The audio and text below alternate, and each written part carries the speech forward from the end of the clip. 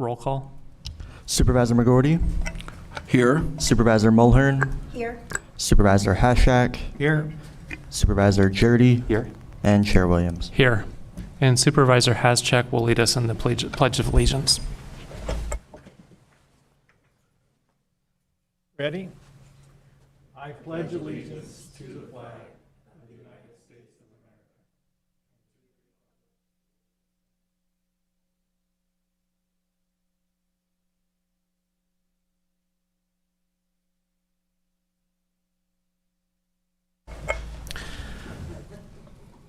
America. Public expression.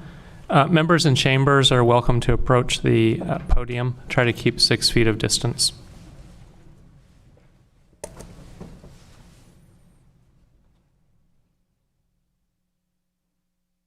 Morning.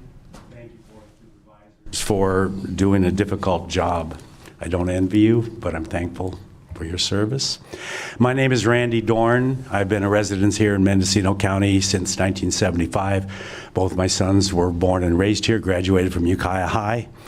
I've lived and worked here most of my life as a general building contractor.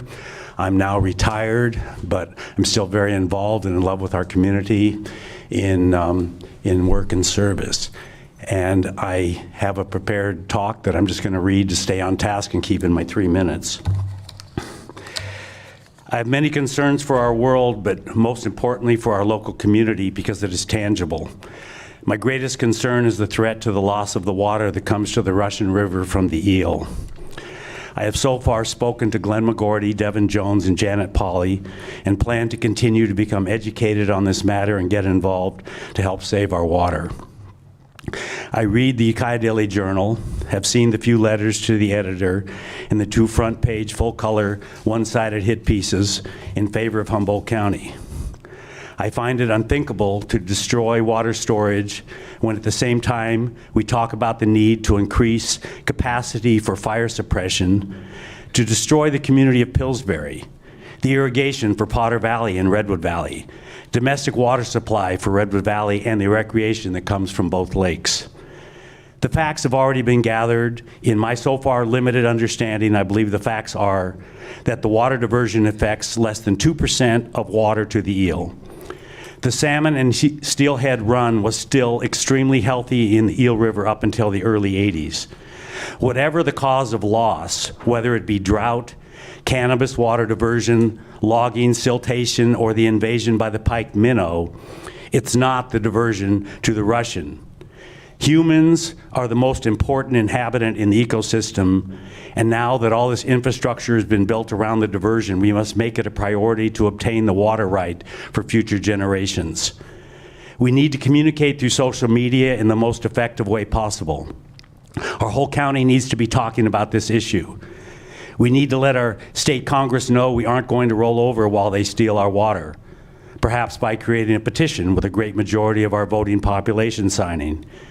Janet Pauley says we need to raise at least $20 million.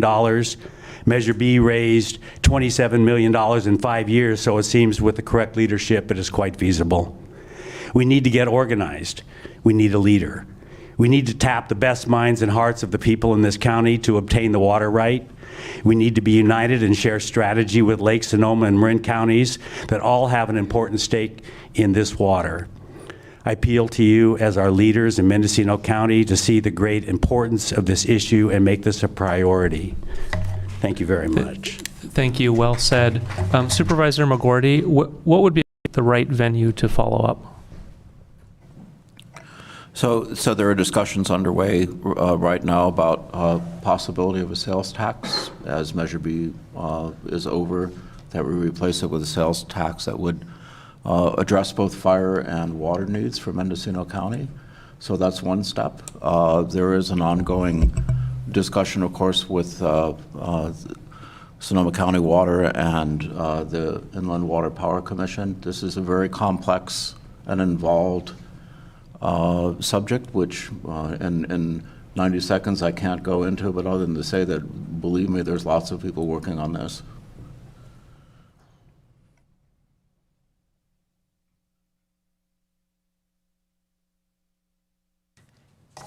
Good morning.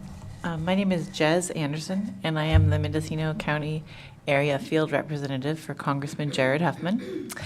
I came here Could you this please morning- pull the microphone a little closer to you? Of course. Thank you. How's that? Good morning. So I guess I should go back. My name is Jez Anderson, and I am the Mendocino County Area Field Representative for Congressman Jared Huffman, who represents us in the United States Congress, 2nd Congressional District. I work here in Ukiah as well as on the coast.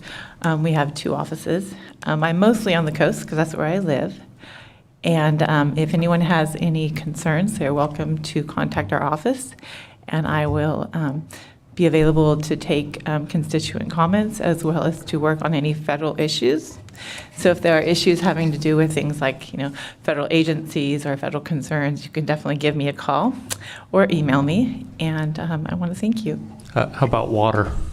Water is one. Yeah, recently the congressman was here and having meetings and discussing that issue, so I know it's a great concern. So thank you. Jez, thank you for being here today. I just want to mention for the audience's benefit that she grew up on the Mendocino coast, so she's local here to Mendocino County.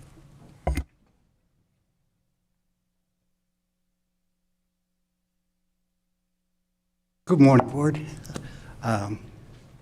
CEO Antle, County Council Curtis, and Atlas Pearson, my favorite.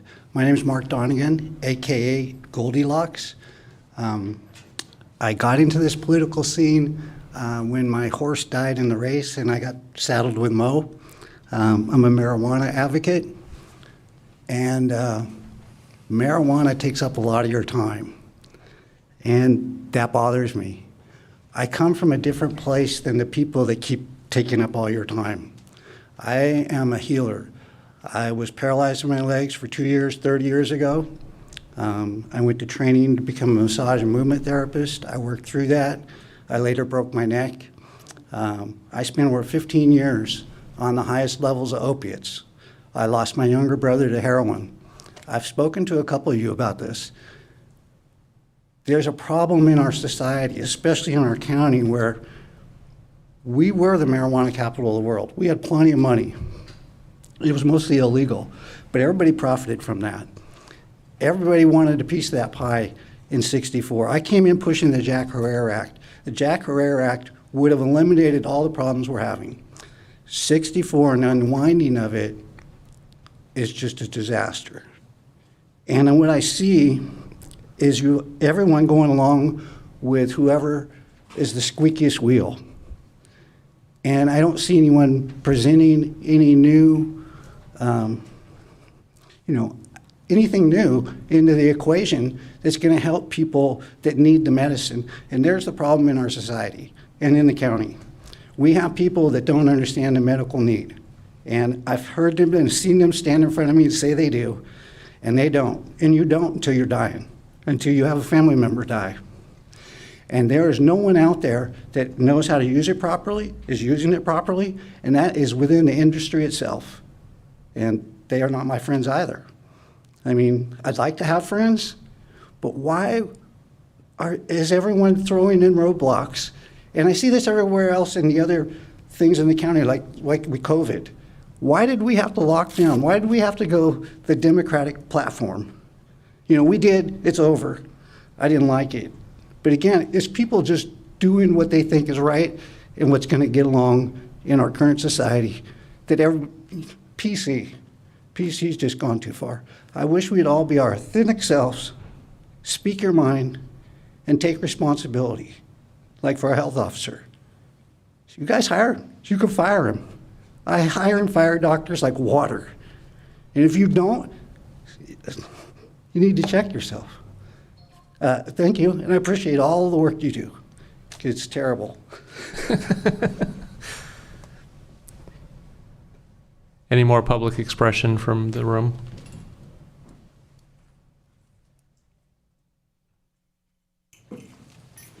Good morning, Board.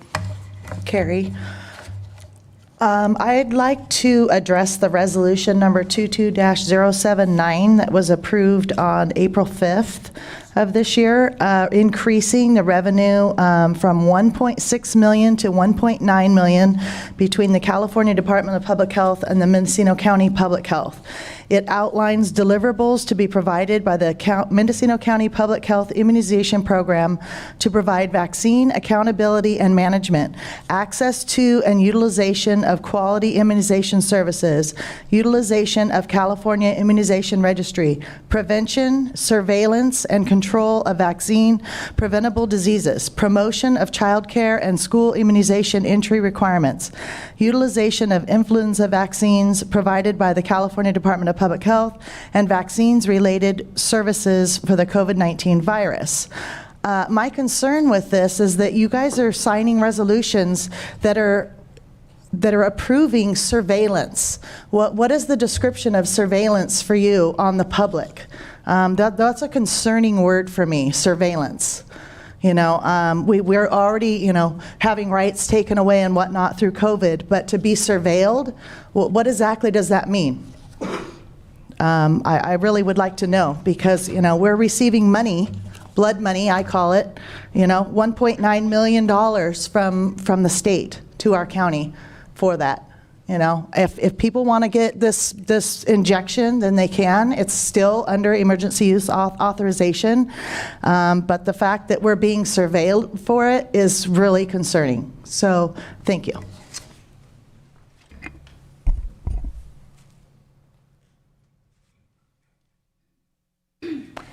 There may be someone from Public Health that can respond to that more specifically, but I know that during the pandemic, there were people released from state prisons into Mendocino County on probation, and some of them came from prisons that had outbreaks, and that was before we had the vaccines. So I know that there's been surveillance in that case of some probation office people on probation.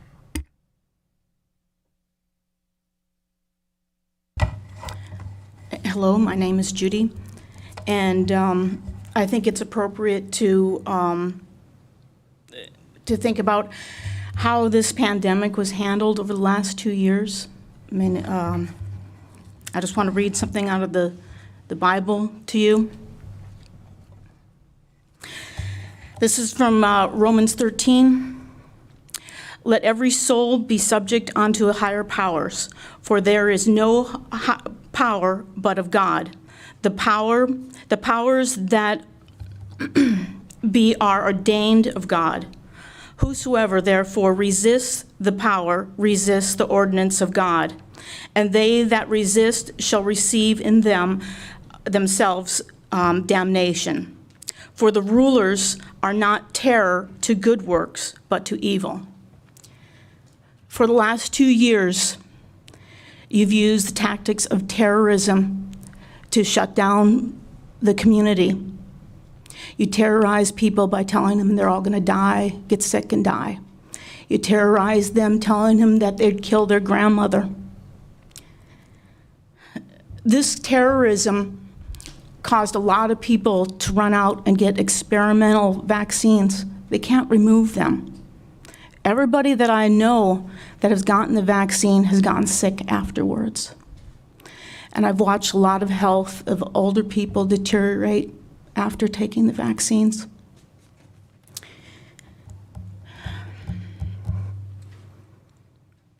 It's very heartbreaking. I hope that you guys take your jobs very seriously. There's a lot of cleanup to do now, and there's a lot of people trying to do the cleanup from that. That's all I have to say.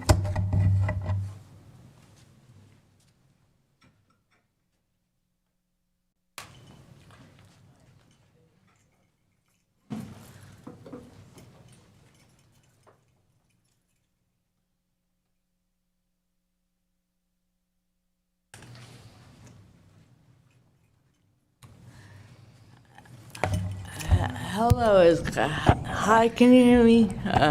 Yes. We are both from Manzanita Services. We are peer support specialists. We help those in our community who are in need of support, whatever that may be.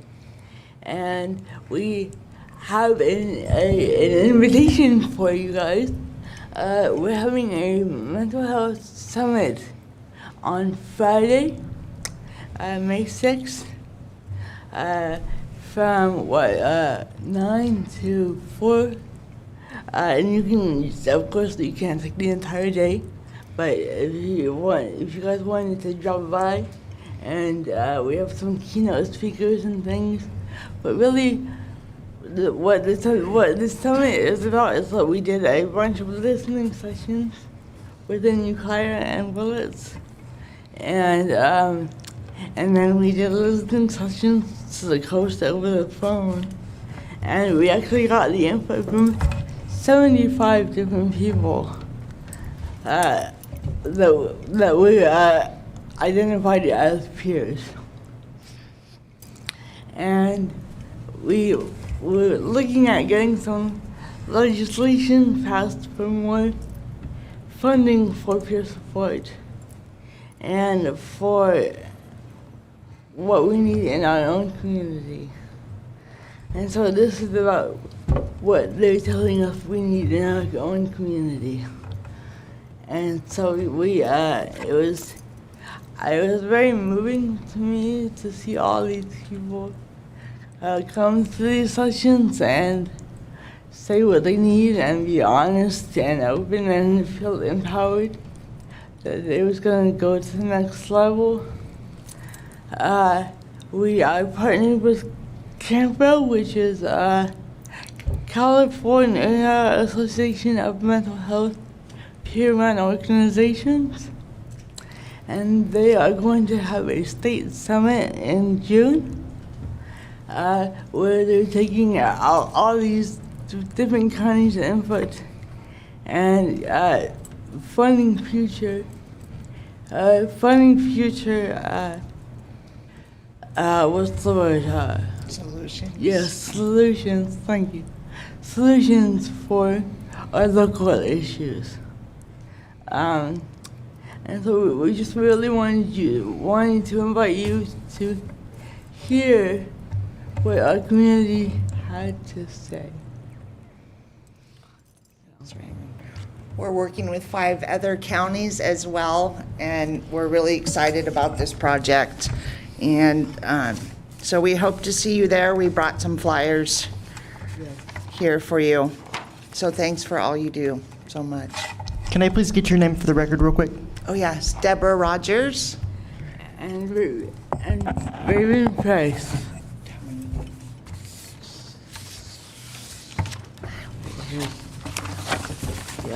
Here's the outcomes of the listening sessions, too.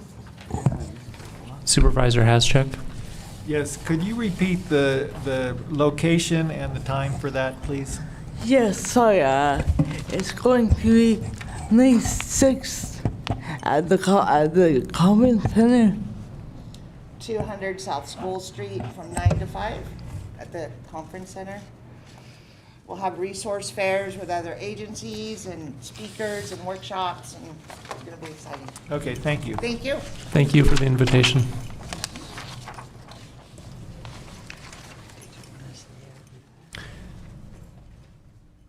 Okay, we're going to go to online public expression. If you're on Zoom, you can use the raise hand feature by clicking raise hand at the bottom of the screen, or on the telephone, *9.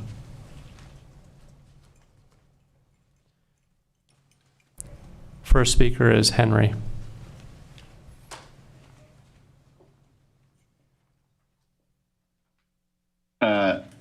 Yes, hi, my name is Henry Mayer, and I am a member of the Walla Municipal Advisory Council, though I'm speaking to you as a private citizen. And I spoke a couple weeks ago, and I just wanted to reiterate my hope that as part of this meeting, there will be funding to get Bower Park in Walla reopened as fast as possible. We are, of course, still without a park. And I know this is an issue that you all seemed very engaged with 2 weeks ago. And I hope that we will get some resolution and some progress to that today. So thank you very much.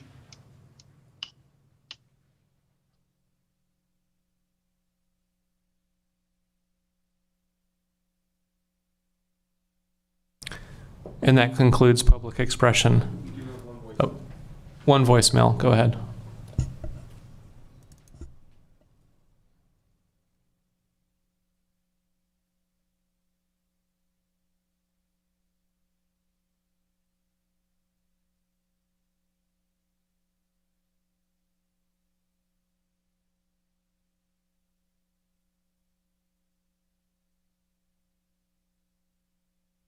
Good morning, Board. This is Michael Katz, Executive Director of the Mendocino Cannabis Alliance, calling in to speak on public expression.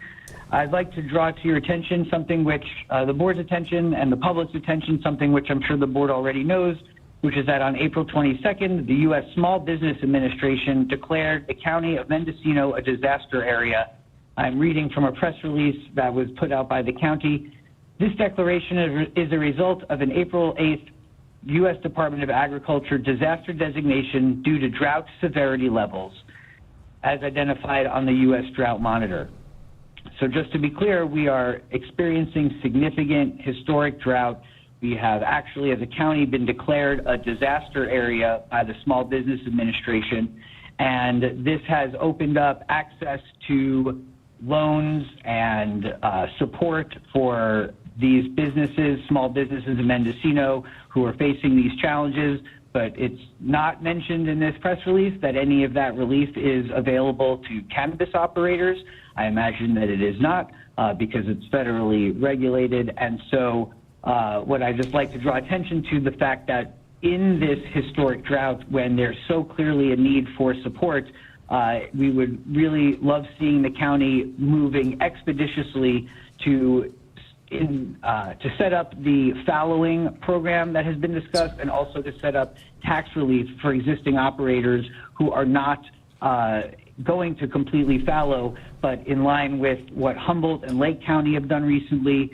It's just very important that we do not delay in these efforts, and that the county and staff and the Department of Cannabis Department do everything in their power to save this valuable community resource. Thank you so much for your attention to these matters. Ron Edwards.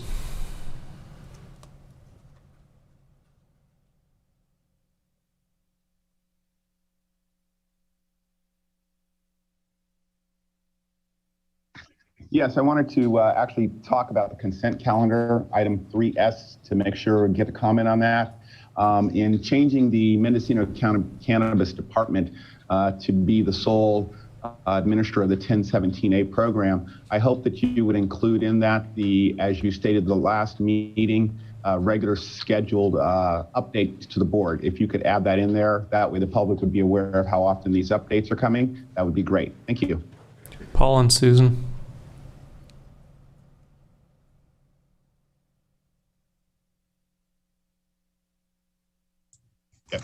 Hello, good morning. This is Susan Tibbin, lovingly and legally. I may be one of the Magnificent Seven, but if a recent meeting in Leggett, hosted by third-generation farmer Brandon Parker, is any indication, we represent hundreds and hundreds of farmers.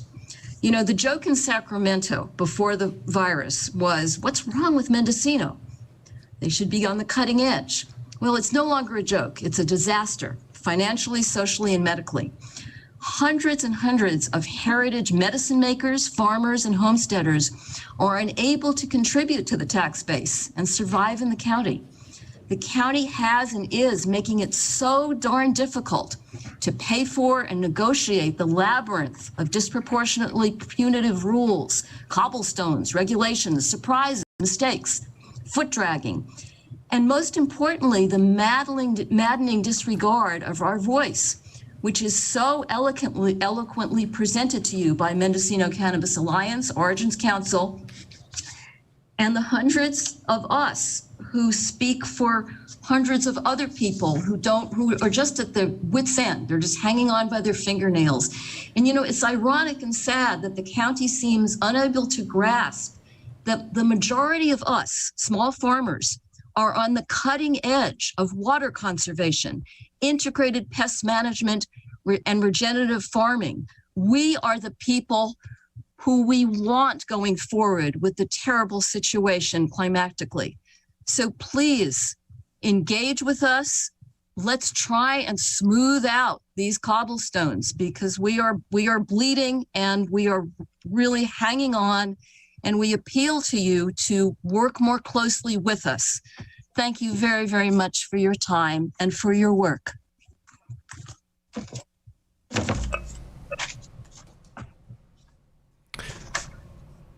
That now concludes public expression. We're now onto the consent calendar. Has proper notice been established? Proper notice has been established. Do any supervisors have items to pull for separate consideration? Supervisor Hascheck? Yes, for separate consideration, I'd like to pull items 3T and 3R. Supervisor Mulhern? Item 3Z.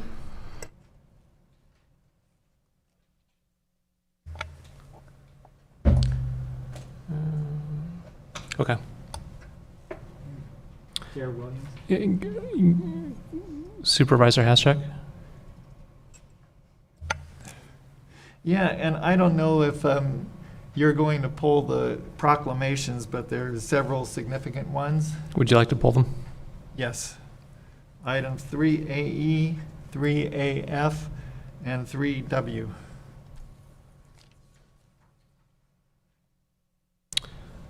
Okay, let's start with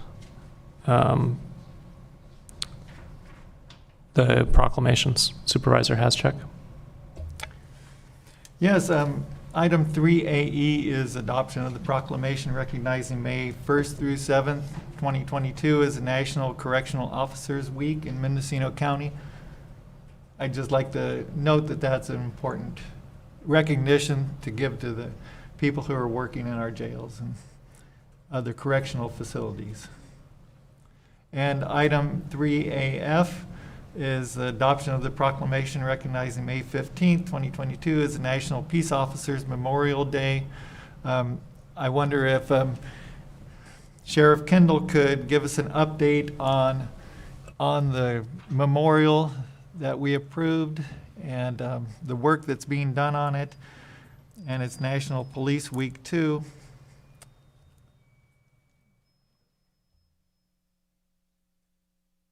Good morning. Supervisor Hascheck, Chair Williams, thank you for recognizing this week. Our corrections officers are working extremely hard right now. Our numbers are short, but they're still doing the job that they're paid to do. A lot of people look at these folks as guards. I prefer to look at them as guardians, and they look at themselves as that as well. The Peace Officers Memorial, we received some sketches and some work and some preliminary numbers. We're still working on that. I think that it'll turn out rather nice. Mendocino County has been very good to our deputies, and they appreciate it. We currently are in the midst of a good hiring phase for Mendocino County. We have several young men who are young men and young women, many of which are locals, a couple from our local tribes as well. Very proud to have them coming on board with us. Thank you. Thank you. And I'd also like to raise attention to the item 3W, which is the public service recognition.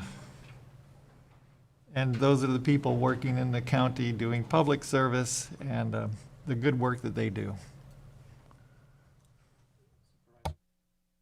Supervisor McGordy? I want to call attention to item 3D, which is a proclamation honoring Mark Apfel. And Dr. Apfel delivered a lot of good medicine over the years. And as somebody I know who treated everybody in the community, I want to thank him for his public service and as well as his above and beyond efforts to make people well. He's a true healer, and he'll be missed. Okay, Supervisor Hascheck, 3J, or 3T. Yes, item 3T is,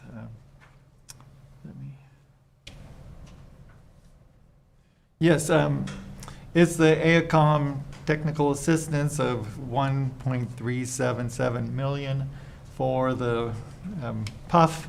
And so I was wondering if Dr. Miller was available to give us an update on what that will entail, and the process for selecting AECOM, and some of those questions that I'm sure that the public is interested in. Does Dr. Miller know that did she know that you would be asking? Yes, I contacted her. We're pulling her into the meeting right now.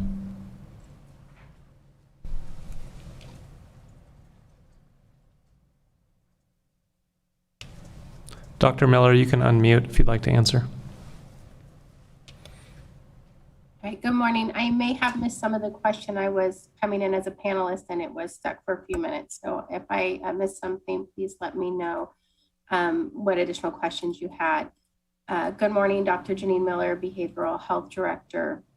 AECOM does our project management for building the pub. The budget was part of the original budget presented when we presented the psychiatric health facility to move forward with the construction and demolish of the prior building, and then move forward with the construction of a new building. So they were part of that original cost plan to do the project oversight. So they really do our project management. They worked with us regarding when we built the crisis residential treatment. They were also our project management team there.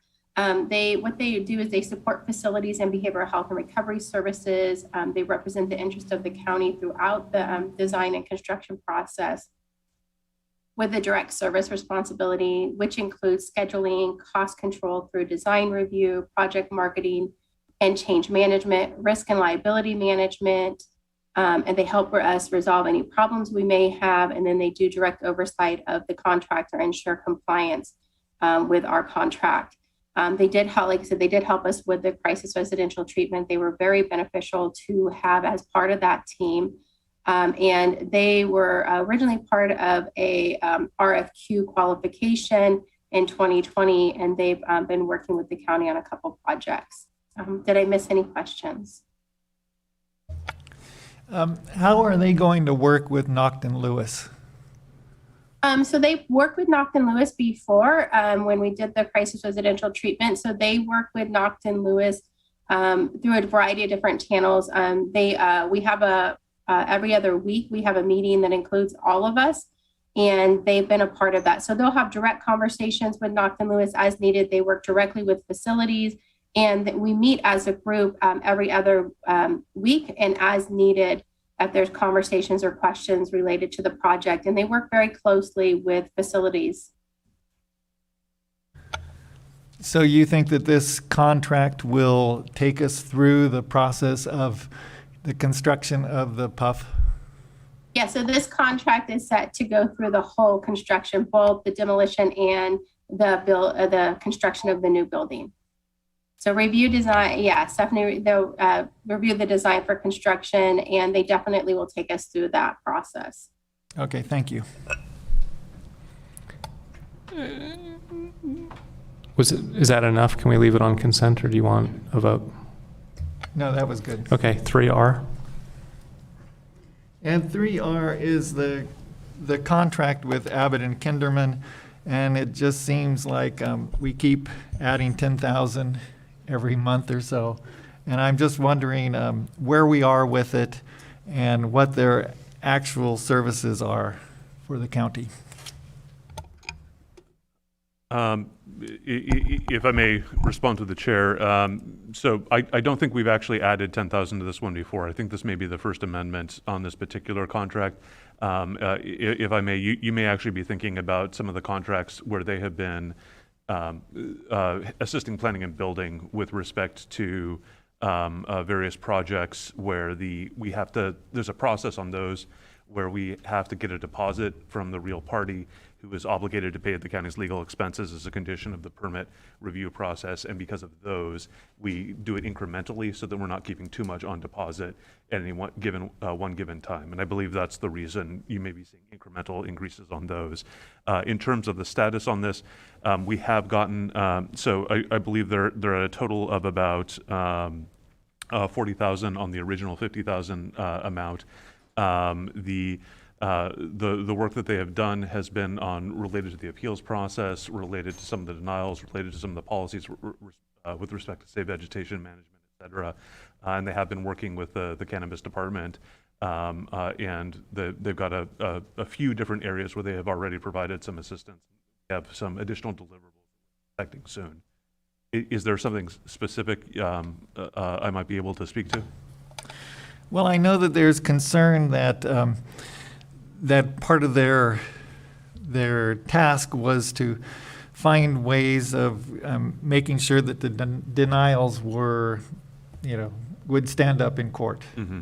And I just wanted to make sure that my understanding of the will of the board is to see that we can get people through who kind of have a legitimate reason to get through, and as much as possible. So I wanted to make sure that was there was a balance to this, Yeah. right? I'm sorry, I didn't mean to interrupt. No, so I just wanted to make sure that there was a balance, that we're trying to get people through, but at the same time, we have to justify any denials. Yeah, and if I may respond to the chair, I think those are really two sides of the same coin, right? So when we say that we want to make sure a denial holds up in court, what we mean is that we want to make sure that we're not improperly denying something that should have been approved, right? Or that there is not some additional step that should have been taken in the review process. So, really, we want to be sure about a denial before we get to a denial, which means that we want to make sure that we've got solid processes and that we've been comfortable with the mechanisms that have been taken. So I know, one of the motivating factors was that there had been some concern regarding some threats of litigation and some litigation that had been filed based on some refusal to, some late applications that had been submitted, and some questions regarding some of the consistency of processes, given how much this program has sort of shifted from one department to another.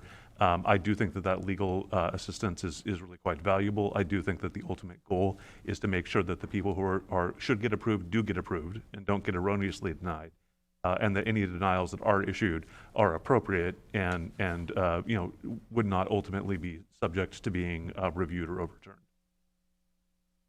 Okay, thank you. 3Z. Atlas, are Julia or Adrian on the call? And I apologize, I didn't notify them in advance. It's fine if they're not. I don't think my questions are going to change. They are on the line, and we're pulling them in. Okay, thank you. Supervisor Williams and I worked with the West Business Development Center for 8 to 9 months on potentially developing a contract that would have data metrics and achievable goals and outcomes. We were unable to get to the finish line. When reviewing this agenda item, I don't see any substantive differences in that, except for there's an additional consultant that has been added. My concerns remain the same, and that is that we really need to have an internal economic development coordinator, and that the services are duplicative. The CalBiz or GoBiz, the state's business economic department, has a current job application out for a regional economic recovery coordinator for our area. This person will be doing many of the services that we're being asked to fund West Company for. I don't know if P&B staff, or I believe there were actually 2 supervisors that were speaking to West about this, have any differences of opinion about how this has changed since the initial conversation. Director Krog. Thank you, Chair Williams. So this item, it came forward first in October is where the direction was received to prepare the one-year contract with West Company. And there were a series of iterations on the scope of work, some of which happened with, between the supervisors, I believe Supervisors Hashak and McGordy working with the executive office. And then myself, Adrian Thompson, and Nash Gonzalez, our interim assistant director, also assisted in the review of the scope of work. And so we do feel that the scope of work presented today provides much more detailed deliverables than the original scope that was looked at in October. We're happy to answer any questions you may have. We still sort of maintain that we had concerns back in October regarding the contract and regarding the staff time that may be involved with it. And, the board gave us the direction to go ahead and pursue the contract. So we have followed that direction, and that is what is before you today. Do you have anything you want to add? No, we're available for questions as needed. Thank you. Supervisor McGorty? You know, I agree with you, Supervisor, that we probably should have our own in-house economic development person, but we unfortunately don't have the luxury of that. So the next best thing is to have people who are highly qualified. And with the connections that that Marianne Petrillo has with both the Sonoma-Mendocino Economic Development people, as well as Josh Metz, whose extensive background in economic development in Monterey County, that we're creating our own kind of short-term ecosystem to be able to access the numerous grants that are going to be made available in the coming year. And while it's not the perfect system, it's still something that Supervisor Haschak and I have worked on with a lot of meetings to put together, and I'm confident this plan's going to work, or I wouldn't have put it forward. Supervisor Jurdy? Yeah, I mean, I think what I see in this contract is the ability to leverage funds. I mean, West Company is already getting state and federal dollars for economic development in Mendocino County, and rather than relying entirely on County of Mendocino dollars, we're able to leverage our local dollars in a way that we wouldn't with a county employee. And I actually doubt we would get a county employee with benefits for $175,000, and at that point we're talking one single employee. We're getting multiple people at West Business who are serving on multiple boards, not for the region, but for Mendocino County. So I agree with the sponsors that economic development is a critical need. I also want to see accountability with public funds. I talked to County Council before the meeting to look at some language that would require monthly reporting. It could be brief, just a few lines. Think of it as a status report of the results, not how many meetings, because personally, I don't care if there's no meetings or if there's a meeting every day. I care about the results. And I think this is something that could easily be incorporated into the CEO report so that we could track.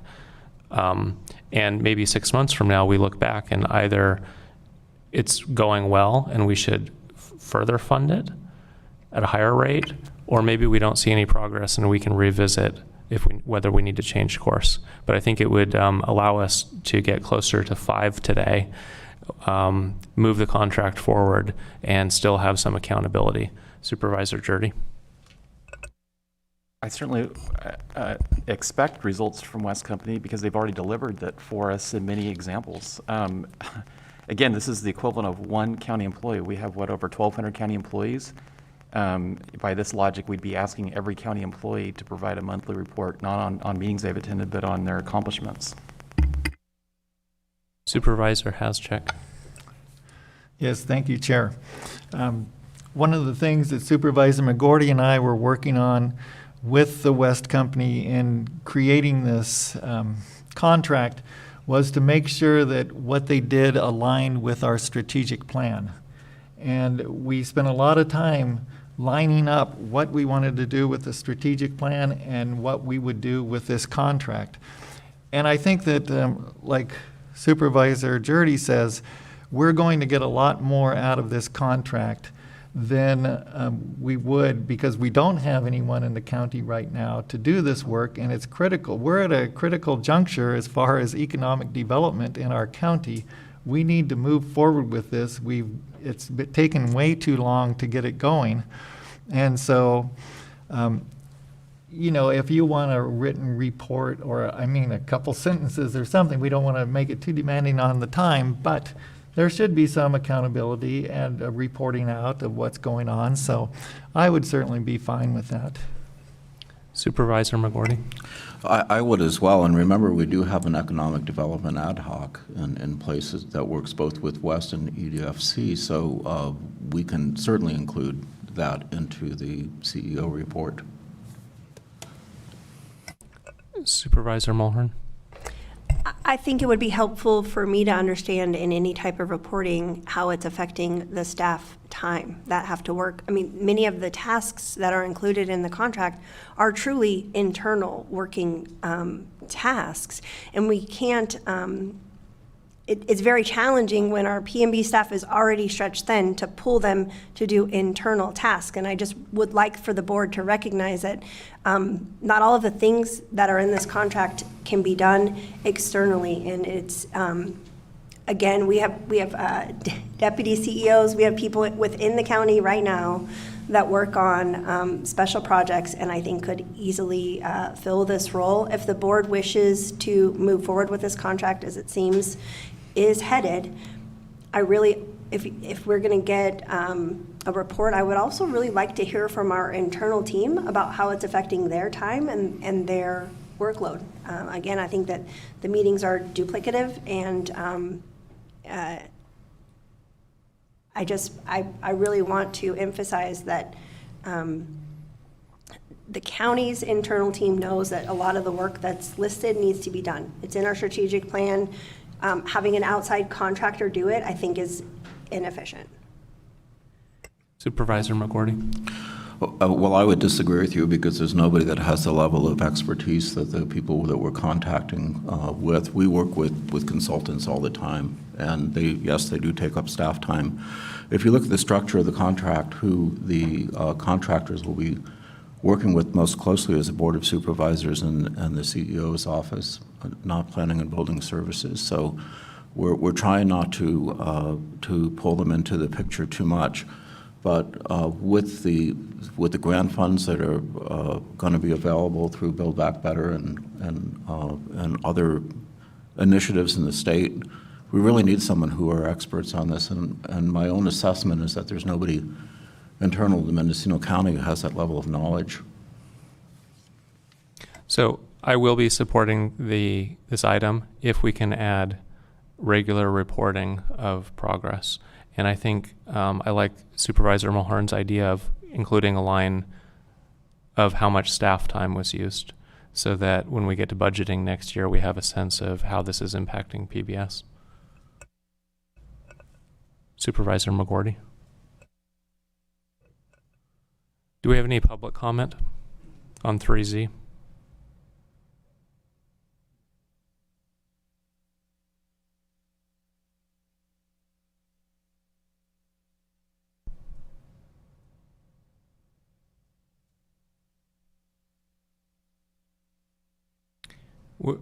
I'm afraid we don't have a way to separate comment on 3Z from comment on the entire consent calendar. Let's go to public comment here at all, and then we can invite a motion for 3Z. Is there any public comment in the room regarding the consent calendar? Seeing none. Is there any public comment online regarding the consent calendar? You can raise your hand in Zoom or press *9 on the telephone. Paul and Susan.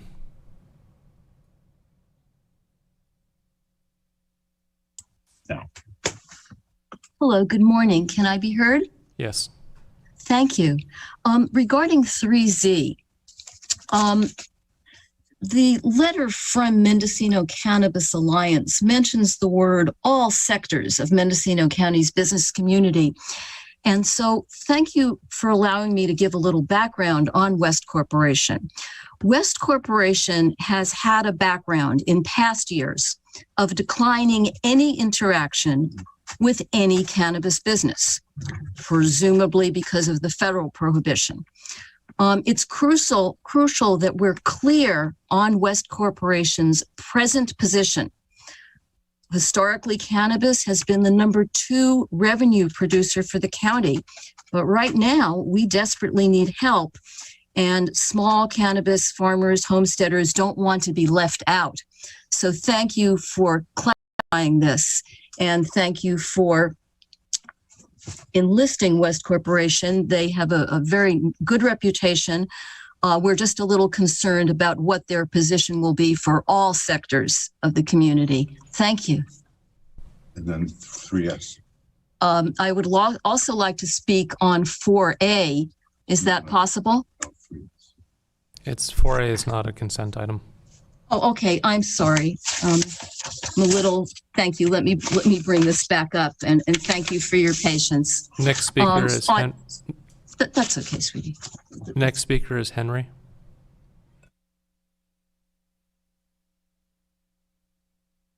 I see that 3E is the funding for tree removal at Bower Park in Wallala, which is great. And I just wanted to check, is it expected that that will be adequate funding to do all the work necessary to reopen the park? My understanding is yes, but let's go to CEO Antle. Darcy Antle, interim CEO. I believe this work is to remove the hazardous trees only. I don't know that it encompasses all the other work that needs to happen. I'm unclear if we have Central Services Director Janelle Rao on the line. Yes.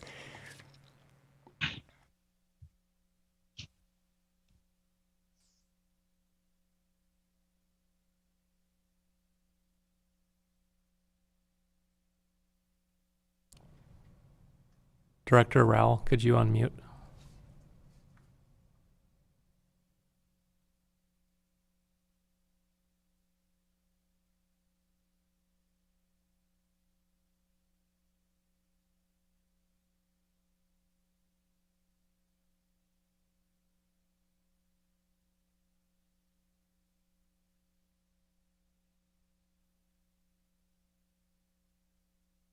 Good morning, Board Member Standing.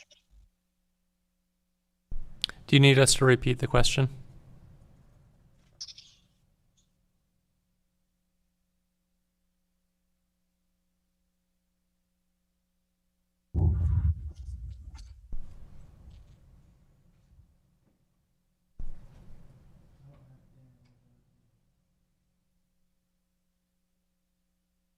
We'll come back to the question, but I think we can continue with the item. Next speaker is Corinne Powell.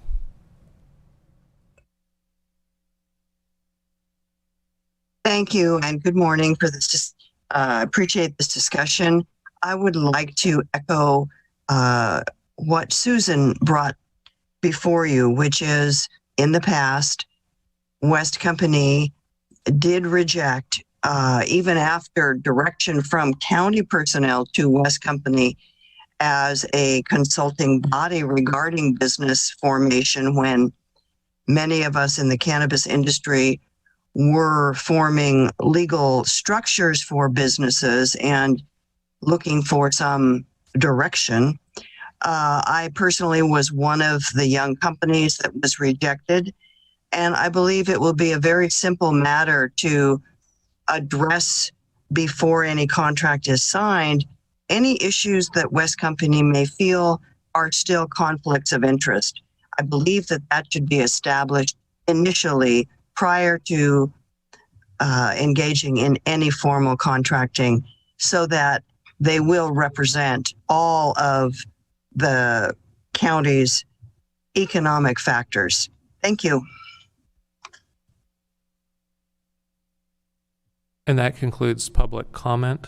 We do have 2 voicemails for item 3S and 3Z. Okay, go ahead.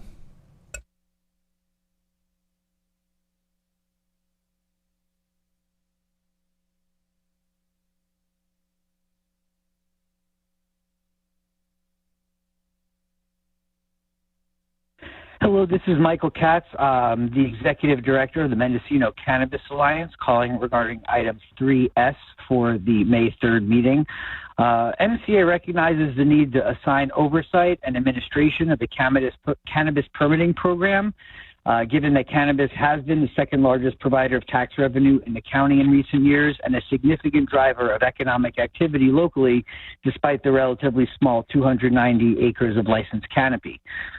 We suggest that you include in the language of this resolution stating that this assignment for the Mendocino Cannabis Department is only temporary until such time as cannabis is correctly identified at the state level as being an agricultural crop that is certain to happen at some point, and we would like to see cannabis treated as agriculture and not be restricted to further burdensome regulations once those are no longer required by the lack of proper assignment as an agricultural crop. Further, we have provided numerous input on the issues that our community has been facing from the current way that the Cannabis Department is managing the program. We are continually disheartened by the dismissive attitude towards our memos and point you to other supervisors. Specifically, we quoted in our memo someone from Nevada County who was sharing their care for supporting the small cultivators in their area. And we urge you to work with MCA and other stakeholders before it is too late and even more of our small operators wind up having to leave the program. We urge you to act before it is too late. Thank you.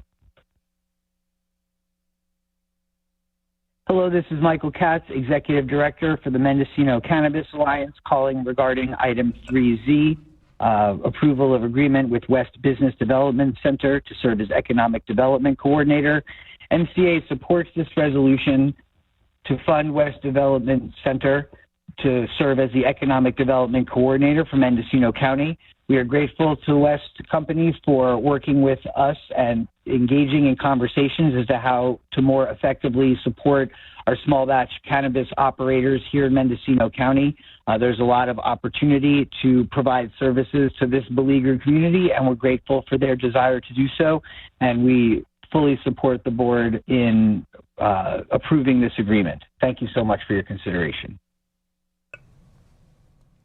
Okay, it's back to the board. Let's complete 3Z, and then we can go to CEO Antle for an answer about Bower Park.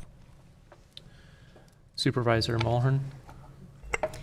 I'm wondering if either the Economic Development Ad Hoc or PMB has a sense of whether West will be able to facilitate economic development coordination with cannabis businesses through this contract. You know, I'm not certain. I think that some of the past reluctance of West Company to be involved has had to do with the fact that they handle federal grants as well as state grants. I will guarantee this, that if it's possible for West Company to work with the cannabis industry and not foul up any of the legal arrangements that they have with the federal government, that Supervisor Hasjack and I would be willing to work with the cannabis industry if they feel there are specific initiatives that they need assistance with that West Company can facilitate. And maybe perhaps speaking for you, John, but I think we both have similar feelings about this. Supervisor Hasjack. Thank you, Chair. Yeah, I think that part of the past was that they had these federal grants. I think that with this contract we're approving, that it's outside of that they'll have a subcontractor, and that it seems like Supervisor McGordy and I will continue working to make sure that everyone in our community is represented.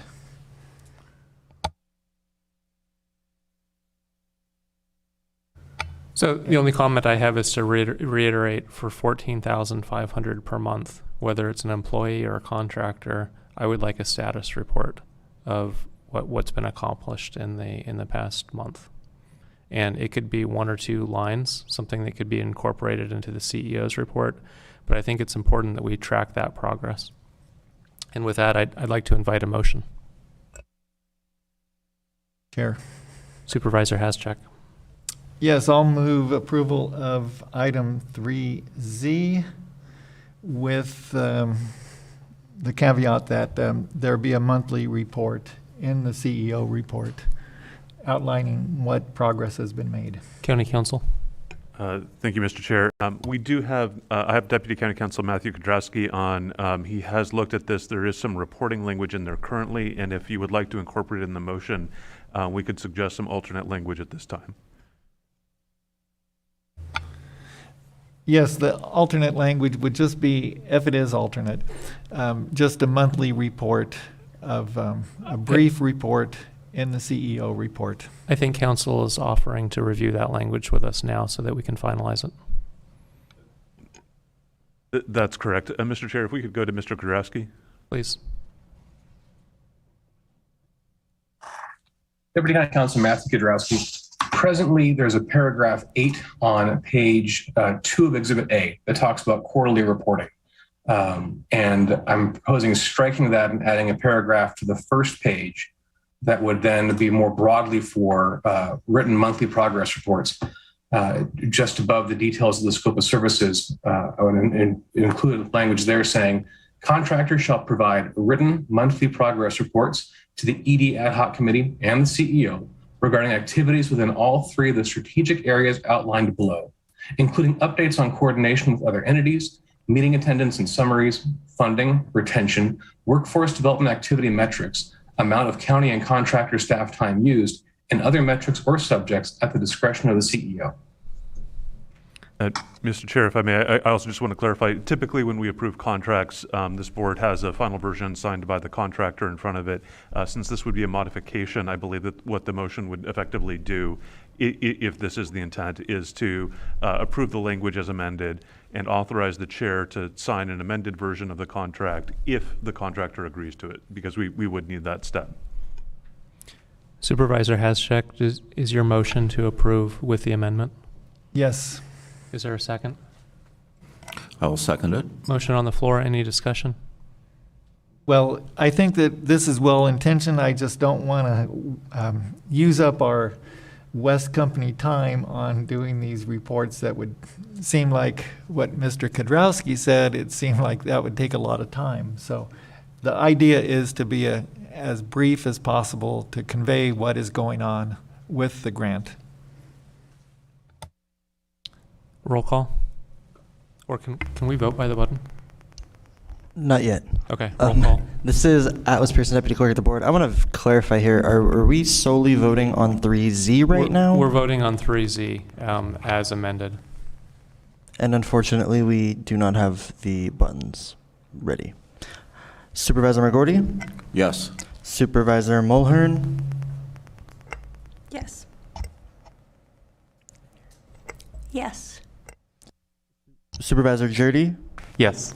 Chair Williams? Yes. And Supervisor Haschak? Yes. Motion carries unanimously.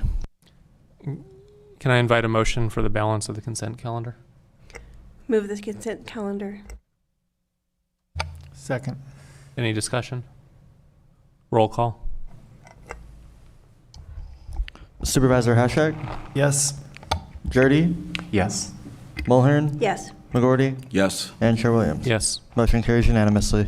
Okay, item 4A, this is the third quarter budget update sponsored by the Executive Office. And first, does CEO Antle have an answer about Bower Park? Thank you, Chair Williams. Yes, I can confirm that the 175 is to remove the hazardous trees. Once the trees are removed, RISC will go back in and do an assessment for reopening. Thank you. Okay, 4A, CEO, would you like to present the third quarter budget report? Yes, Darcy Antle, interim CEO. Before I turn this over to acting deputy CEO Sarah Pierce and Tim Holman, I would like to point out a couple of things. Mendocino County's economic performance remains a concern. A continual decrease in the cannabis market and a trending decrease in sales tax revenue are causing an elevated concern in the county's fiscal outlook. The non-department revenue projections at mid-year remain unchanged. The third quarter departmental projections are currently reflecting a balanced operational budget. The balanced operational budget presented today does not include the health plan deficit of $4.5 million for fiscal year 21-22 or the health plan deficit of $1.1 for fiscal year 2021. The Executive Office and Human Resources continue to review strategies for health plan recovery. The county's general reserve is at $12 million. We have a designated reserve of $8 million for a total of $20 million. These funds are to be used in time of emergency and would not provide a 1 month operating expense for the county. The general rule is to have 3 months of operating reserves. That would be $48 million in general reserve needed as best practice. At this time, I will turn the presentation over to Sarah and Tim. Good morning, Supervisors, Chair Williams, CEO Antle. This is Tim Hallman, Acting Deputy CEO at the Fiscal Unit in the Executive Office. This morning, we're going to go ahead and look over the third quarter presentation. To begin with, we're going to look at a portion of the county's financial outlook with a little bit of a focus on our sales tax. We're also going to be looking at a handful of departments, just taking a look at a few notable projections coming up for the finish of this fiscal year. We'll also be looking at a coronavirus update, focusing on where the status of our FEMA payments at the moment. And we'll also be following up at the end of it with the CEO recommendations. Here we are looking at the county financial outlook. And again, as I said, this is focusing more on our sales tax. And on April 20th, both the auditor's office and the executive office were capable of meeting with HDL, our consultant, and they were able to bring back a handful of good statistics for us. Of note, of course, is that we are looking at a 3% decline in the sales tax revenue coming to the county from October through December of 2021 versus the same time period in the prior year in 2020. To take a quick note of this, though, we don't see it down here at the bottom, but this does show that there was a 14% decrease in cannabis-related business sales tax coming into the county. And we're also taking a note that the fulfillment centers are starting to have an impact on the state and local pools for which we are getting money back whenever there is a sale of online goods that is coming from a fulfillment center within California. So again, that is contributing to several factors within the county. And you can see on the chart below that it's not just one unit that is going down. We have a handful that are going up, but generally speaking, we are looking at a downward trend of sales tax revenue coming into the county. At this time, I'd like to go ahead and turn this over to Acting Deputy CEO, Sarah Pierce. Good morning, Board of Supervisors and CEO Antle. Sarah Pierce, Acting Deputy CEO. On the slide in front of you is a summary of general fund departments who are projected to end this fiscal year 21-22 over their net county cost assignments by greater than $100,000. While these departments are projecting to end the year greater than budget, there are some departments projecting to end under budget, which based on departmental projections would offset the loss listed and balance the budget. Can you go to the next slide, Tim? However, as of the creation of this presentation, there were a handful of departments who have yet to turn in projections. The missing projections have the potential to significantly impact the current projected balanced budget. Can you go to the next slide, Tim, please?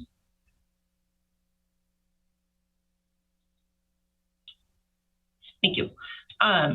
So moving on to the next slide for COVID update on FEMA expenses. This slide is taking a look back over the last 26 months of expenses that were eligible under FEMA and recaps their current status. As of December 2021, there was a little over $17.6 million of incurred expenses eligible under FEMA only. Of the $17.6 million in incurred expenses, the county has only received obligation letters of 9.5. The last obligation letter we received from FEMA was in July of 2021. FEMA has acknowledged that they are facing a staffing shortage and noted they are working to review pending projects. County staff is concerned about the timing of the unobligated expenses and the effect this may have on the fiscal year 21-22 year end. County staff has met with Cal OES and FEMA on a regular basis up until recently. Depending on pending responses from FEMA, we may need to reach out for further assistance from state representatives in engaging FEMA. Now I'll turn it back over to Acting Deputy CEO Tim Hallman.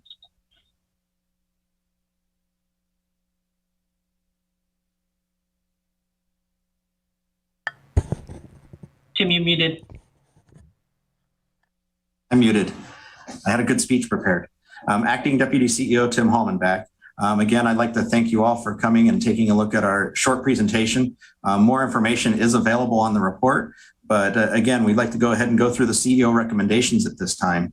We'd ask that you accept the fiscal year 21-22 third quarter budget report as presented, accept adjustments as described in attachments A and B, approve the additions of funded fixed asset vehicles appearing in attachment C, direct the auditor controller to transfer $100,000 of available fiscal year 21-22 carry forward to capital improvements to replenish funds used in expenditures associated with the Bower Park caretaker cleanup, and adopt a resolution amending the fiscal year 21-22 adopted budget by adjusting revenues and appropriations. Are there any questions?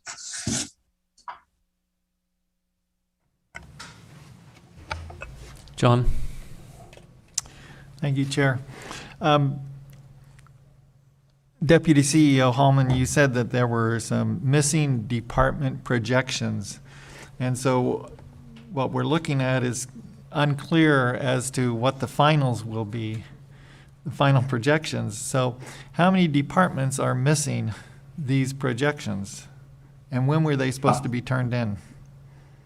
Right now, as noted on slide 6, the ones that are missing are for the Auditor Controller's Office, the miscellaneous budget unit, and at the time of the publication was also the cannabis projections. They were due at the at the end of March, beginning of April. So is there any idea when those will come in? It's my understanding, based upon an email that I received yesterday evening from Acting Auditor Shamiz Cubison, that we probably will be looking at the projections within the next few days here. She is working on those. And cannabis has, since the publication, produced some of their projections, but we're still working on them with that. And we just got a hold of some of that information yesterday evening as well. Okay, thank you. Glenn? So related to our health plan, what's kind of the plan of attack there, and when will we have some sort of resolution of the issue? Darcy Antle, interim CEO. I will address that, but in the meantime, Anthony, will you bring in Sherry Johnson, Deputy CEO? So we have begun working with the auditor, or not the auditor controller, with the actuaries on this to determine if this board decides to allocate ARPA funds towards that, how much would they need to allocate, and then to offset any expense, then that would be hit by the general fund and or the employees. At one point when we were looking at this, we were looking at almost a 40% increase going forward on the health plan. And again, that would be a significant hit to both the county and to our employees. So as we go through these analysis with Keenan and Associates, we keep looking at the amount of funding that may need to come forward for consideration to take down the deficit. I would just ask Deputy CEO Johnson if she has anything to add. Good morning. I'm Sherry Johnson, Deputy CEO. I believe CEO Antle covered the most of it. We do plan to come to the board in June with an update. She is correct. We are looking at many different options. We're looking, at potential, rate increases, change plan options, possibly joining a pool, looking at fully insured. So we really have our feelers out there to look at anything that can help the plan at this time. So we have been working very closely with our actuarial and then appreciate any ideas and comments that have been coming in when we have actually been meeting with the bargaining units, and they have contributed some great ideas too. So that's where we are right now. Thank you. Glenn? Oh. Okay, I don't see any further questions. CEO Antle, are you done with the report? Yes. Any public comment in the room? Any public comment on the... Oh, there's one.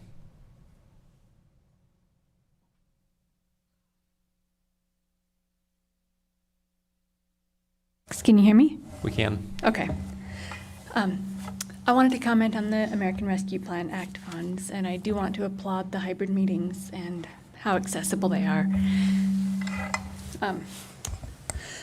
You know, I'm sure that that is one of the expenses that would have been approved by the public if there'd been a public input process. But there are some expenses here that I'm really concerned are going to grow. One of them is the $35,000 for the metal detectors, because those are all going to need to be monitored by an armed guard. And we're going to end up going through the ritual of going through metal detectors. We don't have a process for having the public weigh in on how to spend this money. And I don't think that having metal detectors and the inevitable contract with the guards is going to contribute to recovery from the pandemic for people who are really hard hit. And I don't know if any of you have ever been poverty-stricken, but I have. And I distinctly remember falling off of my bicycle because I hadn't eaten in a few days. And I'm not in that situation right now, but a lot of people in this county are. And that's who this money is for.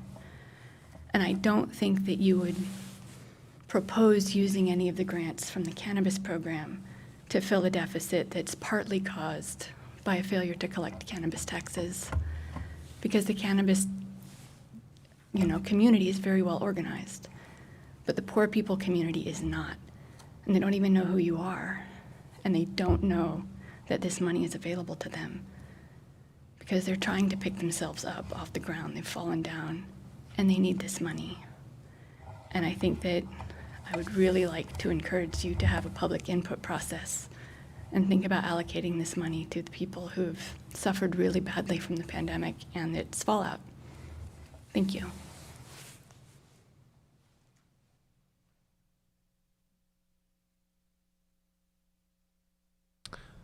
Okay, we're going to online comment. First, we have Paul and Susan. Ben. Hello, good morning again. Susan Tibbin, Lovingly and Legally. We strongly support MCA's May 3rd letter regarding 4A. But please also read closely Nevada County Supervisor Heidi Hall's apocryphal and very powerful quote in MCA's second May 3rd letter. Small operators want to contribute. Please help us to do so. And let's focus on empowerment and making it possible for us rather than continued punitive measures. Thanks very much. Ron Edwards.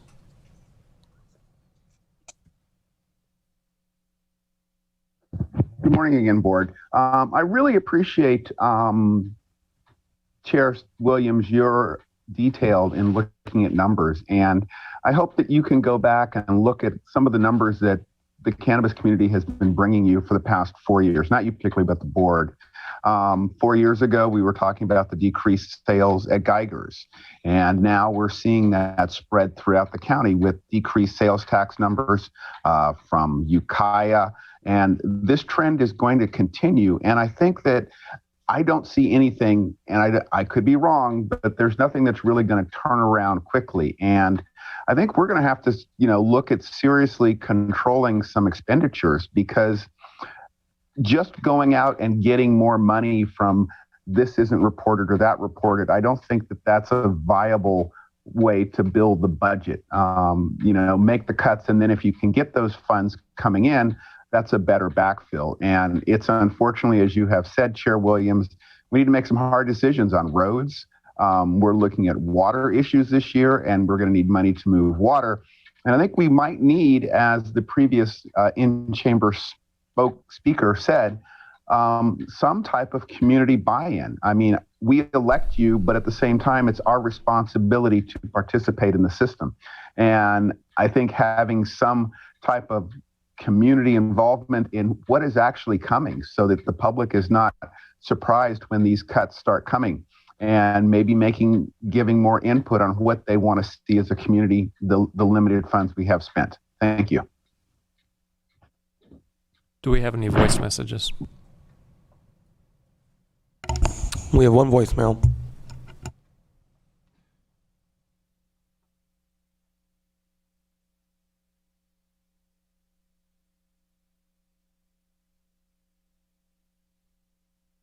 Hello, Supervisors. This is Michael Katz, Executive Director of the Mendocino Cannabis Alliance. I'm calling regarding item 4A being heard on May 3rd. This is regarding the budget report. I'd like to draw to your attention the really interesting information about cannabis taxes locally. As I'm sure you have noticed, the report shows that cannabis tax revenue exceeded projections since fiscal year 2019-2020 by nearly $8 million. And so this just goes to show the incredible amount of contribution to our community in taxes alone that cannabis operators have provided. There have been conversations about if the cannabis operators are in fact contributing tax revenue, and it's pretty clear that that is happening at a pretty monumental scale. And if the county would like to protect the people who have generated that revenue source and that revenue source, certainly there needs to be more attention paid to the operations of the cannabis department and more direction given to keep more existing operators in the program rather than creating more onerous obstacles and intentions to have people removed for things that some of which are not even in the ordinance. We request specific direction for the General Government Committee or county lobbyists to work directly with MCA and Origins Council at the state level to help optimize the county's efforts in supporting our community. And we continue to call for decisive action to protect our local operators and the economic activity that they bring to this county. Thank you so much for your consideration.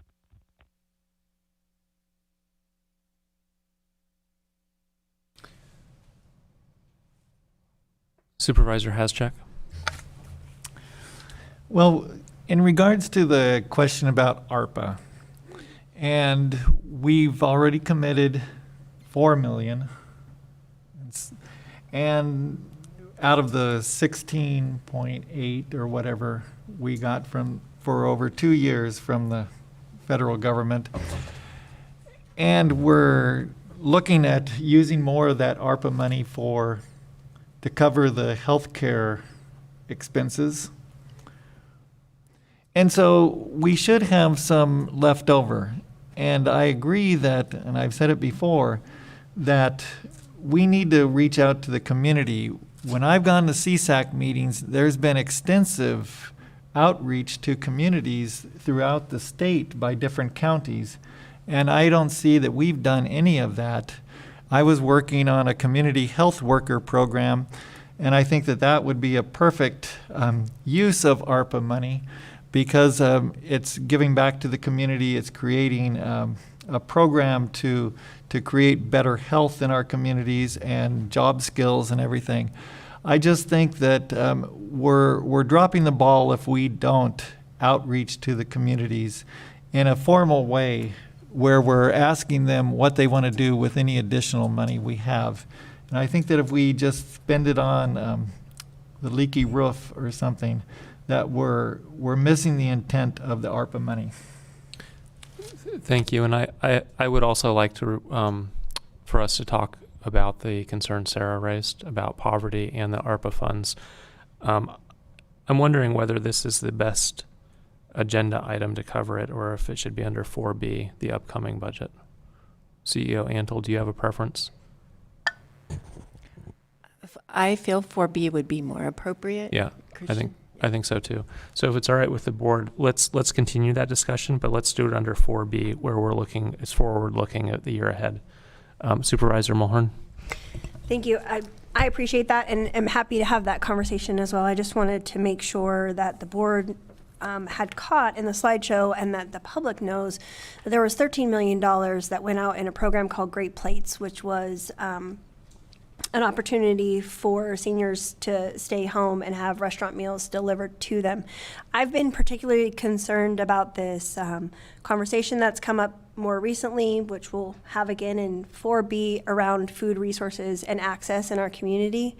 I'm aware of many food resources, and so it seems like we have a communication gap between getting people the information that they need about the food resources that are available currently and their ability to get them. So I'm happy to work with any members of the community that want to talk about the food resources that are currently available, because we have many, many federal dollars that go out in CalFresh and food bank resources, and our grocery stores are very generous with their donations. So there are opportunities for every single person in our community to have a full belly every single day, and it concerns me that not everybody knows that those opportunities currently exist. McGordy. So I want to echo that, and Ms. Wright's story was very compelling, and I know that these things happen. I know when my wife was teaching school and how important the free lunch program was to a lot of her students, because it might be the only meal they got dependably during the week. And in fact, sometimes the parents wanted to join them for breakfast because they were hungry too. So I know that food insecurity is an issue here, and it's something that I feel it's important for not only us but our community to address. It's crazy that people would be hungry in a county like ours, and if there's a way for us to better address that collectively, I'm all for it, and we should work on that. And if it takes ARPA money, we should spend ARPA money on it. Can I invite a motion? I move the recommended action. Second. Motion on the floor. Any discussion? Seeing none, roll call. You can use the buttons now if you'd like. You can use the buttons if you'd like. We're going to vote by the button.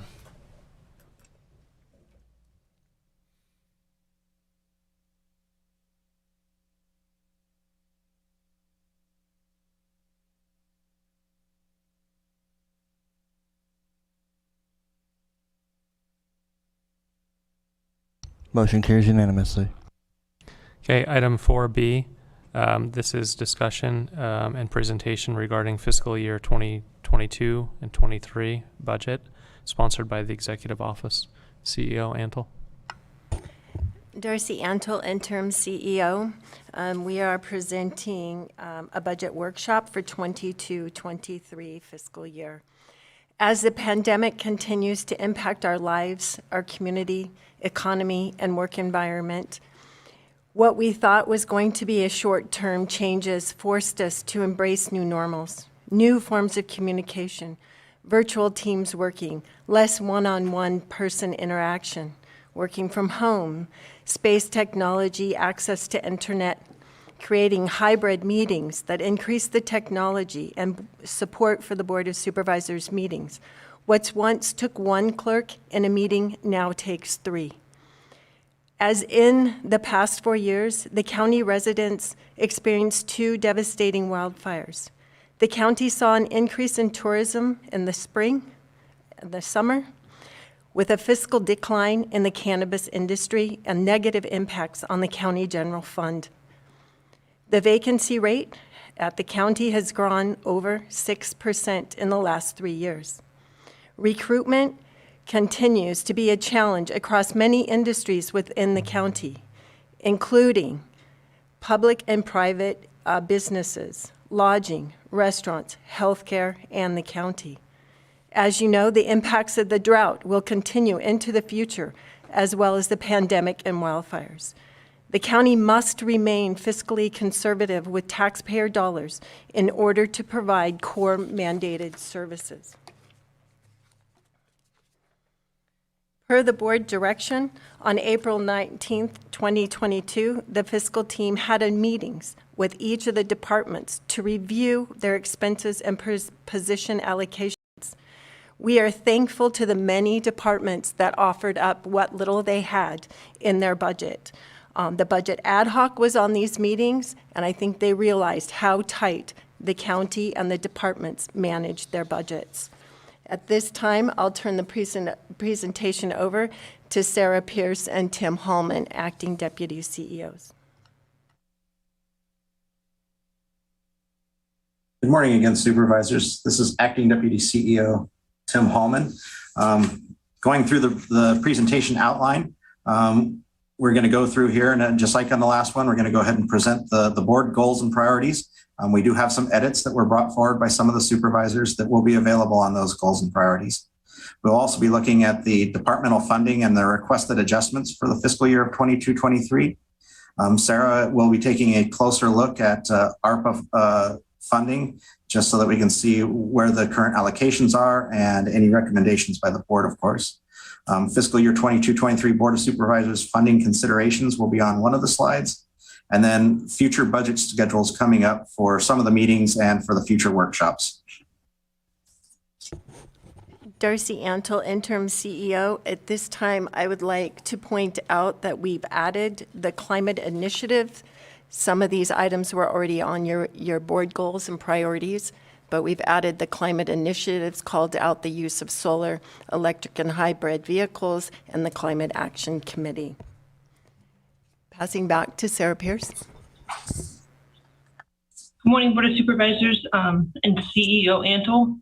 Sarah Pierce, Acting Deputy CEO. As CEO Antle mentioned in the introduction, the Budget Ad Hoc and the fiscal team met with departments to further review their budgets. The Budget Ad Hoc and fiscal team are very appreciative of the 8 departments listed on the slide, which were able to adjust expenses and reduce the impact to the general fund by $1.2 million. As noted in the presentation, there are a few departments who are taking a phased approach to hiring vacant positions. For these departments, such as Animal Control or District Attorney, who have adjusted their plan to fill vacant positions immediately, the $1.7 million reserved from ARPA funding to bring staffing back to pre-COVID levels could potentially be applied depending on availability of remaining funds. Moving on to further review of ARPA funding, the fiscal team reviewed the departmental one-time funding requests and have determined the 7 projects listed on the slide are eligible under the General County Services section of ARPA, and proposes the board consider funding these projects through ARPA versus the general fund. The fiscal team would like to mention the additional internal requests from the ARPA, which has equated to over $25 million, is still being reviewed and will be brought back to the board at a later date.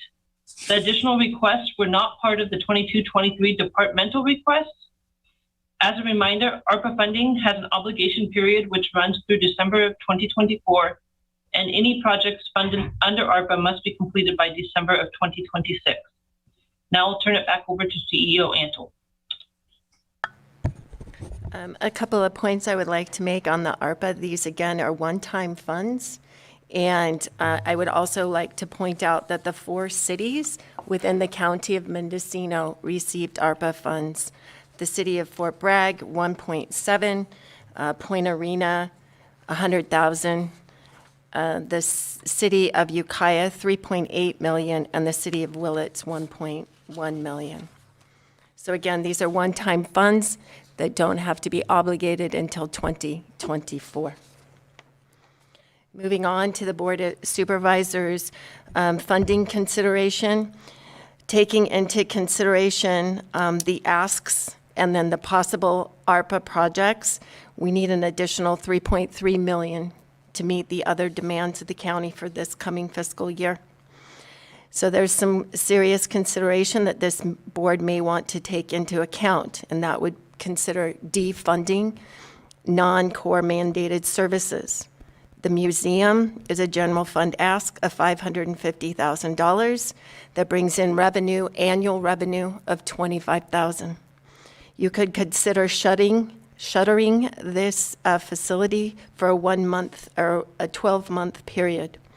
Parks, new department is asking for $1.6 million to take care of our parks. You could consider delaying that ask and putting those off, or look at other funding streams for parks.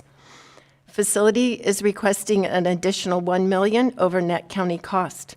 You could consider reducing this ask, lowering their ability to hire, or slowing their ability to hire positions. Information technology has $376,000 for towards their reserve. You could consider delaying that. Prevention, Recovery, Resiliency, and Mitigation is a non-general fund department, but is requesting $400,000 of general fund you could consider reducing that a percentage. And then you could review the cannabis revenue after May 31, where we could find out and see if we have met and folks have paid their taxes. As of recently, there is approximately 1,170 delinquent cannabis taxes for this fiscal year. That amounts to $3.1 million. So if that revenue comes in, we may have additional revenue to consider for 22-23. And I did flag the 3 departments, facilities, information technologies, and prevention recovery, as those are not core mandated services, but they are goals and priorities of this board. And at this time, I'll turn it back over to Tim. I think all we have is the future budget schedules. Correct. I get the big slide. Supervisors, coming up is the June 7th and 8th workshop. It'll be 2 days of hearings involving the budget, where you get to make the decisions, the hard decisions as to where the budget will land. And at the conclusion of those hearings, hopefully we'll have been given the appropriate direction, and we'll be able to come back on June 22nd for the budget adoption.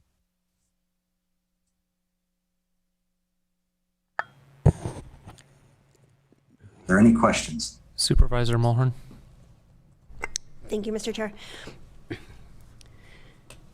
I think this board has made it a priority to make sure that our team members are comfortable and supported. And so I have concerns about not prioritizing facilities to making sure that our employees have a safe and comfortable working environment. If we intend to attract and recruit and retain the best employees that are available, we really can't expect them to be working in facilities that have leaking roofs and inadequate IT infrastructure. So our people are our power, and if we don't have people working for us that are comfortable and supported, we have an inability to provide services. Supervisor Jurdy. Yeah, well, I thank Supervisor Mulhern for highlighting the report earlier where it mentioned $13 million in the Great Plates program that was distributed to Mendocino County restaurants and residents as one of many programs that the county was able to link up with the federal government during the pandemic. I think to the extent that we look at proposals that come in from nonprofits or community-based groups, I think one, we need to be really clear that there's not, an infinite amount of money available, but that it would be some fraction, some portion of this. But the other thing is, I would like to encourage the nonprofits that come to the county seeking some of the ARPA funds to look for ways that they could work with the county to develop and encourage Mendocino County residents to look at working for the County of Mendocino. I mean, let's make this a win-win for both organizations. Many of the nonprofit, over the years, I've seen a number of people working for the nonprofits who later, 5-10 years later, began working for the county. Maybe they could work for the county after 2 or 3 years with the nonprofit. And so I think if we look at the job requirements that the county has through HR and the job requirements that the nonprofits have, there's got to be some linking there. And I know that the HR department just recently sent out a notice of educational opportunities, something I'd like to see them do at least every other month and expand upon what they sent out yesterday.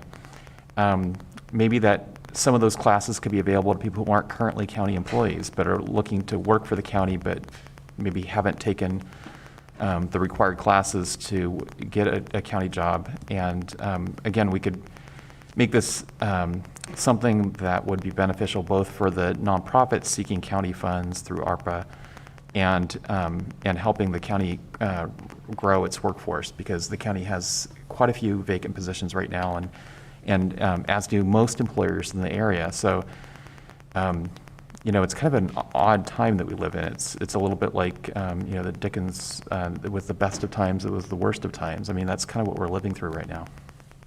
Supervisor Haschek. Thank you, Chair. There's a couple issues here, certainly. The parks. So when we look at this ask of almost 1.6 million, and we all know that the parks are underfunded, yet they're dear to people's hearts. And they're throughout the county except for the 3rd district. And a lot of these parks, like we just spent $175,000 on Bower Park for this remediation of hazardous conditions. What if we were looking at the CSA 3 model, the County Service Area 3, and the zone of benefit. And we were looking at it for, this second access routes or emergency access routes and safer communities for the Sherwood corridor. And we went through that process for quite a while. We learned a lot during the process. We're still moving on it.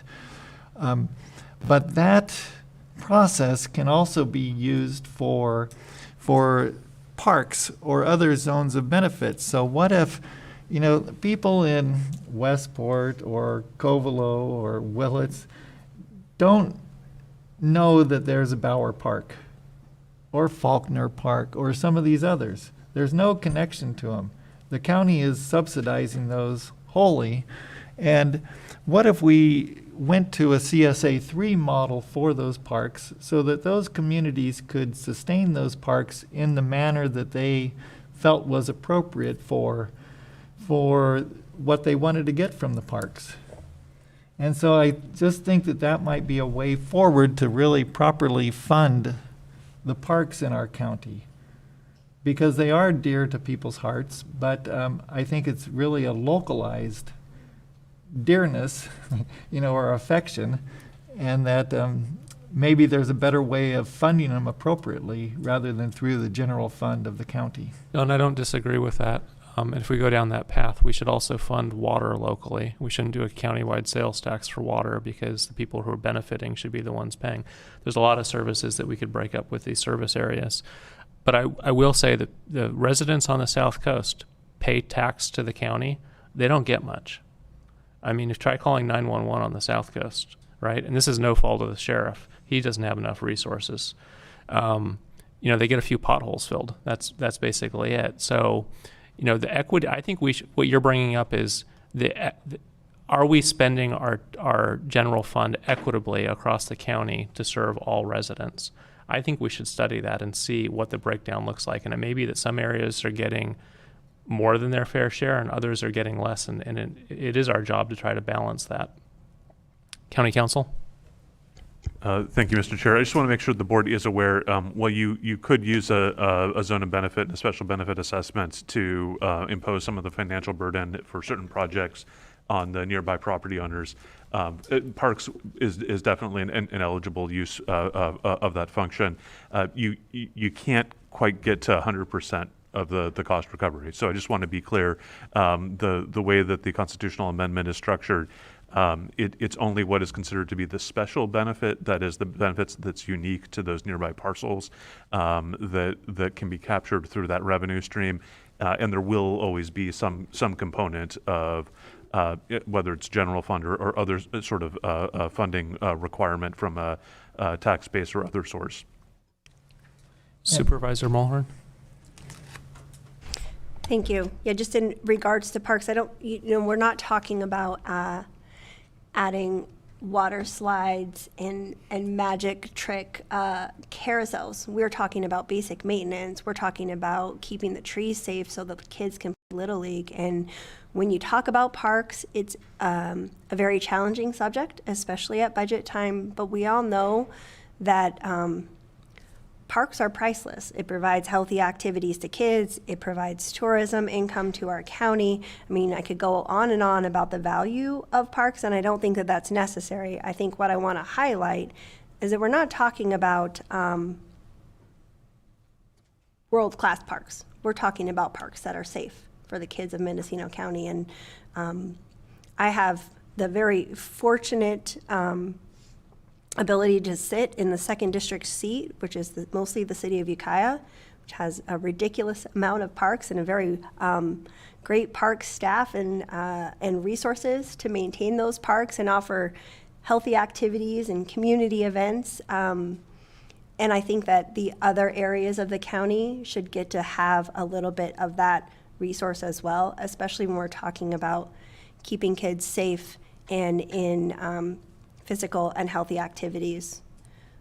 So I just wanted to highlight, it's not magic money. It's really for the safety of our communities. Thank you. Supervisor McGordy?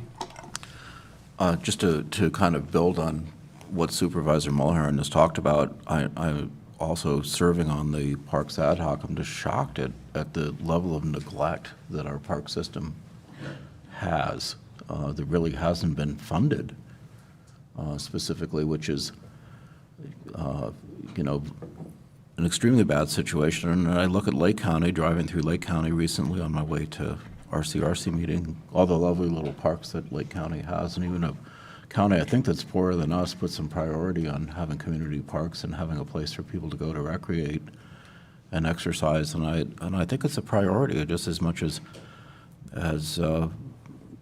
food is, having access to the outdoors for children to play and for people to walk and to clear their minds, and more importantly, to be safe. I mean, that's the biggest concern right now. You look at Bower Park and it's not safe, and I'm glad that we're addressing it and use in a prompt manner. And 1.6 million for parks is kind of aspirational at this point. I don't think that we expect that to be fully funded, but certainly we need more than what's going in there now. So I don't. The fact that we've created a parks division inside of general services is a step in the right direction, but they have one maintenance worker to take care of everything on the coast, and in general, I would say that the maintenance people we have working out of doors for Mendocino County are wizards, looking at what they have to take care of and the amount of money we expend on it. So since I know this from a professional angle as well, having been involved in environmental horticulture, the money that we spend is utilized extremely effectively. There should be more of it because it is a community resource that's totally underutilized right now and not cared for properly. Supervisor Hester. Yeah, the question's not whether parks are dear to people's hearts or, needed in a society, but rather how are we going to fund them appropriately. And I think that if we looked at the CSA 3 model, that might be a way of communities really taking responsibility for the county parks in their areas. Another issue I wanted to bring up was the BID, which is a future, it's going to be brought up on another agenda item, but it has to do with the budget. And when the request is or the county match for the Mendocino Tourist Council or whatever, Visit Mendocino, is going to be $580,000, which is over $100,000 increase from last year. We need to really look at that contract or that ordinance that we have in place, because as our transient occupancy tax goes up and then the BID tax goes up, then the county's obligation goes up, and it's just it's putting us in a bind. And I think that we don't have the $580,000 this year to really match it at this point. And so we need to look at that ordinance going forward. Should we utilize our UC Cooperative Extension partnership to ask a economist to look at the situation and help guide us? What's the level of contribution where we get a return on investment? Supervisor Jurdy? Yeah, just on parks, because people have different experiences with city parks. So in Ukiah, the city for, I'm not sure exactly what reasons, but for a variety of reasons, I assume, has acquired many acres in multiple city parks. City of Willits has actually a substantial amount of parks near the county museum, that area of Willits. They may have more than those parks, but those are fairly large city parks. City of Fort Bragg it has historically only had 2 city parks. One was Bainbridge Park, where there's a playground. It's an urban neighborhood community park, and a 7-acre wilderness park called Otis Johnson Park. And then very recently, in the last 20 years, it's acquired some oceanfront parks through the Coastal Conservancy and money from Caltrans. And so, but those are regional kind of trail parks. So the parks throughout Mendocino County, even in our most urban areas, are really different depending on which of the 3 metro areas you live in. And then in in Mendocino County, you know, the parks are probably almost exclusively either a state park or a school ground. And so again, in Fort Bragg, outside of Bainbridge Park, the playgrounds, the ball fields, they're not city parks, they're school district properties.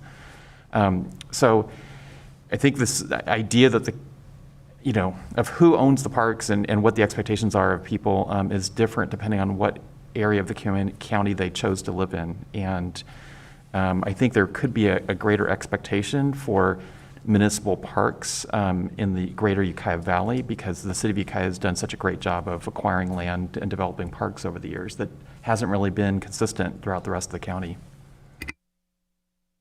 Supervisor McGordy.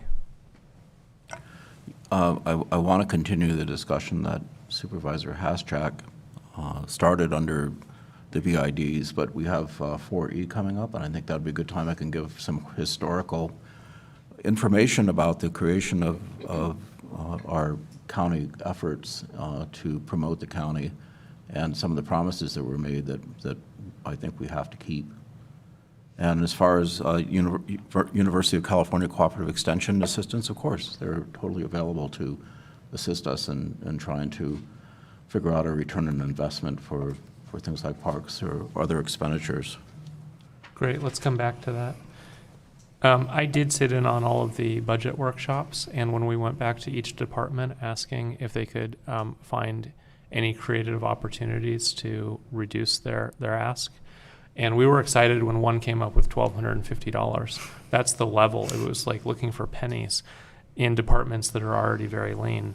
One item that on this presentation that we haven't discussed is the museum.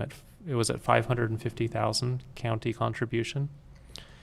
Is there any possibility of moving that closer to cost recovery? And I know we don't have enough for the current needs of the county. We actually have less revenue to work with in the year ahead than last year. And I think the public and the state constitution are clear that public safety is the #1 priority. So I'd like to see us focus first on public safety. When we feel like it's met at an adequate level, then look at what's left. But it's clear that that there's not enough, that we do need to make some reductions somewhere. CEO Antle. Darcy Antle, interim CEO. I just want to point out a couple of things. One, with regards to the parks, the $1.6 million, that is for staffing and operational needs. They are asking for $4.8 million in ARPA for the deferred maintenance on the parks, just for your information. And then, while I still have the floor, I would like to give a shout out to the departments that worked with us during those meetings. And that was the Ag Department, Animal Care, District Attorney, Human Resources, Information Services, Museum, Planning and Building Services, and the Sheriff's Office. They were all brought back some funding to help support the net county costs, and that is on slide 6 in the packet. And then I'd also like to remind this board with regards to the reserves, we still are looking for outside funding to reduce our current bonds and then look for funding for the jail and some CIP projects. The jail and the CIP projects themselves are $7 million. In order to move those forward, depending on the time that the outside audit is complete, we may not have the funding and we may need to reach into the reserves in order to keep these programs going and not have additional costs. Supervisor Haschek? Thank you, Chair. With the museum, my understanding when talking with Deputy CEO Hallman about the cost of the museum is that, you know, the museum's not something that you can just close the door and say, we're going to save $555,000. If you close the doors, we're still going to have cost. We still have an incredible collection of artifacts in the museum that are going to need care and everything. And the cost of the building maintenance and all that still happens. My understanding was that it was more like $400,000. But, you know, I've been active with the museum. They've got a Friends of the Museum group that got formed about a year ago. They're working on a strategic plan with Director Sampson. And I think that they're moving in the right direction. In the last couple of years, they made great progress. This past year, you know, we've seen some programs that were very well received from people throughout the county.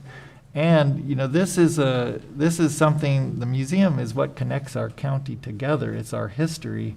And whether you're a Pomo Indian or, you know, you're a homesteader on the coast or whatever, you know, there's something representing you, the ag community, all of that is represented in the museum. And so it's hard to say, well, it's just a financial decision, because it really is integral to who we are as a people. And I'd like to work with the Friends of the Museum and find out if there's better cost recovery, because they do have programs in the strategic plan we're working on. It is greater outreach to the community, bringing in more groups, using the facilities that we have, and so there could be more cost recovery. So I support the arts, but I'm here. I think, you know, Sarah brought up a really good point about the ARPA funds, that we do have a poverty-stricken county. The only way that we can use ARPA funds for other purposes to benefit the people is to reduce county spending. What areas do we want to reduce county spending so that we can repurpose ARPA funds? And I'm not hearing ideas for what we can trim. I would think $550,000 for the museum is important. To me, it's not important as public safety. If I had to decide between the two, public safety wins out. If we have people who are hungry that we're not serving, I want to feed them first before the arts and the parks, right? So there's some ranking in my mind of what's important in this county to look out for the most vulnerable, ensure public safety, and then see what's left. But I'm hearing mutually exclusive ideas that we want to repurpose ARPA funds and that we want to continue spending as proposed.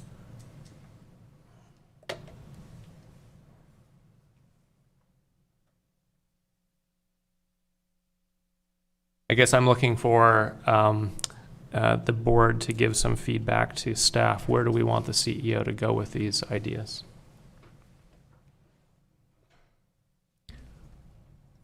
Supervisor Jurdy.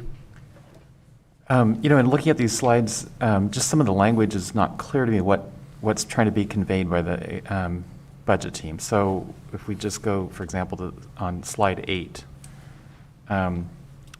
facilities is requesting $1 million above net county costs, reduced by a percentage. So I'm not clear what's the suggestion there. 1%, 5%? I'm not sure what the suggestion is. Darcy Antle, interim CEO.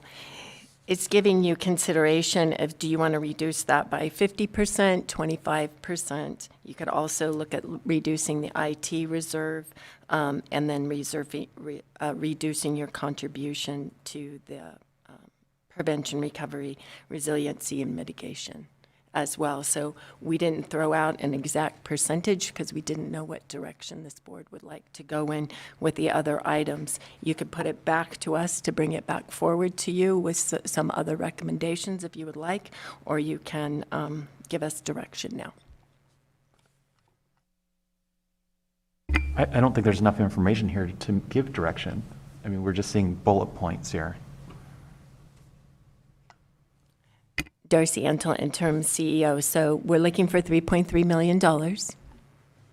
And if you close the museum, that reduces it. And then if you don't fund the parks at 1.6, that would reduce the 3.3 even further.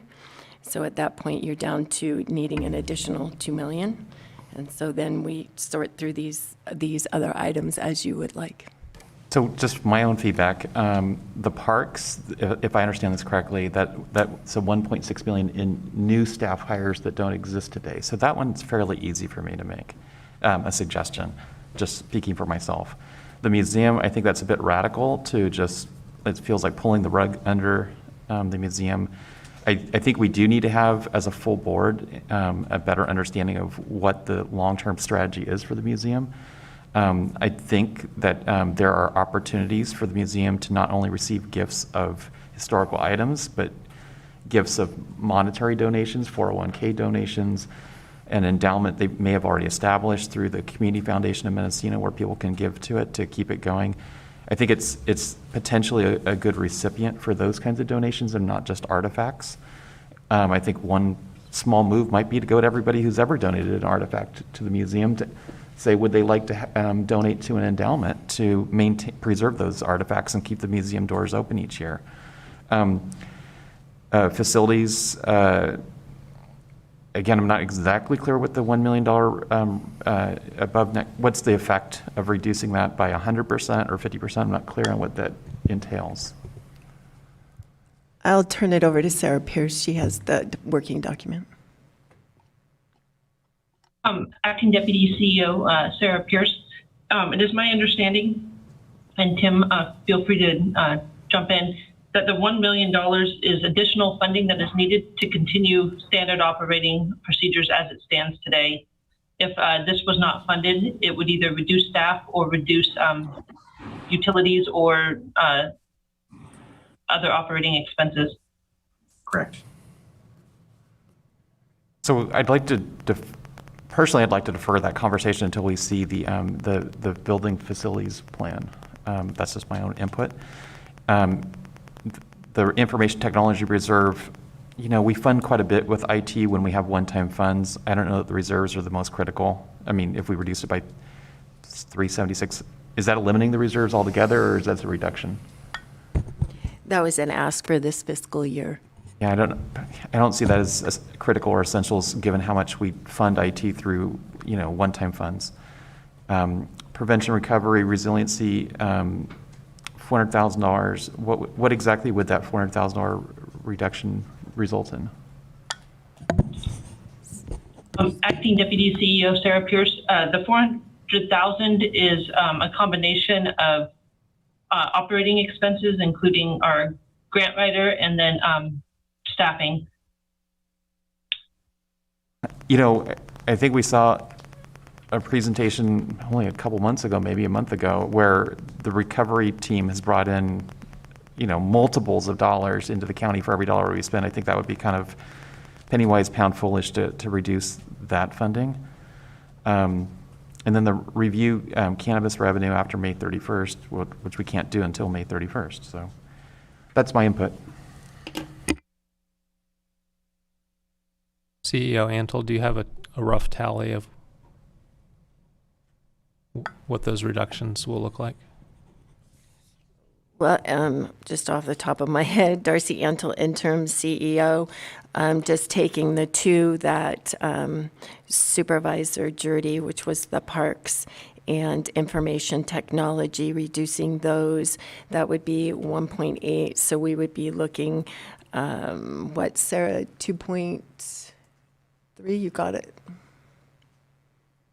Acting Deputy CEO Sarah Pierce, if we were to reduce parks fully at the 1.592 and the information technology, there would still need an additional 1.3 million. Supervisor Mulhern. I'm wondering if Atlas could bring in Department Head Janelle Rao to discuss the parks budget. It's my understanding from having served on the ad hoc and then bringing that item back twice to this board, that there were no parks that we wanted to close. So if we don't find a way to fund them, they have to be closed. We can't have it both ways. So I want to just be very clear that we tried to bring back that conversation twice, and we didn't get the message that we wanted any parks closed. So if Ms. Rao could please clarify that for the board, I would appreciate it. Good morning, board members. Can you hear me okay? Yes. Thank you. Janelle Rao, General Services Agency Director. I want to thank you for the discussion on your county park systems. As Supervisors Mulheron and McGordy have mentioned, the park systems have been neglected, I could say, from a fiscal perspective for many years. You're looking at probably, at least to my knowledge, back to the 80s when the park systems were transferred into the General Services Department. I want to clarify a few things here. The 1.5, close to 1.6 million in operational costs includes current and existing staffing. So we're not talking about additional staff to the tune of 1.6 million. So if you did not fund that, you're defunding funded position or filled positions. So a percentage of your operating costs, including your facilities division manager, your assistant division manager, and the administrative overhead to support your park system. So I wanted to make sure that was clear. And I think the existing parks costs or the salaries are approximately $400,000. The presented model for funding, the board has received 2 updates on the parks needs assessment, phase 1 and phase 2. Phase 2 was most recently in March of 2022. The staffing model represented for a park system our size recommended approximately 32 FTE to support our parks. Currently, right now, you have 1.0 FTE in a landscaper that serves your parks. The support for maintenance is shared throughout our maintenance crew, who are also supporting your 60 plus owned real property. If you don't, I mean, what we're trying to be is realistic. So the proposed budget per the board's direction during the phase 2 presentation of the parks needs assessment was to come in with what we believe is fair and reasonable to at least begin to support the parks in a manner that would keep them safe. The staffing model represents an additional 6.0 approximately FTE.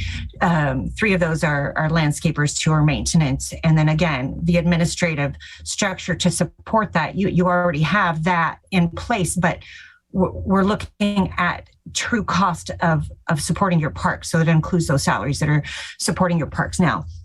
As also mentioned by interim CEO Antle, was the parks critical funding capital improvement that's near, it's 4.8 million. And as evidenced by several recent items with one of your park system at Bower Park, you have some issues regarding safety that need to be addressed in your parks, or you will have to discuss closing them because, again, of our obligation to keep them safe. While I'm also here, I would like to speak about facilities and ensure that this board also understands that the 1 million is not an ask above net county cost, as DCEO Sarah Pierce mentioned. That's just your baseline operating costs for facilities and maintaining your 65 owned real property, as well as your over 45 leased properties. I just wanted to make sure that was clear. It's very much baseline. Over the last 2 fiscal years, facilities has seen a reduction in their net county cost, as also evidenced by the 3rd quarter report showing that facilities was anticipating coming in over their net county costs. And I want to mention that's probably the first time I know in my tenure that has occurred. There were some funding reductions in the utilities line item in this current fiscal year that were not would not have been adequate to serve our existing owned infrastructure. So if you were to look at any reduction in the facilities operating budget, you would look at either reducing your staff that are currently filled or shutting down buildings, or both. Because at this point, it's just your baseline cost to operate. So I just wanted to make sure that was also clear. And I'm happy to answer any questions. CEO Antle. This is a question for Ms. Rao. Is there any way to go to cost recovery on the parks? Cost recovery on parks would be a little difficult.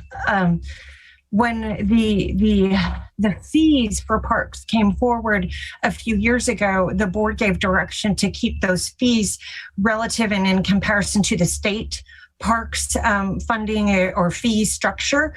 We've looked at cost recovery.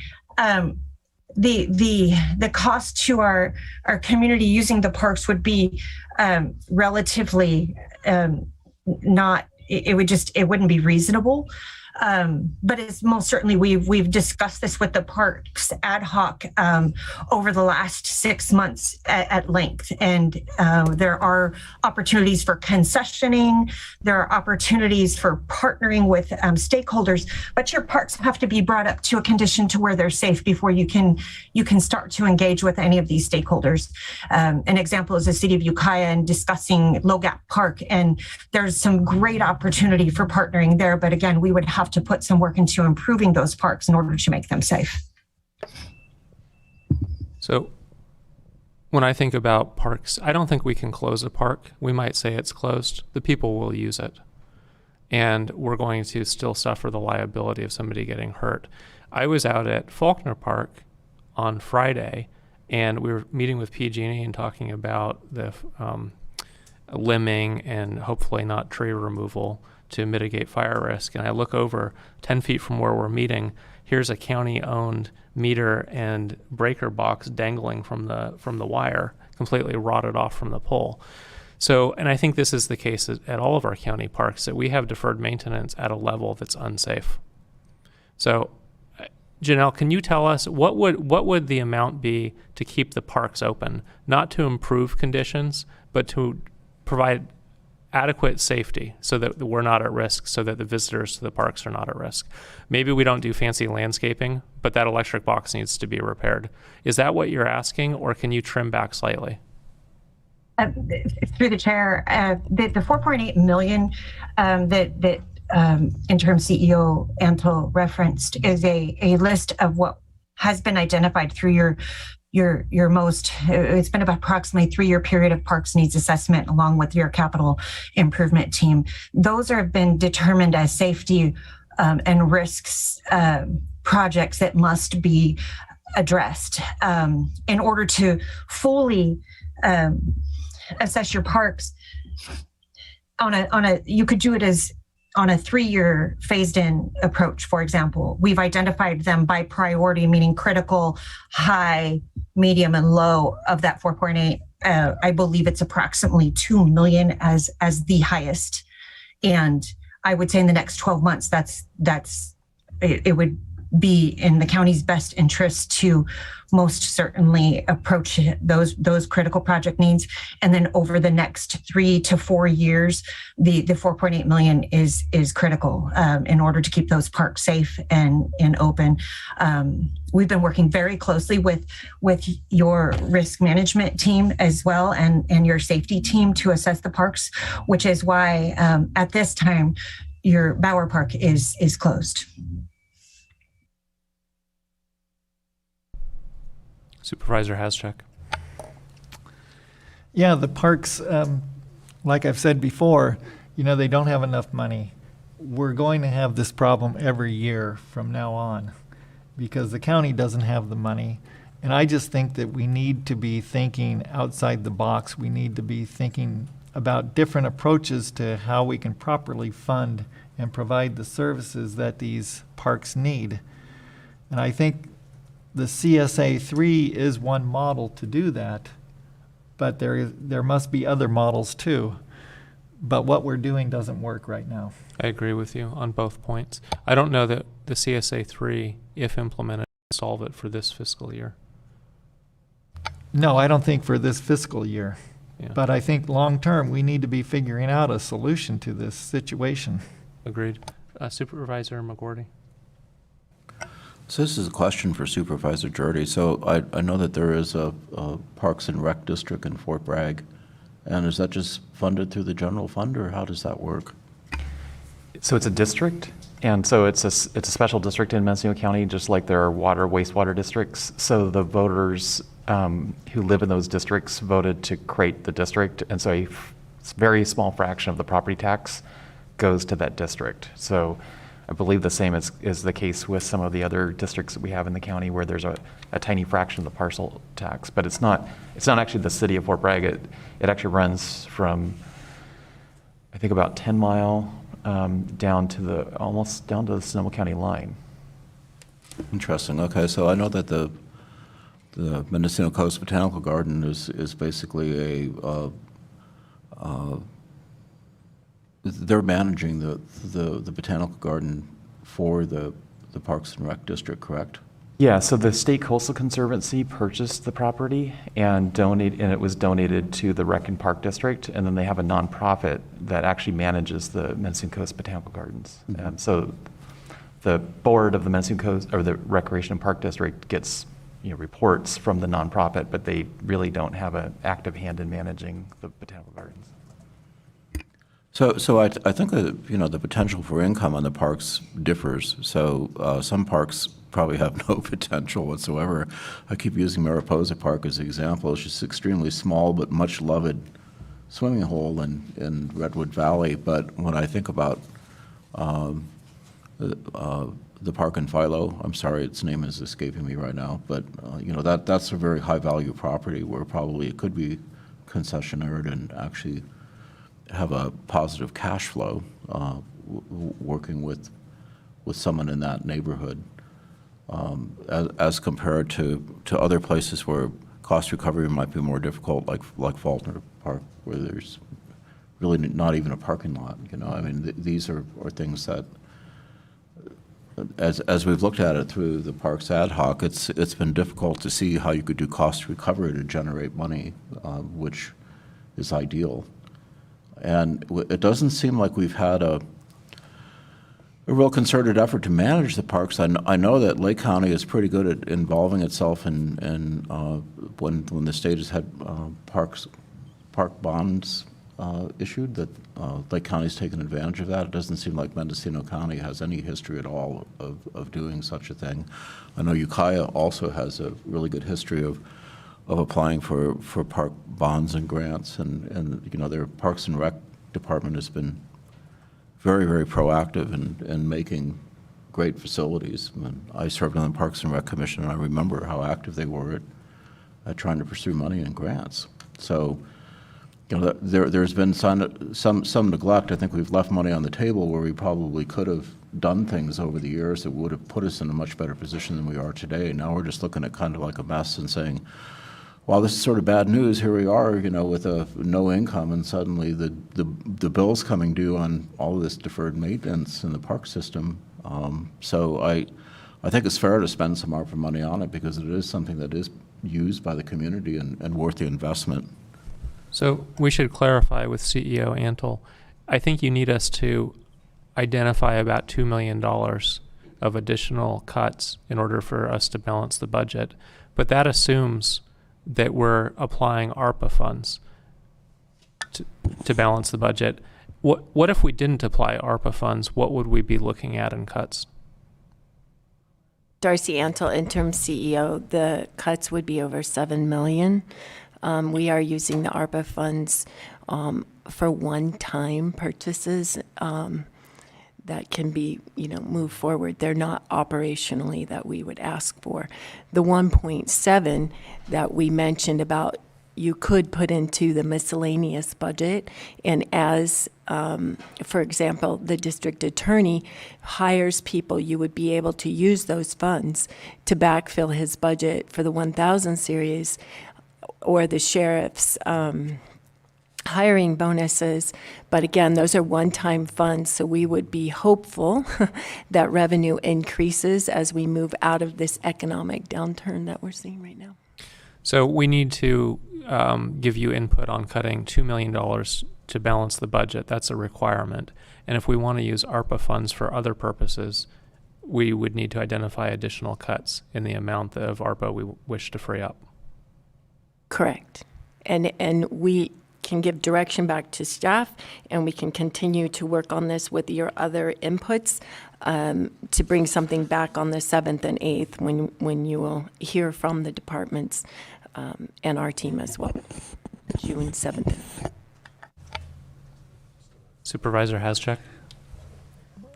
So my question is about we're looking for $2 million in cuts, but is that after the reduction of the parks and the information technology reserve? Correct. So is there any other area besides the places listed that we could get some revenue?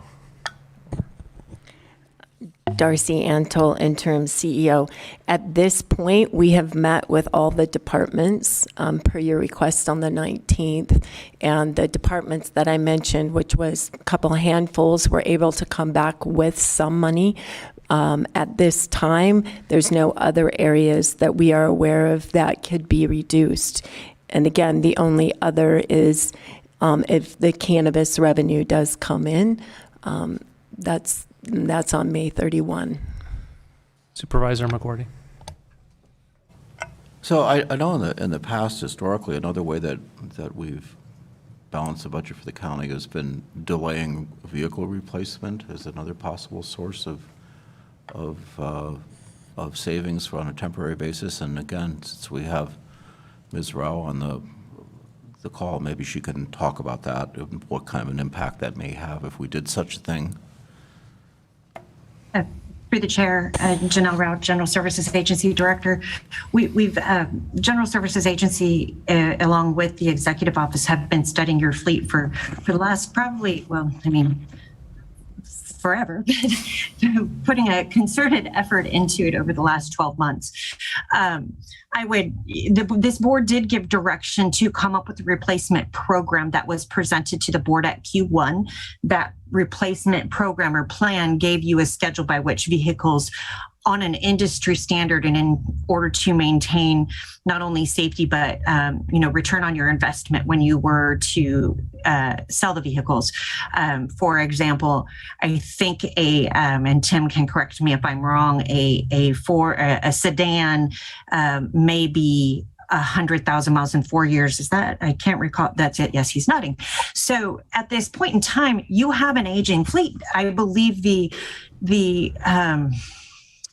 approximately more than 50% of your fleet are 5 to 10 years or older. Some may have aged out by miles versus years.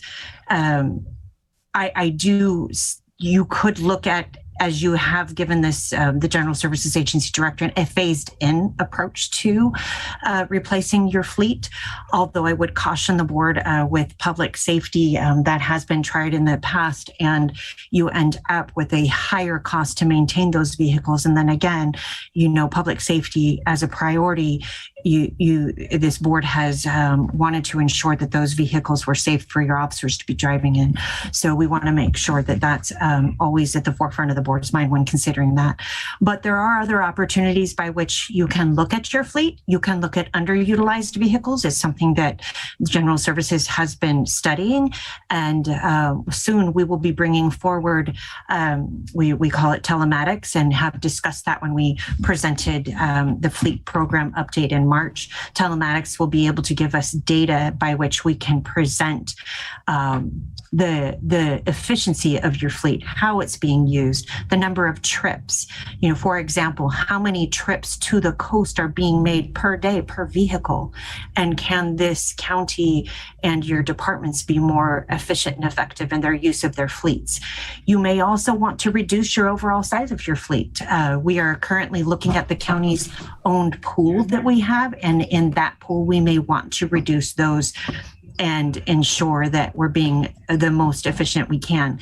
We do contract with Enterprise to utilize their fleet when need be to offset or to have additional resources when need be as well. And I hope that answered your question.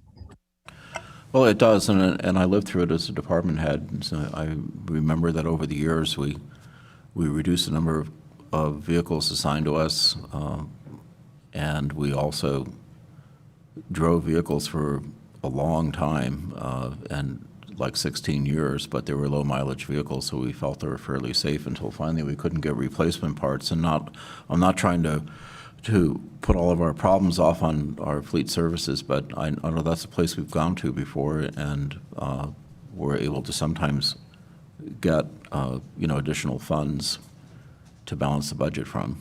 And I haven't heard that mentioned today, so I just thought I'd bring that up. Supervisor Mulhern. Thank you, Mr. Chair. It appears as though animal care and the district attorney really rolled up their sleeves to work on the vacant positions and reducing staffing and not filling those positions immediately. And I just wondered if the budget ad hoc or the executive office had any comments on the other departments that have had vacant positions for quite some time and their inability to put those positions forward as a request to have a reduction. We did look at that, and a number of positions are being closed. And so you need to find $2 million to cut, $7 million if we want to free up ARPA funds, after all of the departments and staff and the budget ad hoc work to make reductions. So we didn't see anything more in terms of creative or low-hanging fruit. After our work, we're this far off. I don't see, and this strikes me as a structural deficit. I don't see this as a one-time. We were living on cannabis revenue, average about $5 million a year. That game is over.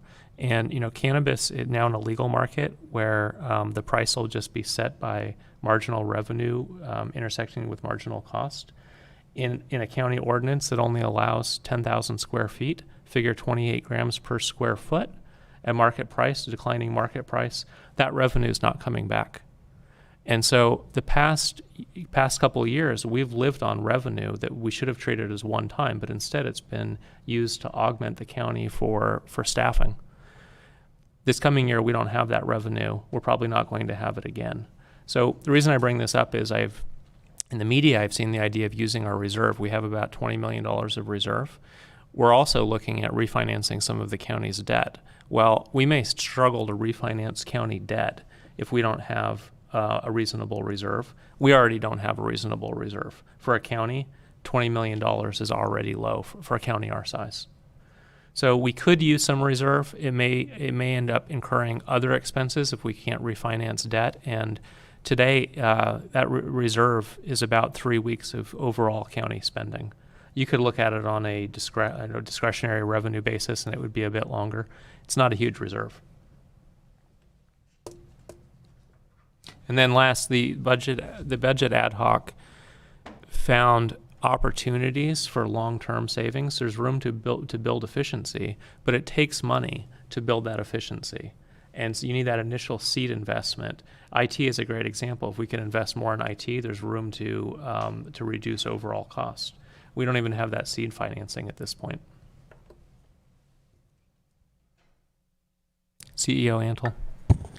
Darcy Antle, interim CEO. I would just like to point out for fiscal year 22-23, we only have one general fund department coming forward with a vehicle request and fitting for that vehicle.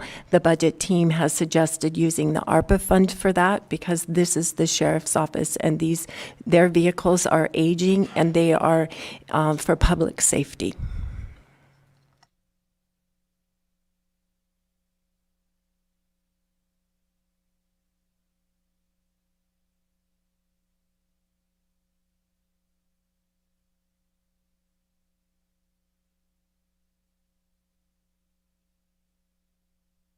How would the board feel about the finance team working on a list that we could all rank as far as highest priority to lowest? Everything is a priority, but if we have to cut somewhere, as a group, try to identify where we think those cuts would least impact the county as a whole. Yeah, I think that's a reasonable idea. Supervisor Haschak. Yeah, that would be fine. I just think looking at this list of what we have left, if we were to cut the Parks and Information Technology Reserve, then it's only about 2.3 million that we have, and we're supposed to cut 2 million out of that. It just seems that there should be, there's something out there that we're missing. I guess I'd like to know, do we know what the end of the year, any carryover will be? Do we have any idea of that right now? Darcy Antle, interim CEO, we don't expect any carry forward. We expect that we are going to have the deficit still remaining in the health plan. And we are working on a plan for that. But operationally, we expect to balance at this point. Right. We don't expect any carry forward. And for clarification, when you say cut the parks, I think that means actually cut the current staffing. What I heard from Director Rowell was that includes people who currently work for us. So we would be laying them off. It's not a cut, nice to have improvements. It's actually a staff reduction.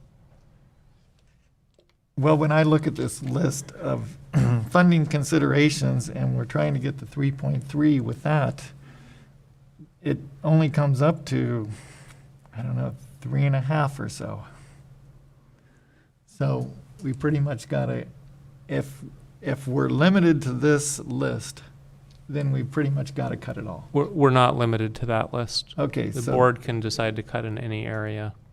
My urging would be not public safety, but we're free to cut any general fund expenditures. Right. Supervisor Mulhern.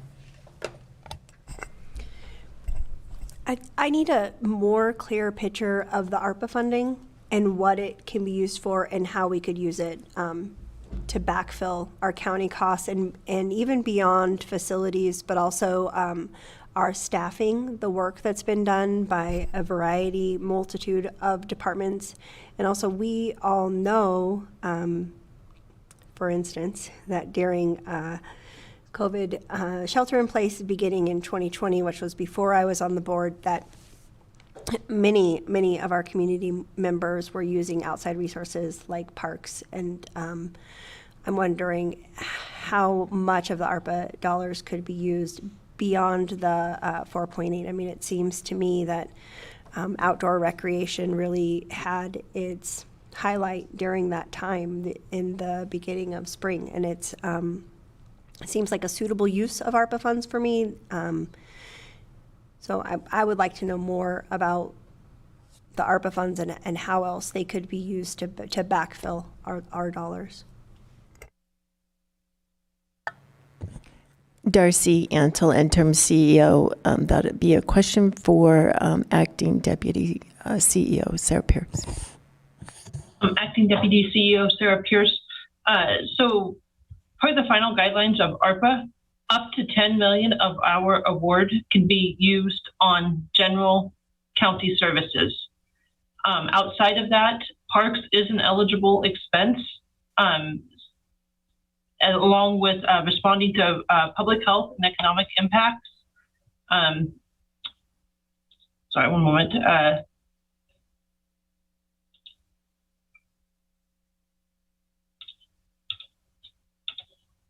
And then addressing the negative economic impacts and water and sewer infrastructure along with broadband. So currently we have already, currently our award is $16.8 million, of which we've received 8.4 in August of 2021.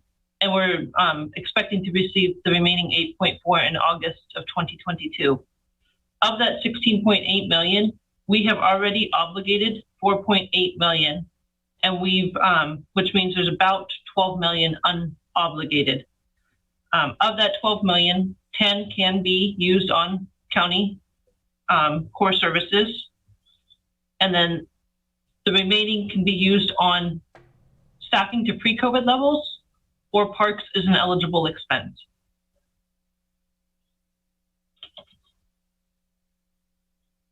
Supervisor Mulhern. Thank you. I would like to have a sense from the board. I understand it seems as though there's been some conversations in the community or suggestions made that there would be one-time funding available made to the community from ARPA funds I've seen this happen with the county long before I was on the board. I think I've even applied for grants when the county had surplus. And we saw with the PG&E funds a process that could potentially work. But I would like to have a sense from this board, is there a percentage in your mind? Is there a dollar amount in your mind that you're thinking of making available for community grants? I mean, are we talking, I just wonder if there's a dollar amount or a percentage that you're thinking we want to make available. I think that clarifying that in advance of accepting any kind of requests would be beneficial to the community. It's very different to say we have $500,000 than we have $3 million. So I didn't know if there were any board members that had a sense of what they expect that to look like. Supervisor Jurdy. So I think we would need more information to come up with that number, but I think that's a good idea to have a number like that so everybody knows what they're looking at. I think if we do, I only would support it if it was available to be allocated by supervisor district. The item you're referring to had to do with about, 6 years ago, Supervisor McCowan urged the board, and the board agreed to reduce the amount of money that it put into the contingency reserves that particular year. And I think it was about $300,000. Off the top, $100,000 was allocated towards a winter shelter, I believe, in Ukiah. So that left about $200,000. And before the board made clear that the money should be allocated, the remaining dollars should be allocated in equal amounts by each supervisor, so that presumably by supervisor district. The request came like a tidal wave in from the Ukiah-based nonprofits. And I think there was about, like I said, about $200,000. I think there were probably like about $4 million requested by the Ukiah-based nonprofits. Conversely, in the 4th District, where I purposely went to a variety of nonprofits that served very different groups, there was a small amount requested. And in the end, because 3 supervisors agreed, at least, that the amount should be allocated at the request of each supervisor, assuming it wasn't a crazy request, then it was equally distributed. The remaining $200,000 was equally distributed. So I think if we were to pick a number, and I don't think we have enough information today to do that, I think I would only support it if we agreed each supervisor would nominate projects, because I think then we would see an equal distribution. So just as a point of reference, $5,000 in the 4th District went to Piercy's community building, which is also their fire training center and community hall. $5,000 went to the Noyo Food Forest, which provides food in the schools in Fort Bragg. $5,000 went to the Family Resource Center in Fort Bragg, which helps out low-income families. And $5,000 went to the Mendocino Coast Botanical Gardens, which was looking at improving its irrigation system. So I thought that was a good, broad representation of groups in the 4th District, and I don't think anybody would question, the legitimacy of all those groups. So I think the board would be capable of coming up with a good diversity of organizations throughout the whole county. But I would only support some amount if we could have that kind of a process, because my concern is that we will get inundated with Ukiah nonprofits asking for every penny, and that we won't see money going to the underrepresented parts of this county. CEO Antle. Darcy Antle, interim CEO. I would like to point out and then ask Sarah if she has any comment as well. But the documentation and reporting requirements for this money is significantly different than the reporting requirements we had for CARES, where in the CARES Act in December that was fall of 20, when we were giving out money to businesses and nonprofits in the community, they were able to track and document to a state level requirement. This time, these monies are federal, and we're reporting directly to the federal government. The guidelines for reporting are much stricter. This is something we became aware of early on as the final rules started changing. When we were giving money to a nonprofit that was giving extra funds out to a community resource center, for example, they would need to document how those dollars were spent and who received those fundings. So, Sarah, do you have anything else to add? Acting Deputy CEO Sarah Pierce. Yes, the ARPA funding is very heavy on reporting. We do have to report down to programmatic level, such as meals served or number of food boxes distributed or number of households served for financial assistance. We also must report, recipients must report on whether projects are primarily serving disadvantaged communities in a qualified census tract. Another example is recipients must also identify the amount of total funds that are allocated based on evidence-based intervention, along with other requirements such as the recipient must be registered with sam.gov. So the reporting is a lot stricter than the CARES, and it is taking additional work for the nonprofits that are receiving the funds. CEO Antle, do you have enough feedback from the board to bring this back? Thank you, Darcy Antle, interim CEO. I think we can work with this and work with the ad hoc to move forward and have something for you on June 7th and 8th. Do we have any public comment in the room?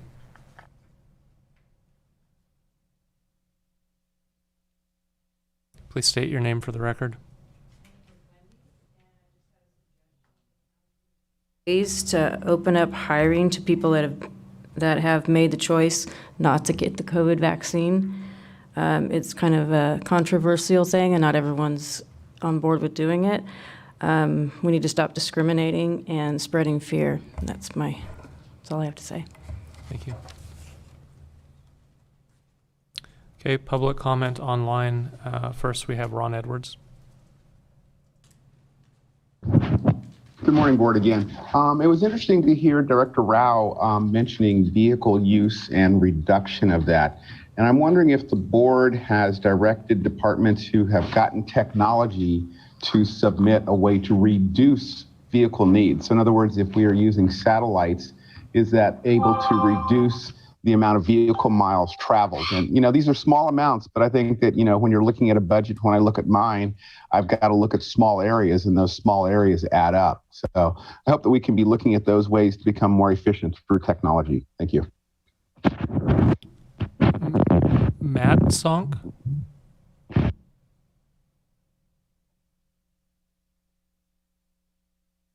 Hi, this is Karen Matson. And I am the program administrator at the Mendocino County Museum. And I was just hoping that we might be able to contribute a plan, rethink our plan, and propose that to you at a future time. Thank you. I would say absolutely. Reach out to CEO Antle. And do we have any voicemails? No, we do not. Okay. Can I invite a motion?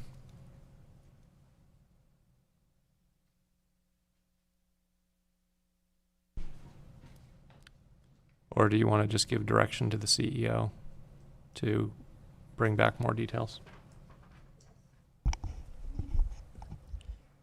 Chair Williams, would you like me to read back what I captured earlier on in this item? Please. Direct staff to continue to work with the ad hoc on the preliminary fiscal year 2022-23 budget, incorporating today's Board of Supervisors input, and return on June 7th and 8th with more information regarding possible reductions. So move. Second. Any discussion? Seeing none, let's vote by the button.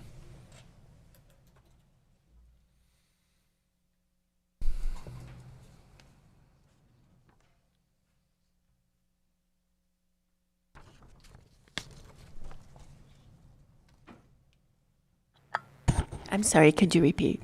Did you need something from me? No, we were just voting. Minor detail. The motion carries unanimously. All right, I think we need to take a break, and then we have 9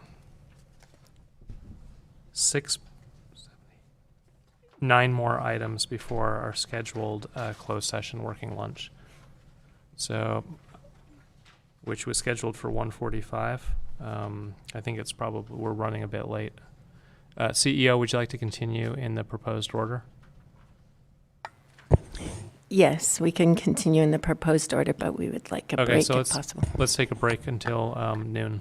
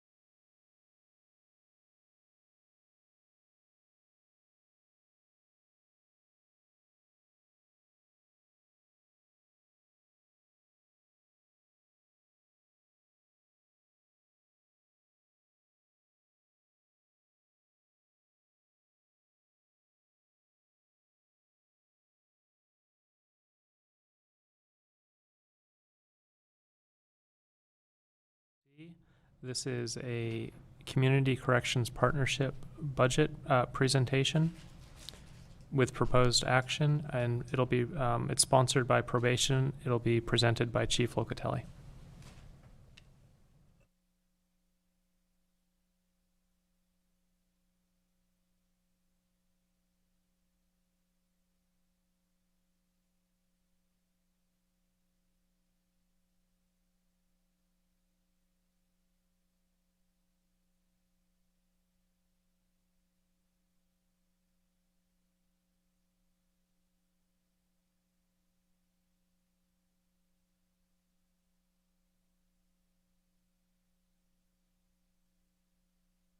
Good afternoon. Can you hear me? Yes. Yeah. Okay. Chair Williams, Supervisors, CEO, County Council. I'm Eisen Locatelli, the Chief Probation Officer. I'm before you today to speak as the Chair of the Community Corrections Partnership. By statute, I'm appointed as the Chair. We submitted an agenda summary for you as well as a 10-page slideshow. I won't put that up. I'll just reference it a few times and go through a quick presentation. I know you're short on time. So this year, the projected base available was $3,692,601. We prepared a budget that's roughly for $3,602,289 worth of expenditures. A list of those expenditures is in the slideshow packet. There's a couple pages that I particularly wanted to point out, some highlights, some differences. And if you all remember, I believe this is my 5th year presenting this. We've pulled it out from my main budget presentation on probation and done it in advance so that the revenues can be put in our countywide department budget builds.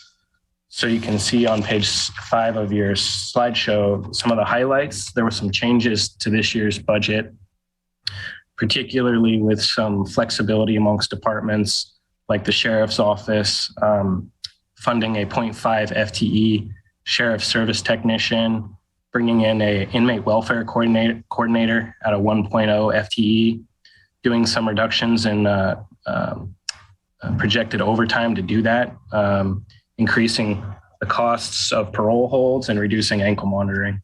In my department, we brought in a 0.75 FTE for legal secretary. There's costs associated with the GEO reentry relocation. Those are built into this budget. As I've mentioned to the board several times, the GEO contract is at the lowest. There's slots that potentially we could sell to CDCR, and we're going to bring a contract to the board fairly soon that has all that outlaid. CDCR would then be able to utilize some of our GEO day reporting centers services, and the county CCP will get a revenue stream for doing that. So whether they're on probation or parole, they're still our community members and they shouldn't be denied services. So that's something innovative there that brings revenue into the county. And then moving along in this, you have a historical outlook of what the funding since the inception of CCP is. That's located on page 7 of the slideshow. There were some challenges this year with the build, and they aren't like what we faced before. Our initial challenges, we didn't have enough money to cover costs. I think we're past that point. Well, I should never say that out loud, but this year the challenges were a little different. The growth was not available when we did our budget build in March. So those growths are coming in and have come in since. We're going to meet in May to discuss those, and we'll bring those back to the board at the appropriate time with how they're going to be utilized. We also didn't have our actual salary projections for county staff in time to do the budget. That created some issues, and we had to use last year's salary projections to build this year's budget. So we wanted enough contingencies available to be able to adjust those numbers. Also, as you're well aware, all of our bargaining units are going before the board for contract negotiations this year. So we wanted to take that into account. And then the governor's May revise is projected to come out shortly, and that could change all of these numbers. But what we have before you is an agreed upon budget. I believe, I don't know if they're on as panelists, but I think some of the voting members of the CCP are watching in support of this budget. And I'm definitely available to answer any questions as it relates to the CCP, its proposed budget, or any of the things that we are trying to accomplish this fiscal year. Supervisor Jurdy. Yeah, Chief Locatelli, I'm sure you've told us this in the past, but can you just remind us who are the voting members of the CCP? The voting members of the CCP are the Sheriff's Office, Probation, the District Attorney's Office, the Public Defender's Office, the Ukiah Police Department, the courts, and Behavioral Health Director Janine Miller.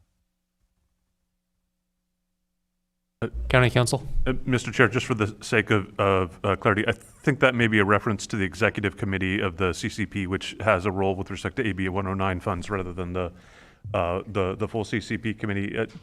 I may ask if Chief Locatelli might be able to clarify. That the voting members of CCP is the executive members of CCP. It's under 1203.1 of the Penal Code, which is AB 109. And then there's other members, but they're not voting members. And that's the advisory committee under SB 678.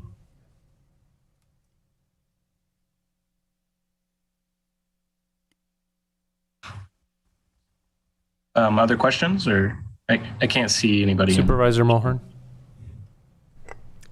I'll move approval after there's public comment. We're going to go to public comment. Any comment in the room? Any comment on Zoom? Use the raise hand button or press star 9. Okay, no public comment. Supervisor Mulhern.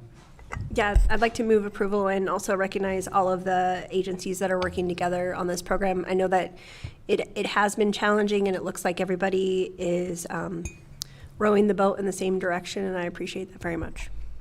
Second. Okay, let's vote by the button.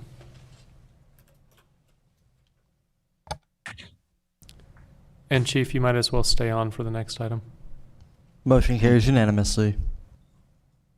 Okay, on to 4D, Mendocino County Juvenile Justice Plan. Chief Locatelli. Good afternoon again. Chief Locatelli, as previously mentioned. In this one also, I'm statutorily the chair of this committee and council. Not too different from the CCP, the Mendocino County Juvenile Justice Coordinating Council meets, and we go over the JJCPA budget. Very similar. This used to be rolled into my probation department presentation, and it was pulled out just like the CCP for the same reasons. This one, I would like to, again, flag this. I flagged it to the board previously, but I believe it was 2019, my second year here as chief, the county was audited for the JJCPA funds. And I believe in February of this year, we were one of 3 counties that has fully implemented all the state auditors' recommendations, and we're in full compliance with the law at this point. Prior to that, there was about 10 years worth of abnormalities, or the Juvenile Justice Coordinating Council itself hadn't been meeting. We've reformed that in 2019. And with that, you have the full Mendocino County Juvenile Justice Consolidated Plan. It's an attachment to this, and it's 29 pages long. That plan was put into place by a bunch of different groups, which I'll just jump ahead to get Supervisor Jurdy's question. The individuals that represent the Juvenile Justice Coordinating Council and our voting members It's the sheriff's office, district attorney, the public defender, city police department, which is filled by Ukiah, county office of education. In this case, it's both MCOE and Ukiah Unified School District, Jason Iverson. Social services, the mental health, Superior Court, a community-based drug and alcohol treatment provider, which is MCYP in this case, a board of supervisor member, which it's always the chair, a nonprofit agency, which is CASA, and an at-large community member, which is filled by the JJDPC. Those are the members that contributed to this plan. It meets twice a year, once in March to go over the fiscal expectations, and once in September to go over actual fiscal expenditures and program. Also in the March one, we talk about updating the plan, adding in any other programmatic ideas. This year we met March 25th via Zoom. And some differences, we've decided to put instead of 95,000 into MCYP Foundation's Passages program, we've increased that to 150,000. What that means is there's more prevention intervention services that are offered and available straight from school districts or other community-based organizations to do direct referrals for services for youth that are at risk of entering into the criminal justice system. I think I've told the board numerous times that, especially in the youth system, we want to be further upstream and not a downstream. Probation's mostly downstream, and they've already committed crimes before they come to us. This is a way to try to get more money into the CBOs and have some of this work done prior to them coming into our juvenile hall or our systems. There's a proposed budget here for you. As you can see, we're anticipating about 230,000 in this program from the state. And this year's expenditures are estimated at 287,000. So we're gonna, expend more than we're getting in and bring down some of those fund balances that are still available. We also believe with the pandemic, the way it is, that this is a good year to spend down some of those fund balances with some of this intervention work. We know these kids were isolated for a period of time, and they're going to need support coming back into the school systems. So we want to support our school partners with this. Another thing that we're doing out of this program is it's called GREAT, and it's an intervention for gang involvement. We go to the 4th and 6th grade classrooms and do intervention prevention work. 2 of my officers are partnering with Ukiah Police Department and the Sheriff's Office to get this work done. We'll be sending 2 of my officers to an instructor class so we can take this farther than Ukiah Unified. This partnership started with Ukiah Unified, but we'd like to expand it out to the broader county. And once we're certified instructors, we'll be able to do that. So that was a quick version of everything. I know that you're pressed for time, so I want to open it up for questions. Supervisor Mulhern. Thank you, Mr. Chair. Sometimes some folks in the media criticize the use of programming as an intervention for early youth criminality, and I just want to let your team know that's working on this that I fully support all of the martial arts programming, the journaling programming, providing a safe and healthy outlet for young people's emotional and physical well-being is incredibly important, especially those youth that are at risk. Thank you for the work you're doing. Aztec. Yeah, one of the statistics I see, the graph has that the number of youth who consider themselves part of a gang peaks in the 9th grade. And so is that because they don't make it to the 11th grade in the schools, or is it just that 9th graders like to think that they're affiliated with something bigger than them? I I think I'd be, obviously speculating on that. I don't think there's a yes or no answer, a black and white answer, but yeah, ninth graders are typically followers. You're still figuring out who you are. You're just being dumped from middle school into the high school setting. And it can be difficult for youth as they transition through these age. The 8th and 9th grade is a major transition period for most of our youth. So again, that's why we're trying to hit them more at the 4th and 6th grade levels. And these are preventions. This isn't saying that anybody's a gang member or affiliated as a gang member. This is, we're trying to build resiliency and make friends with them while they're not opinionated about law enforcement. As they grow older, depending on their experiences, bad interaction can lead to, negative opinions.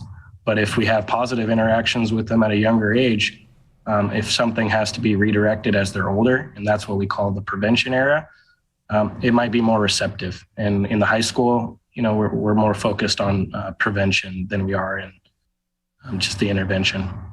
I hope that answered your question. Thank you. Public comment? None in the room, no hands online. It's back to the board. Move approval. Second. Any discussion? Seeing none, vote by the button. Thank you, Chief Locatelli. Thank you for your time. Motion carries unanimously. Item 4E, Lodging Business Improvement District, sponsored by Planning and Building Services.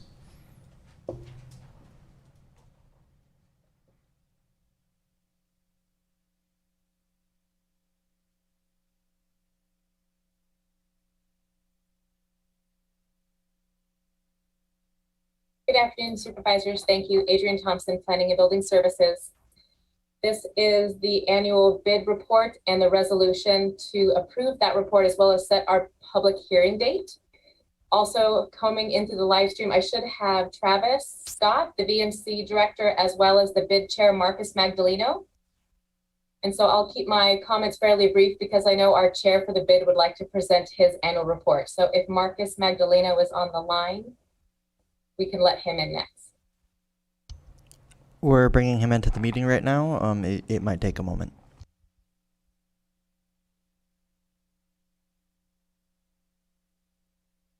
Hello, this is Marcus Magdaleno. Am I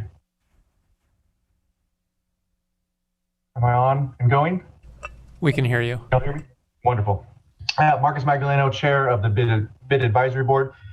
Submitted for your review is the Bid Advisory Board Annual Report, which is required as part of the process to continue with Business Improvement District self-assessment collected by the lodging owners of 1% of the lodging sales, plus the very vital 50% match by the county.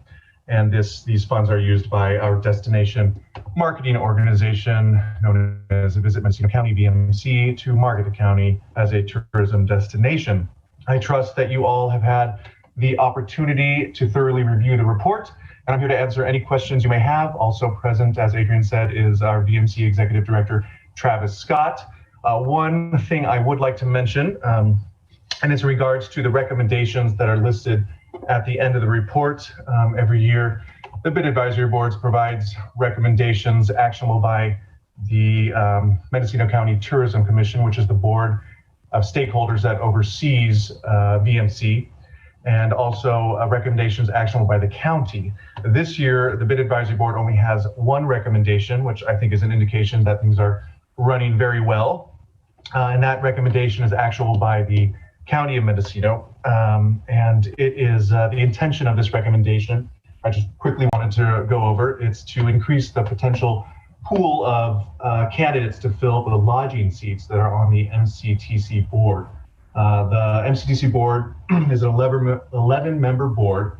5 of those 11 members, 5 are designated for lodging operators. Of those 5 lodging operator seats, 3 are designated for large lodging, 1 for medium, and 1 for small. Now, of the 400 plus lodging establishments operating in Mendocino County, It's my understanding that maybe 20 or so fall into the large lodging category. So we've got about 20 establishments filling 3 of the seats on the board.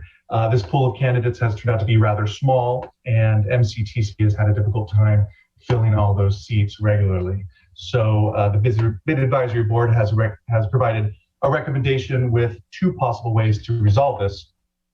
One is to change the definition of lodging operator to include not just lodging owner, but to include a general manager or employee responsible for high-level operations. The other possible way to resolve and increase the pool of candidates is to take one of the 3 large lodging seats and designate it to allow a medium lodging operator to sit on that seat. More details are provided in the report. I just quickly wanted to verbalize that the Bid Advisory Board feels that one or both of these options be adopted and implemented as soon as possible to help keep the Mendocino County Tourist Commission Board filled with stakeholders in the county. So thank you for your time, and please, if you have any questions, feel free to ask. Supervisor Jordy. So this is a question probably for the planning department.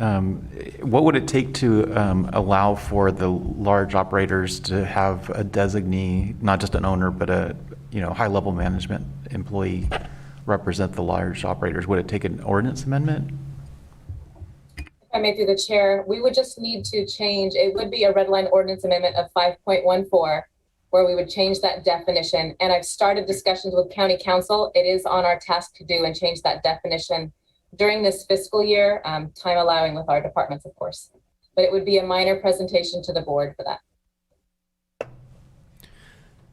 What is the return on investment for the county as a whole from the 50% match? Has there been any study as to what the conversion is from those dollars spent to increased spending in the county?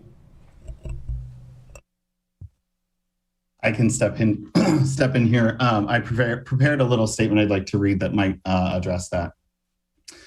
Good afternoon, Chair Williams, Supervisors, and CEO Antle. I'm Travis Scott, the Executive Director of Visit Mendocino County. Thank you for your time today. VMC looks forward to another successful year of recovery following the COVID-19 pandemic in the tourism sector. We've seen our partners and stakeholders flourish since reopening from the initial shelter in place in June of 2020. The County of Mendocino realized an increase in TOT collections of 52% in fiscal year 2021. The organization has pivoted its branding and marketing to focus on the spectacular outdoor activities and assets that make Mendocino County such a special place. That said, our Room to Roam campaign highlighting our outdoor spaces has continued to grow and gain attention of visitors. With this, we have partnered with Mendocino Area Parks Association and the County of Mendocino in a Leave No Trace program, also in partnership with Marin and Sonoma counties. Parks and outdoor space will continue to be a driver of visitation in Mendocino County. Our marketing programs continue to deliver positive results, which are shown in Visit California's Economic Impact of Travel report, prepared by Dean Runyon and Associates. It shows that Mendocino County realized a total local tax revenue of $26 million. Tourism as an industry supported over 5,000 local jobs, and total visitor spending in Mendocino County in the 2021 calendar year was $433 million. The operations of the VMC organization have never been more streamlined. The team is effective and the budget is in a strong place, giving the organization the opportunity to participate in marketing activities and programs that have never been an option for us. For example, TV and radio marketing. These programs allow Mendocino County to market alongside our direct competitors who operate on budgets far exceeding that of Mendocino County. Thank you for your time and the opportunity to represent our beautiful destination. Supervisor Haschek.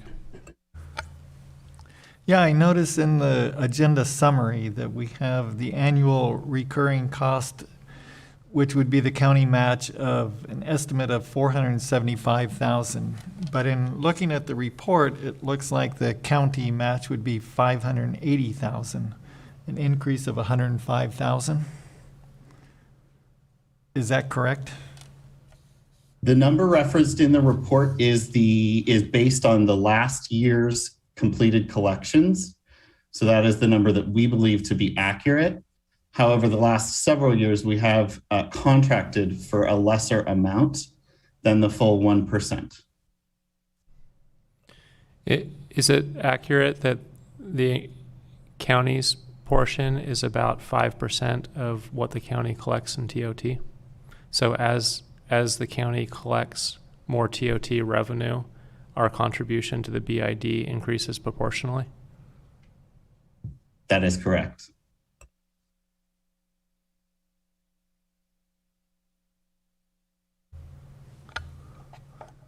Supervisor Haschak.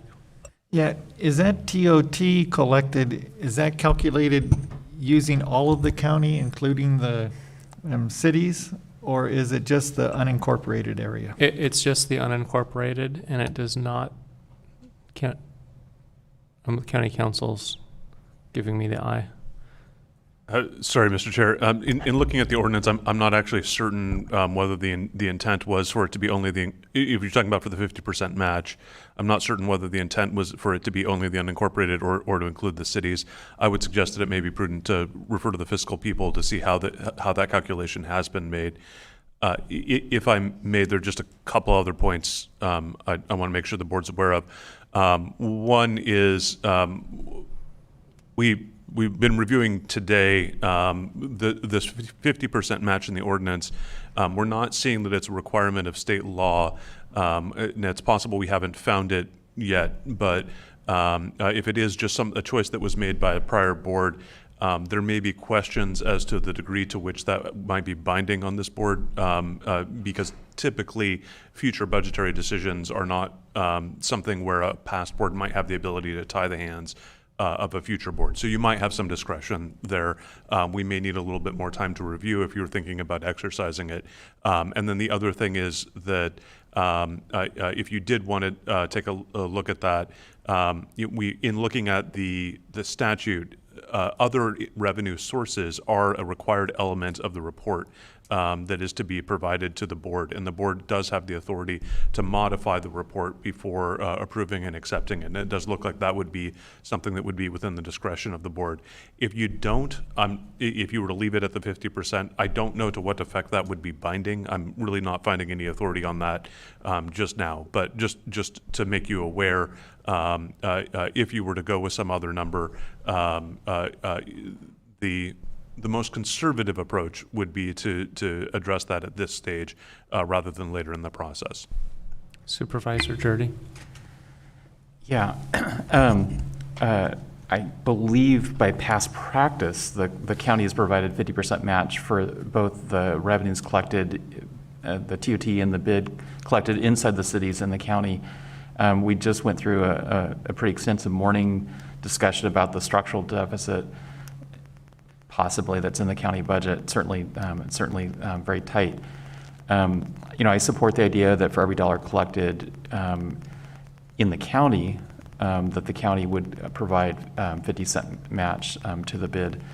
I think it's sort of inevitable that at some point, and I think this could be the year, that the county can't afford to provide the 50% match that the bid's collecting inside the cities. So I guess I would like to see, I guess I wouldn't want to see something in the report that we're accepting today that might possibly bind us for a budget deliberation that we haven't had yet for next year's budget.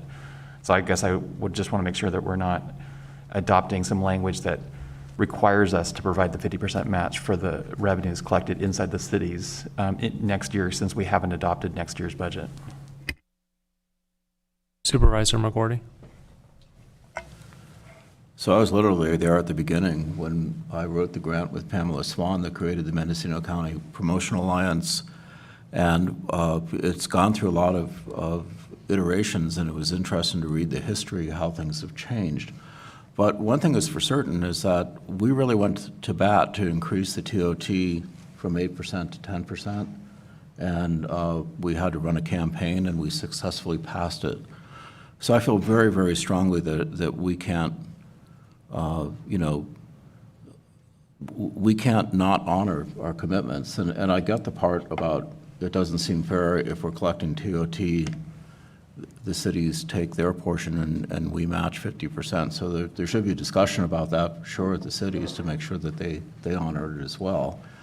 But I certainly want to support tourism because I can remember the days when, you know, everyone was saying, where is Mendocino? And we had all these wonderful things to share. We had a tourism industry that was horrifically underutilized, 50% occupancy year-round, where our neighbors who were investing were closer to 70 or an 80% occupancy. So I don't want to go back to those days. And again, as we look to build our own internal capacities, we have to stick with this as far as I'm concerned.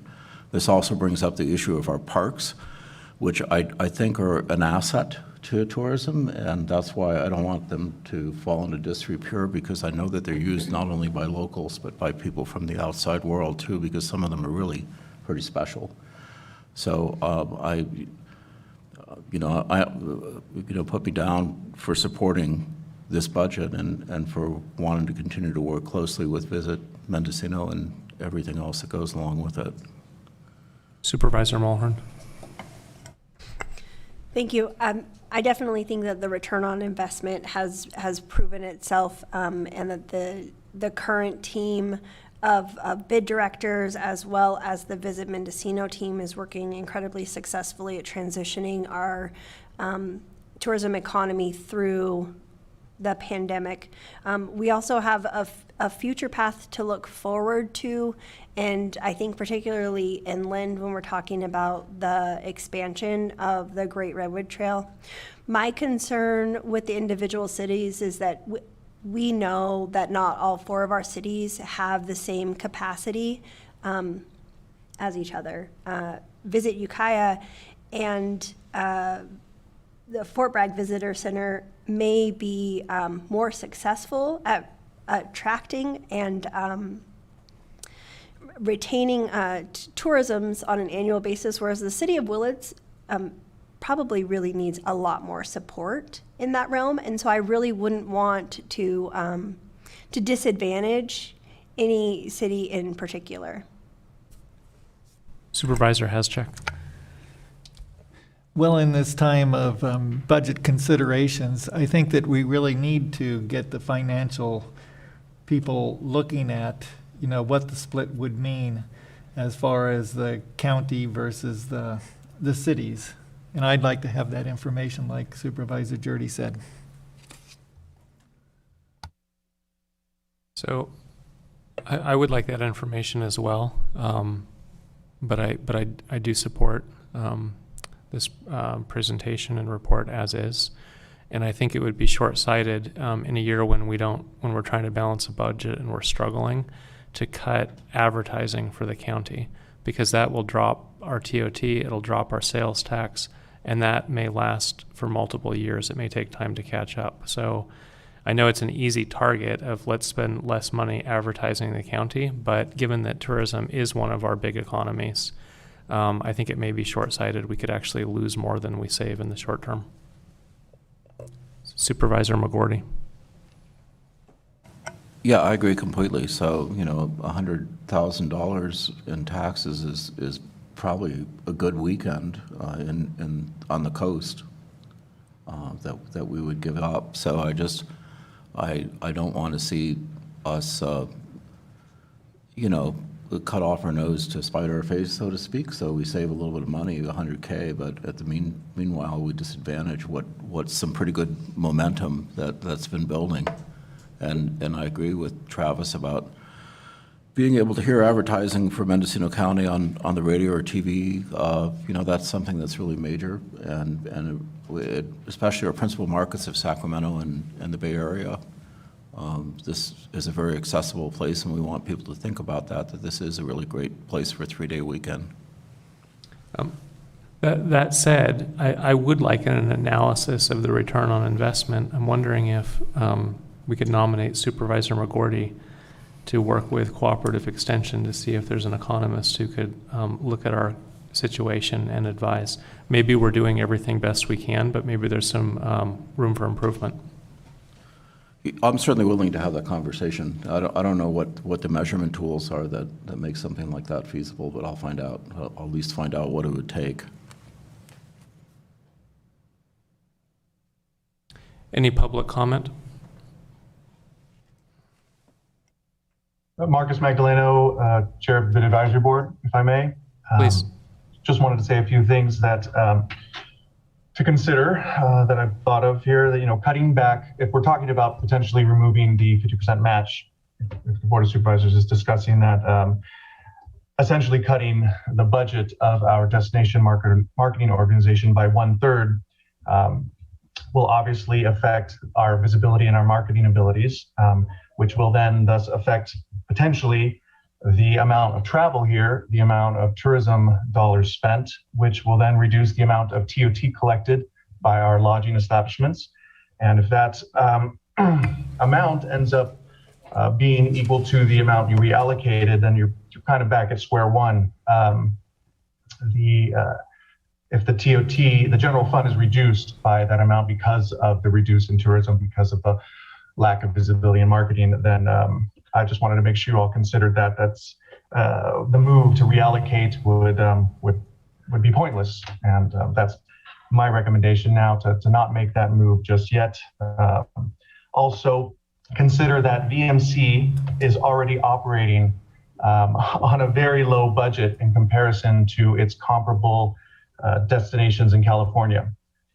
And it's operating at an extremely low comparison to our surrounding counties like Sonoma, Napa, and San Francisco, and thus reducing our operational budget for VMC further puts us well below the industry standard.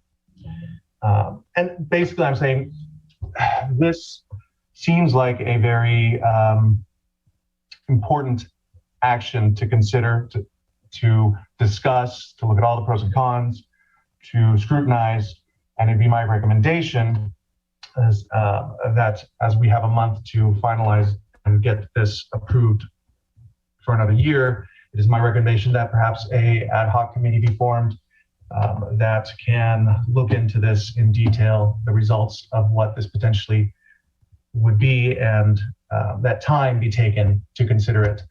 And perhaps more time than is needed than a month that we have to approve this and allow the bid and the match to continue for one more year. Every year, this has to come up under the 89 law for renewal or protest. So it would just be a commitment for another year as is. So that's all I wanted to share on that point. Any voicemails? No, there's not. That concludes public comment. It's back to the board. Supervisor Jurdy. So I'd like Marcus's suggestion that the board have an existing ad hoc or a new ad hoc meet with the lodging operators.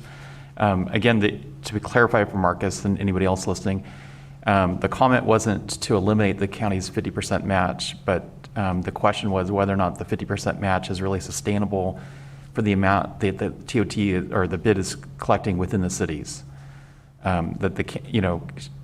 Is it really realistic to think that the county is forever going to provide a 50% match for the bid monies collected inside the cities? I don't think it's realistic. I think at some point the county is only going to provide the 50% match for the lodging operators that are outside the cities, because that's where the county is collecting TOT. But I hear what you're saying about an ad hoc committee to meet with the lodging operators, and I would, I've been on, as you know, we've been on ad hoc committee together in the past. I'd be happy to do that again, or have an existing county board ad hoc take on this issue. I would work with you on that gladly. And to clarify, would the scope be working with lodging industry and the cities? Yeah. Yes. Okay. So we're creating an ad hoc appointing supervisors, Jurdy and McGordy. This will be the bid ad hoc. And to clarify that, we would be working with PBS and our treasurer tax collector as well. Okay. Yeah. Can I invite a motion? Quick question to the chair, if I may. Yes. Is it acceptable to discuss with the treasurer tax collector the city-county split and bring that back at the next board meeting? on the collection of TOT, how much is gained in the county versus the city. It goes to the tax collector's software, so I don't have immediate access to that, but I can provide it for the next meeting if you like. Yes, and I think you could work with the ad hoc in the interim. Thank you. Supervisor Mulhern? Yeah, I don't think that I heard an urgency for the ad hoc to work with the cities and staff on this one. I move approval of the receiving the report and then creating the ad hoc. I think the ad hoc was created by direction, so the motion would be just approving the recommended action. Is that? I'll have a motion for the recommended action. Yeah, I currently have the formation of an ad hoc committee comprised of Supervisors Jurdy and McGordy to meet with the lodging industry and the cities. That's considered to be a directive. So I would just like clarification. Are you making the recommended action or motion? Yes. I'll second. Any discussion? No? Let's vote by the button.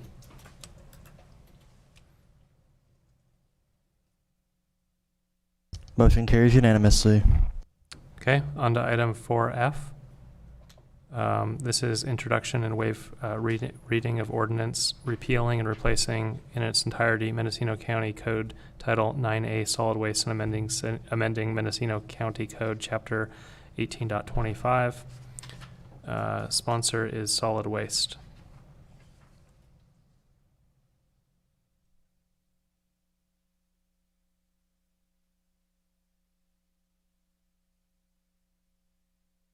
So good afternoon, Mr. Chair and ladies and gentlemen of the board. This is Howard DeShield, your Director of Transportation. With me is Amber Fassett, who will be able to answer, or if she'd like, give some remarks and then answer any questions you might have. Good afternoon, Chair, Supervisors, CEO Antle. I'm Amber Fassett, Deputy Director of Transportation. This proposed ordinance would repeal and replace in its entirety Mendocino County Code Title 9A Solid Waste. SB 1383 regulations require the county to adopt an enforceable ordinance to mandate the organic waste generators, haulers, and other entities subject to the regulations and to the county's authority comply with the regulations.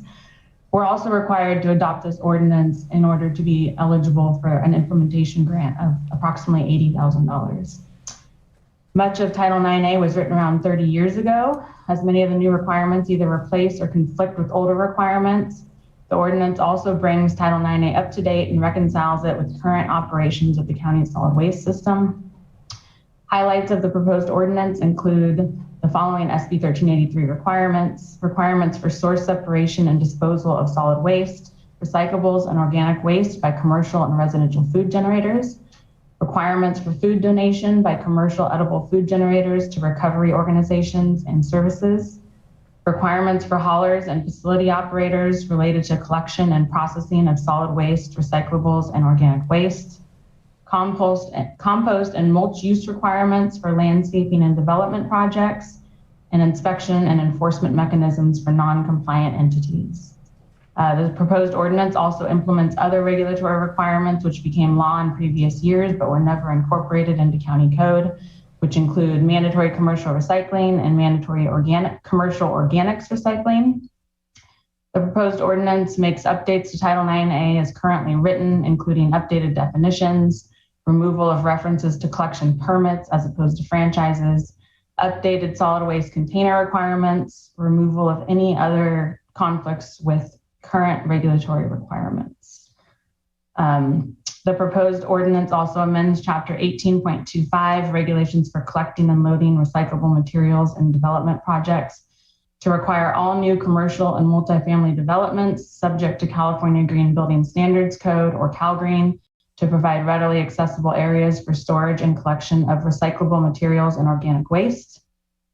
It also amends Chapter 18.35, construction and demolition, recycling and reuse, to require all applicants, as a condition of permit approval for new construction, building additions or alterations or demolitions subject to CalGreen, to divert organic materials from construction and demolition waste. And lastly, the proposed ordinance was assessed in accordance with the California Environmental Quality Act, or CEQA, and found to be exempt from the requirements of CEQA, as an action by a regulatory agency taken to protect the environment and natural resources. And DOT will post a notice of exemption in accordance with these findings following the board's action to adopt the ordinance. And I would be happy to answer any questions you may have. Board comment? Supervisor Mulhern. This is truly one of my favorite subjects. Trash and food. I'm a big fan. How is our agency going to really regulate this? I mean, the additional costs, well, internally, I'm not sure if our central services department head is listening in, but internally you're talking about, 3 different bins instead of 2. We're black, green, and blue bins now, and the apartment buildings having to add a 3rd bin to their facilities, and making sure that they do that, making sure that the restaurants are all in compliance. What does that look like for our agency? Is this an unfunded mandate? It's definitely an unfunded mandate. Some of those details are still being worked out. Fortunately, a lot of the requirements we're able to put in the contracts with our haulers to perform a lot of the services, for the collection and the route monitoring, the contamination monitoring and things like that. A lot of it's going to fall on the solid waste division. We propose there is going to be this small implementation grant that's going to be available, and we're proposing to use it for a 3-year subscription and the initial setup fee for compliance software, which will be available to all the county staff involved, as well as haulers and basically any other entities involved, that will sort of serve as a central hub for monitoring compliance with all this. But some of it, we still need to work out the internal details in terms of some of the enforcement. The haulers can do some of the enforcement, but a lot of it will fall on the county. And in the future, we may need to fund an additional position. So we don't have it all figured out, but I'm working on it. Supervisor McGordy. So to kind of build on what Supervisor Mulhern pointed out, what about education for people? I mean, this is going to be kind of a step up from what they're used to doing. And I just think about when we first started recyclables. In Ukiah, we tried to have 3 bins, one for plastic, one for glass, and I forget what the other one was for metal. And it didn't work. People threw everything into everything, and they finally decided it'd be better to sort it at the plant. And it was interesting because how they tried to go about educating people was through the school system. And my children at the time were very good enforcers. They would have been your peers. And they came home and said, "Come on, Dad, get with it. Don't throw that in the garbage. That belongs in recycling." And so that's the first issue. The second issue is that this is probably one for planning building services.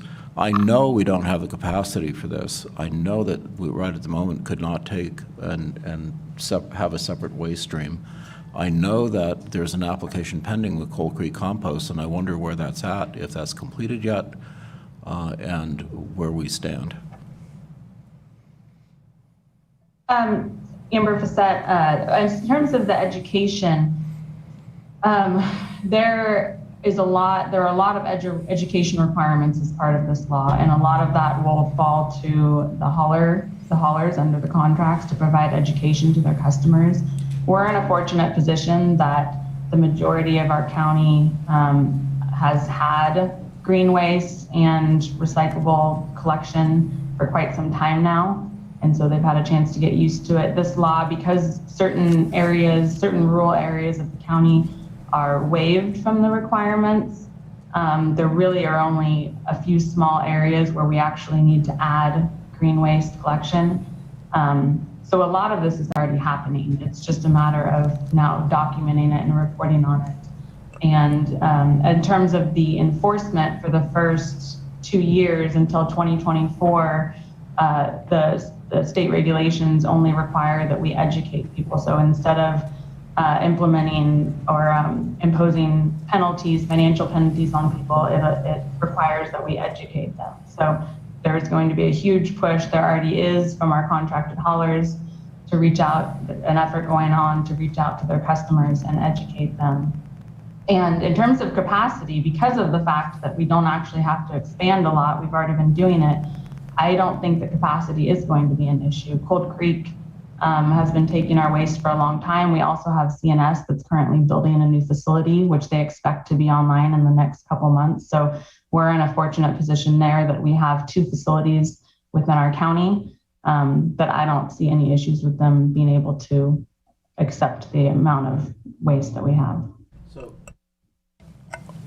Will food waste be commingled with green waste and composted together, so it's not going to create a separate need for a different composting stream?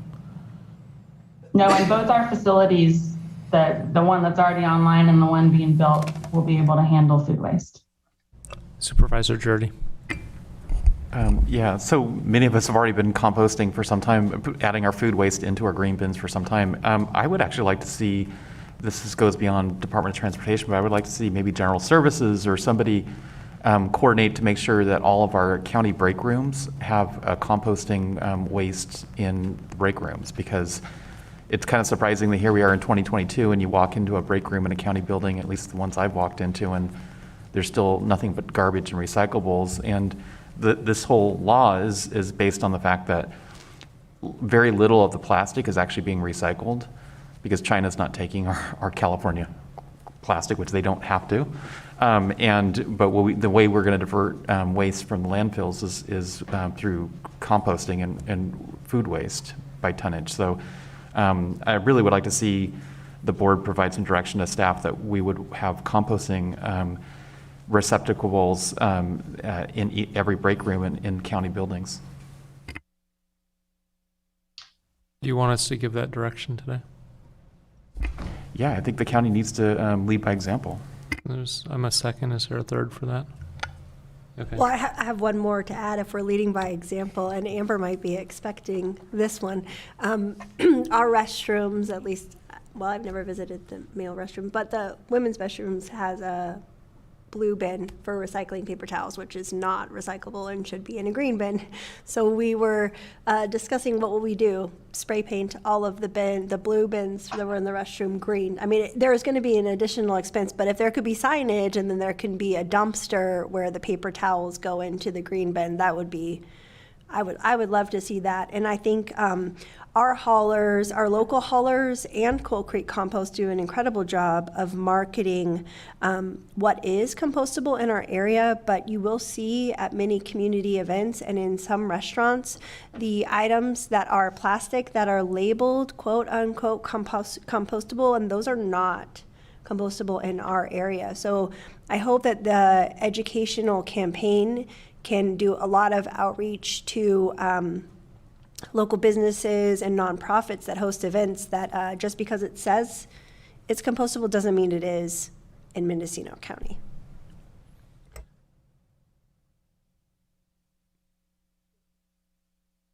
Supervisor Mulhern, would you like to phrase that as direction? Sure. If everybody agrees that we that the solid waste department provide direction to each of the departments to add a compost or food waste bin in the break rooms, and that the paper towel receptacles be converted into mixed waste organics receptacles, and we start with our own agency. I'll second that. Okay, I'm seeing support. So that's direction given to staff. Coming back to the item at hand, can solid waste tell us how this will work in the town of Mendocino, where the county is currently providing municipal-like trash services? There's receptacles throughout the town, and we're not even caught up with recycling right now.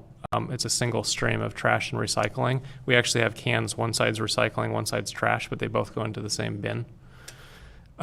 Will we be updating that collection to have a recycling receptacle and the green waste? There's a requirement for businesses to provide that for their customers. I actually don't know off the top of my head About street cans, I do know that there is an exemption for public parks and beaches just because the state recognizes that the chances for contamination, that people don't follow the signs and that the chances for contamination are so high and probably unpreventable that it's basically impossible. And my guess is that street cans might fall into that same category as a public space. So I'm comfortable leaving that with staff, but if it could come back if it needs action for compliance. And then for county council, we're referring to this as an unfunded mandate, but I imagine it was crafted in such a way that it doesn't allow us to exercise our constitutional rights for reimbursement from the state. So there actually has been some discussion on this point among my association. If the board would like, I could look at that a little bit further and come back to you. There are some components of this that I think the board has the ability to sort of recoup costs from the waste generators and thus might not be compensable, but there are other aspects that I think warrant a closer look. I would like to give that direction. Is there board support? Yeah, Yes. Do we have public comment on this item? Not seeing any on Zoom, none in the room. I'll move the recommended action. Second. Motion on the floor, discussion, Supervisor McGorty? No, I'm sorry. Okay, ready for a vote. Vote by the button.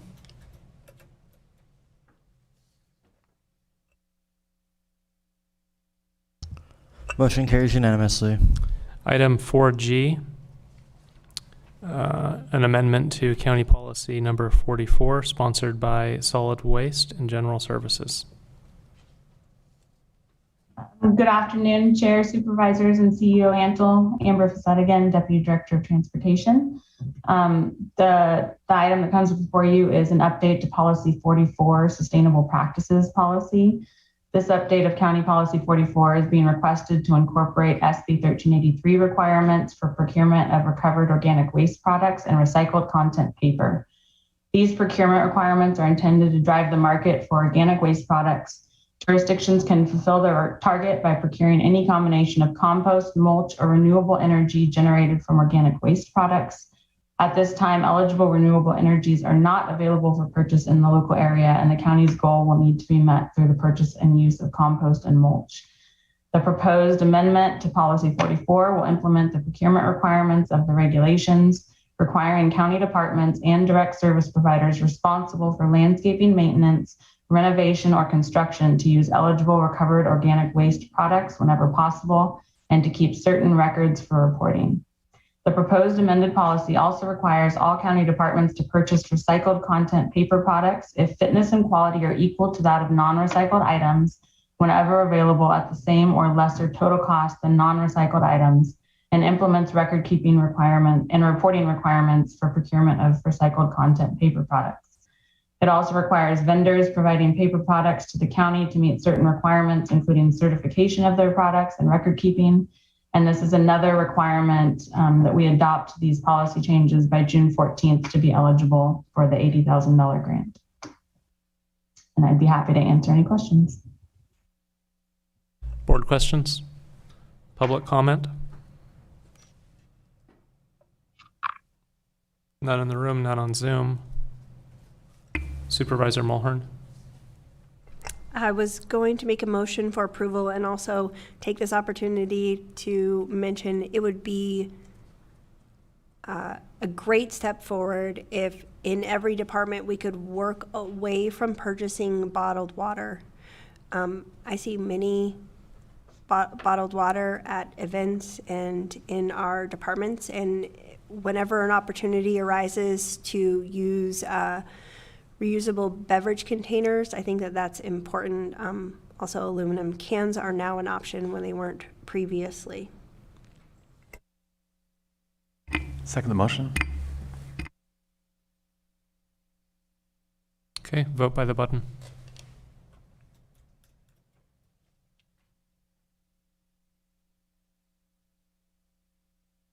Motion carries unanimously. Item 5A, the Ag Pass program sponsored by Hascheck and McGordy. Who would like to introduce? Supervisor Hascheck. Yes, well, this Ag Pass program had been batted about but in different departments, and Supervisor McGordy and I helped out in moving it forward. It was a great collaboration with the Office of Emergency Services, Caltrans, the Sheriff's Office, Highway Patrol, the Farm Bureau, MCA, and certainly the Ag Department. So we have a product that will provide access to restricted areas if there's an emergency, fires or whatever, and a program to make it easier if that happens.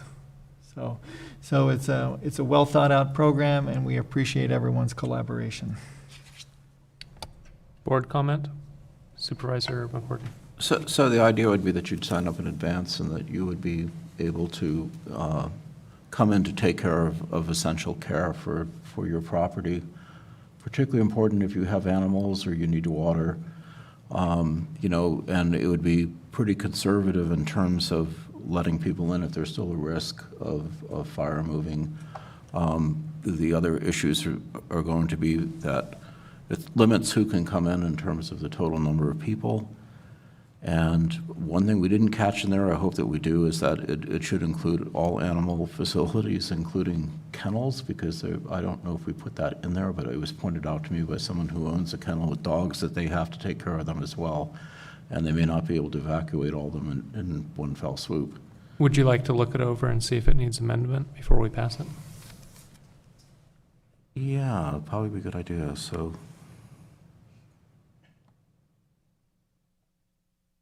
where is it? While you're looking, do we have any public comment? None in the room, none online. I don't see it on the agenda in terms of the actual content. Would County Council have an answer, perhaps? I don't. If there's a document that was generated by the departments, I'd certainly be happy to have someone work with them, maybe during closed session, see if we might be able to get something back when the board reconvenes in open. I'm not quite certain who would be the best person to be in contact with respect to the relevant documents. Could we pass it with direction that this be incorporated if it's not already? I think we need to identify whether there's a document that the board needs. What you could do is give direction for us to work on that, and then we could bring it back as a consent item if that would be the board's preference. Supervisor Hascheck, is there a document? Yes, there is a document, and I thought it was going to be attached, but I was going to contact the deputy clerk of the board when I saw it wasn't attached, so I can get that for this afternoon. So it's my worry that the public hasn't had adequate time to review the document to provide public comment. Should we have this come back on consent? So legally, if the full board hasn't received the document, there isn't a requirement. This is more of a policy call. That being said, if there are some changes that the ad hoc might want to consider, and you do feel that the public needs more time, you could just give direction today. My office could work with the ad hoc to make whatever changes are needed, and this could come back on consent. I think that would be best. Yeah, I think that would be fine too, because we're looking at the fire season, and I think that if we got it back within the month, that would be all right. Okay, direction given. Item 4H, CEO's report. Darcy Antle, interim CEO. There is no CEO report today or ledge item. 4I, no ledge update. 4B, reports attached. Any supervisors want to comment further? Not seeing any. Is there any public comment on 5B? None in the room, none online. Okay, we're going to adjourn for a closed session working lunch. We will hear items 7A, 7B, 7C, 7D, 7E, and 7F. And then come back to report out and adjourn. No further items beyond the closed session.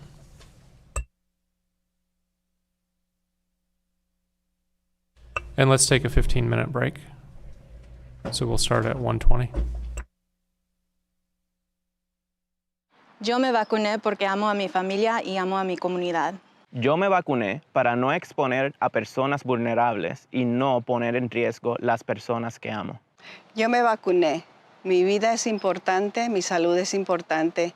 La salud de mi hijo, de mi familia, de la comunidad y la humanidad es importante. Vacúnense.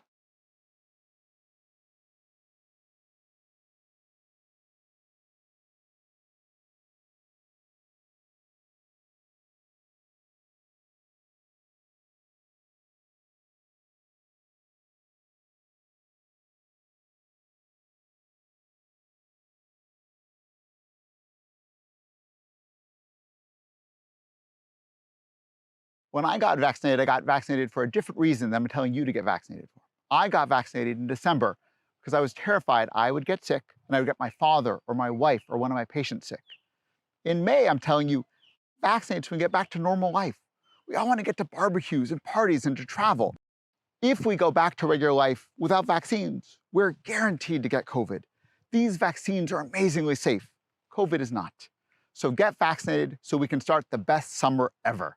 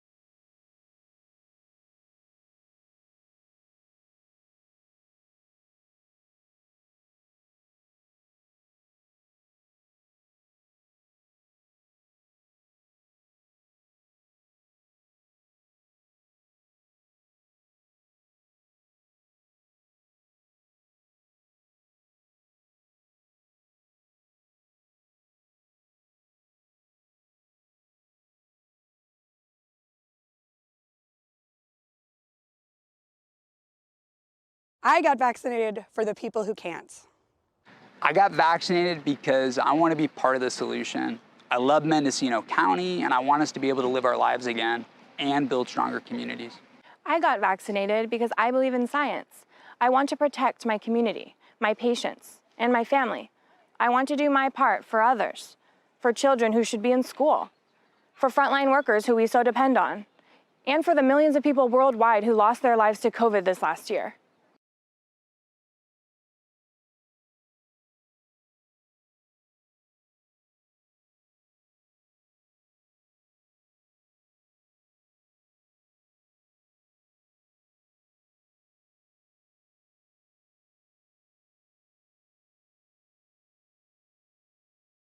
I got vaccinated because my children can't get vaccinated. Because I love my family and I love my community. To see my mom. It was her birthday coming up, and so I just wanted to be safe and protect her. To take care of my health and the health of those that I love. I felt it was the right thing to do. My parents are in their 90s. My husband teaches children. I'm active in my community, not only to protect myself, but for my ohana too. Because it's the only way to stop the spread of coronavirus. So please get vaccinated.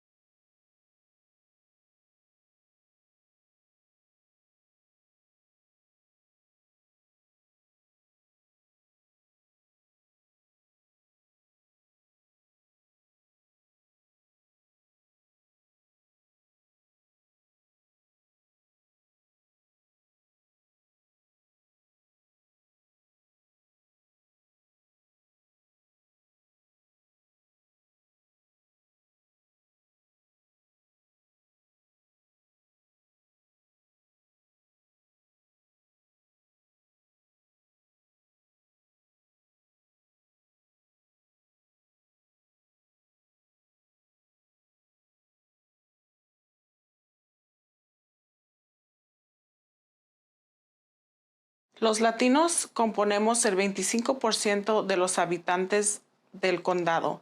Aún así, la mitad de los casos del COVID somos nosotros. Nuestra comunidad depende mucho de la población hispana. Desafortunadamente, no recibimos la protección necesaria, así que es importante que nos cuidemos uno al otro. De este modo, no perderemos a nuestros seres queridos y podremos disfrutar de nuestras reuniones familiares.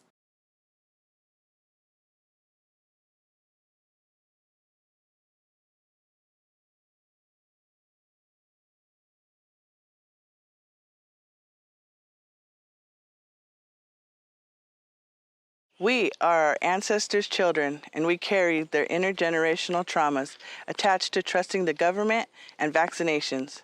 I can say I lived through a pandemic by choosing to get vaccinated. I chose to get vaccinated because I had to be a good leader and example for my people. I also got vaccinated to protect my daughter, who has a compromised immune system. I urge you to get vaccinated to become a protector of our elders and Native community.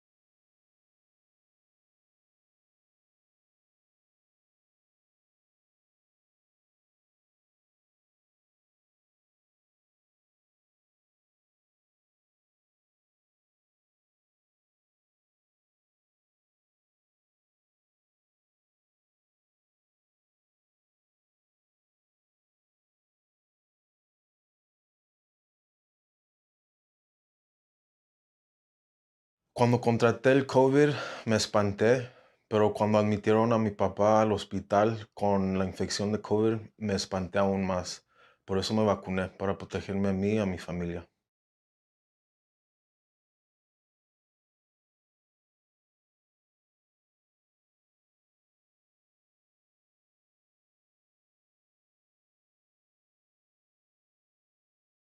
We are so lucky to live in Mendocino County.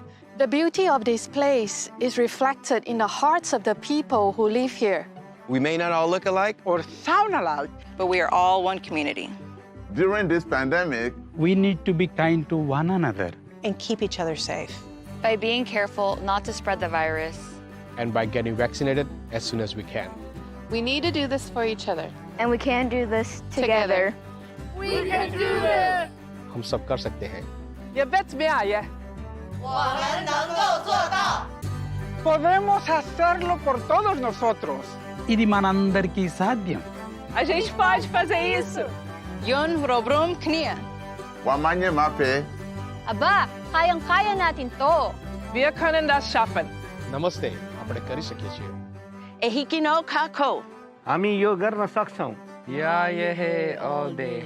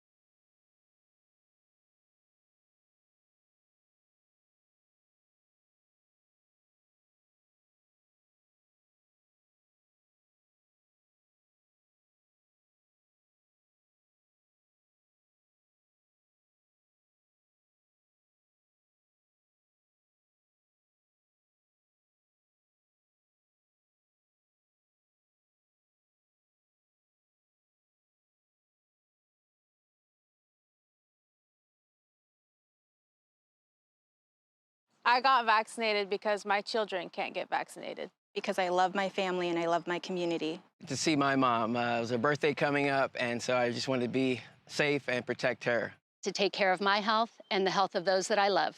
I felt it was the right thing to do. My parents are in their 90s. My husband teaches children. I'm active in my community. Not only to protect myself, but for my ohana too. Because it's the only way to stop the spread of coronavirus. So please get vaccinated.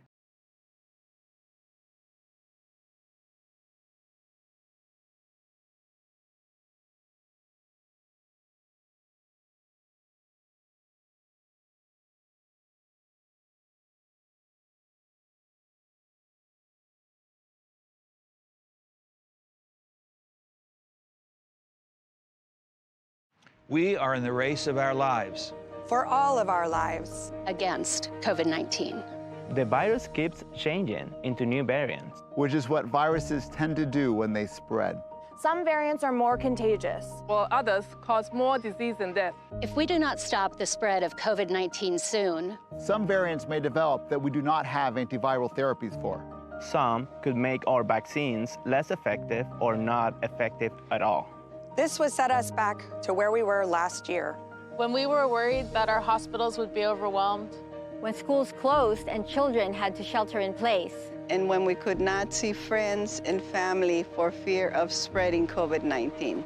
So it's so important that we take all necessary precautions to protect everyone, especially the most vulnerable among us. We need to vaccinate as many people as quickly as possible. To save as many lives as we can. Together, we can win this race. For our patients. For our elders. For ourselves. For you. For us. For our community. Por nuestra comunidad.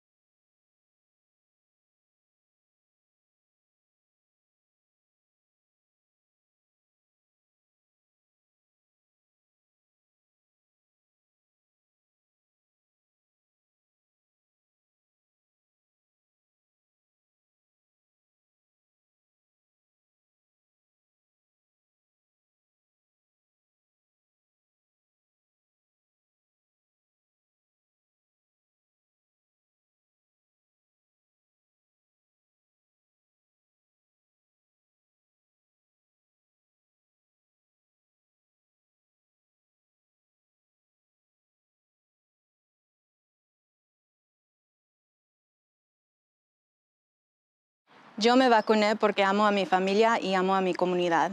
Yo me vacuné para no exponer a personas vulnerables y no poner en riesgo las personas que amo. Yo me vacuné. Mi vida es importante, mi salud es importante. La salud de mi hijo, de mi familia, de la comunidad y la humanidad es importante. Vacúnense.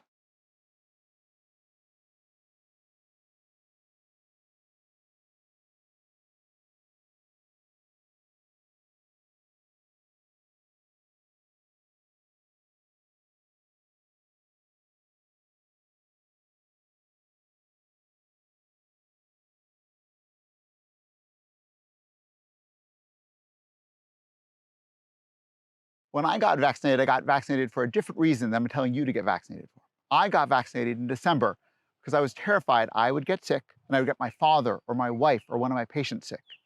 In May, I'm telling you, vaccinate so we can get back to normal life. We all want to get to barbecues and parties and to travel. If we go back to regular life without vaccines, we're guaranteed to get COVID. These vaccines are amazingly safe. COVID is not. So get vaccinated so we can start the best summer ever.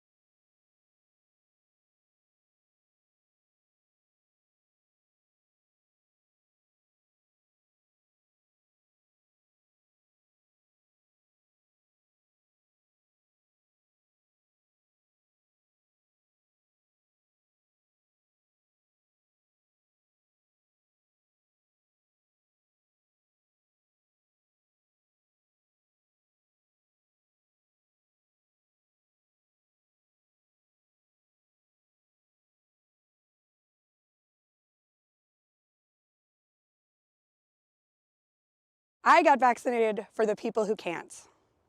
I got vaccinated because I want to be part of the solution. I love Mendocino County, and I want us to be able to live our lives again and build stronger communities. I got vaccinated because I believe in science. I want to protect my community, my patients, and my family. I want to do my part for others, for children who should be in school, for frontline workers who we so depend on, and for the millions of people worldwide who lost their lives to COVID this last year.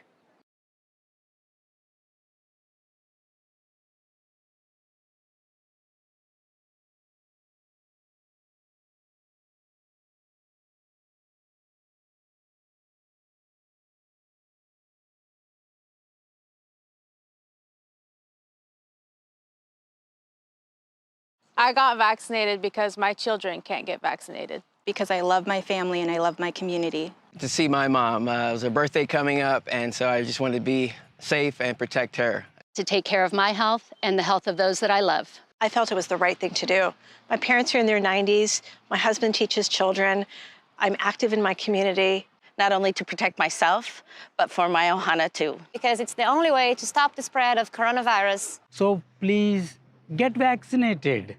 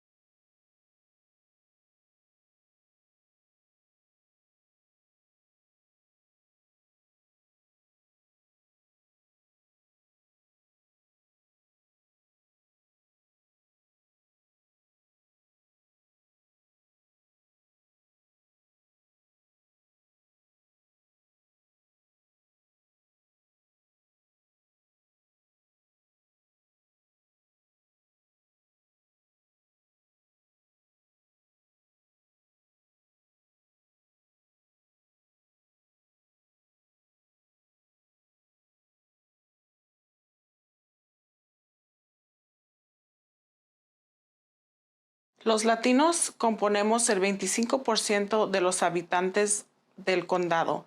Aún así, la mitad de los casos del COVID somos nosotros. Nuestra comunidad depende mucho de la población hispana.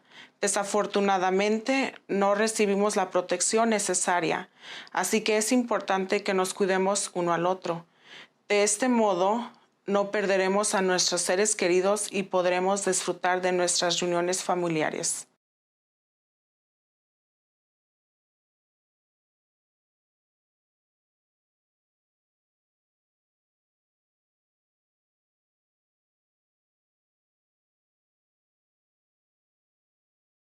We are our ancestors' children, and we carry their intergenerational traumas attached to trusting the government and vaccinations. I can say I lived through a pandemic by choosing to get vaccinated. I chose to get vaccinated because I had to be a good leader and example for my people. I also got vaccinated to protect my daughter, who has a compromised immune system. I urge you to get vaccinated to become a protector of our elders and Native community.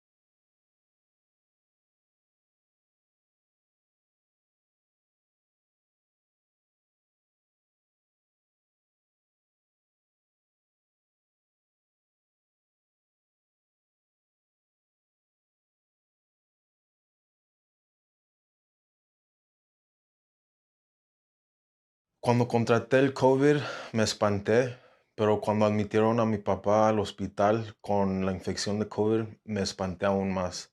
Por eso me vacuné, para protegerme a mí y a mi familia.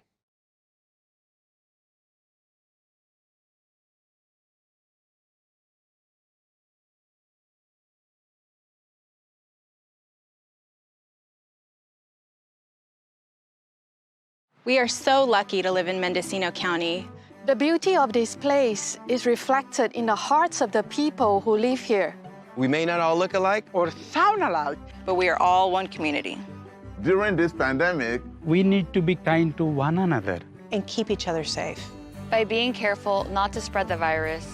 And by getting vaccinated as soon as we can.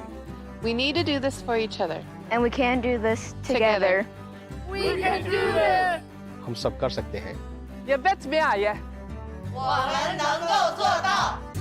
Podemos hacerlo por todos nosotros. ఇది మనందరికీ సాధ్యం. A gente pode fazer isso. Yun robrum knia. Wamanye mape. Aba, kayang-kaya natin to. Wir können das schaffen. Namaste. આપણે કરી શકીએ છીએ. Ehikino kako. हामी यो गर्न सक्छौं. Yeah, yeah, all day.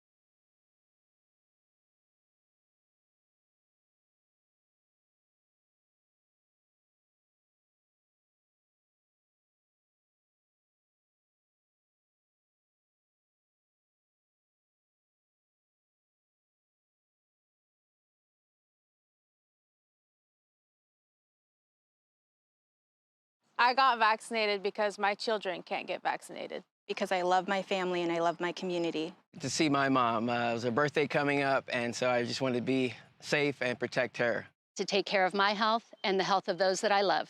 I felt it was the right thing to do. My parents are in their 90s. My husband teaches children. I'm active in my community. Not only to protect myself, but for my ohana too. Because it's the only way to stop the spread of coronavirus. So please get vaccinated.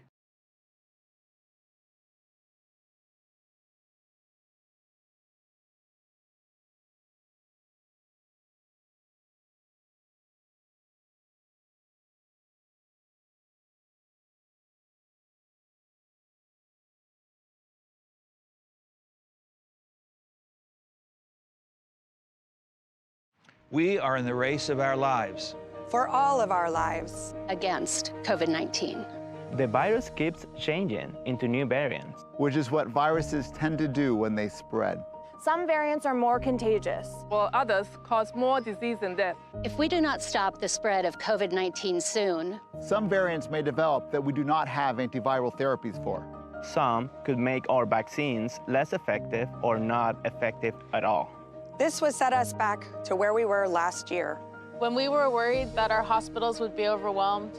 When schools closed and children had to shelter in place. And when we could not see friends and family for fear of spreading COVID-19. So it's so important that we take all necessary precautions to protect everyone. Especially the most vulnerable among us. We need to vaccinate as many people as quickly as possible. To save as many lives as we can. Together, we can win this race. For our patients. For our elders. For ourselves. For you. For us. For our community. Por nuestra comunidad.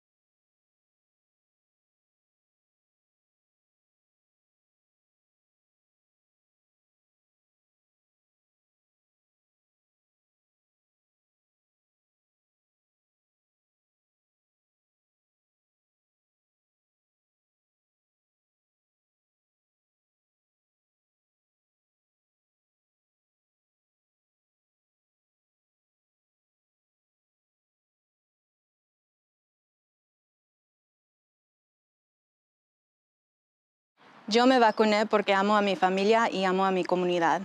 Yo me vacuné para no exponer a personas vulnerables y no poner en riesgo las personas que amo. Yo me vacuné. Mi vida es importante, mi salud es importante. La salud de mi hijo, de mi familia, de la comunidad y la humanidad es importante. Vacúnense.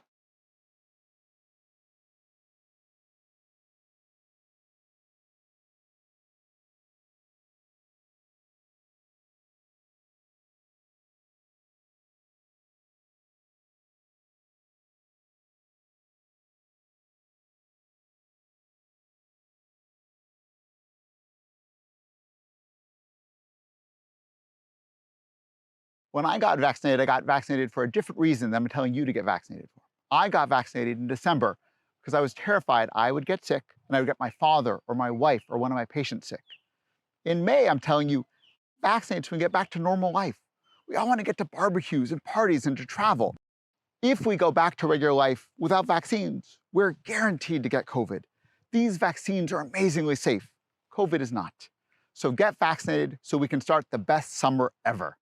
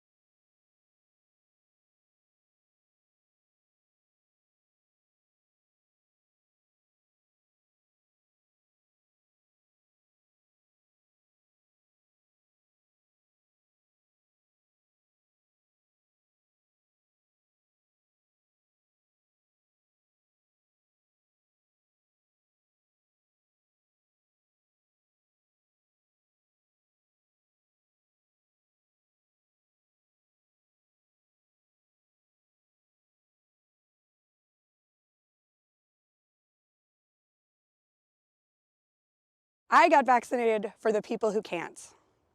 I got vaccinated because I want to be part of the solution.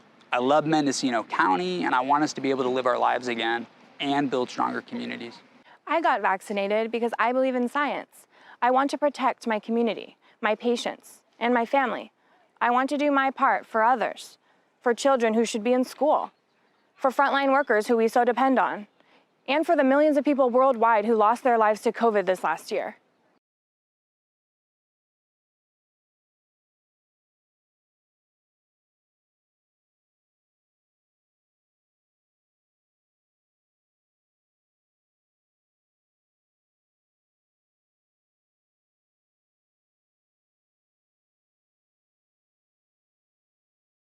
I got vaccinated because my children can't get vaccinated. Because I love my family and I love my community. To see my mom. It was her birthday coming up, and so I just wanted to be safe and protect her. To take care of my health and the health of those that I love. I felt it was the right thing to do. My parents are in their 90s. My husband teaches children. I'm active in my community. Not only to protect myself, but for my ohana too. Because it's the only way to stop the spread of coronavirus. So please get vaccinated.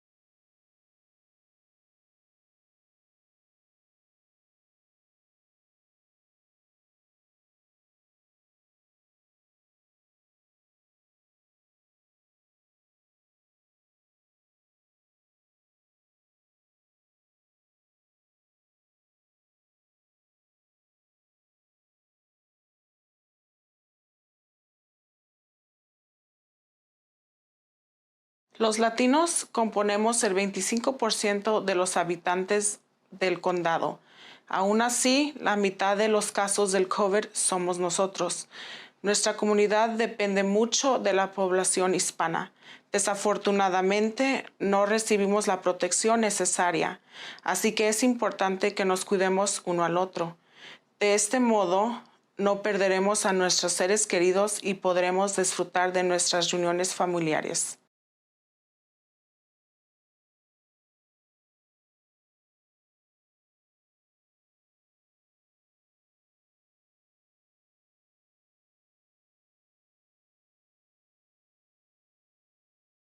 We are our ancestors' children, and we carry their intergenerational traumas attached to trusting the government and vaccinations. I can say I lived through a pandemic by choosing to get vaccinated. I chose to get vaccinated because I had to be a good leader and example for my people. I also got vaccinated to protect my daughter, who has a compromised immune system. I urge you to get vaccinated to become a protector of our elders and Native community.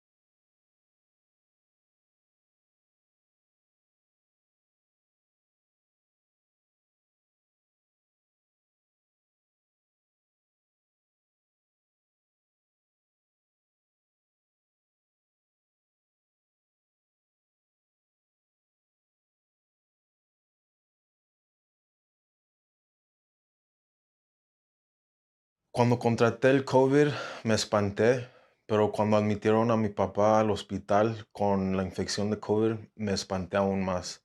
Por eso me vacuné, para protegerme a mí y a mi familia.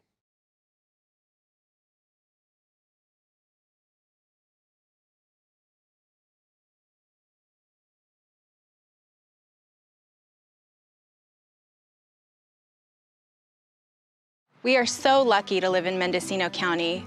The beauty of this place is reflected in the hearts of the people who live here. We may not all look alike Or sound alike, but we are all one community. During this pandemic, we need to be kind to one another. And keep each other safe. By being careful not to spread the virus. And by getting vaccinated as soon as we can. We need to do this for each other. And we can do this together. We can do this! हम सब कर सकते हैं. You bet me I. 我们能够做到. Podemos hacerlo por todos nosotros. ఇది మనందరికీ సాధ్యం. A gente pode fazer isso. Yon robrom knia. Wamanye mape. Aba, kayang-kaya natin to. Wir können das schaffen. નમસ્તે, આપણે કરી શકીએ છીએ. Ehikino kako. हामी यो गर्न सक्छौं. Yeah, yeah, all day.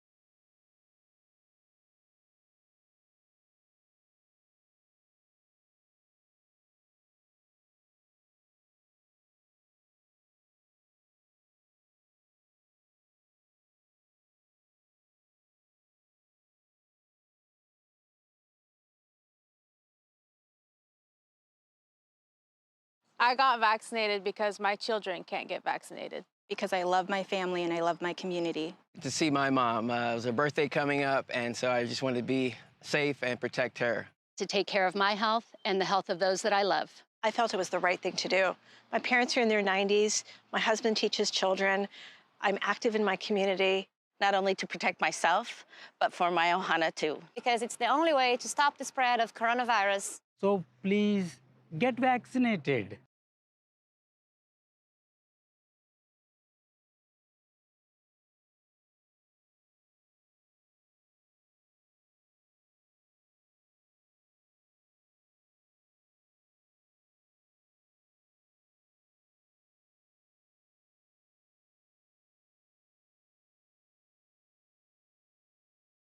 We are in the race of our lives.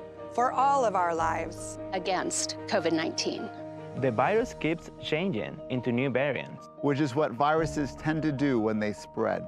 Some variants are more contagious, while others cause more disease and death. If we do not stop the spread of COVID-19 soon, some variants may develop that we do not have antiviral therapies for. Some could make our vaccines less effective or not effective at all. This would set us back to where we were last year. When we were worried that our hospitals would be overwhelmed. When schools closed and children had to shelter in place. And when we could not see friends and family for fear of spreading COVID-19.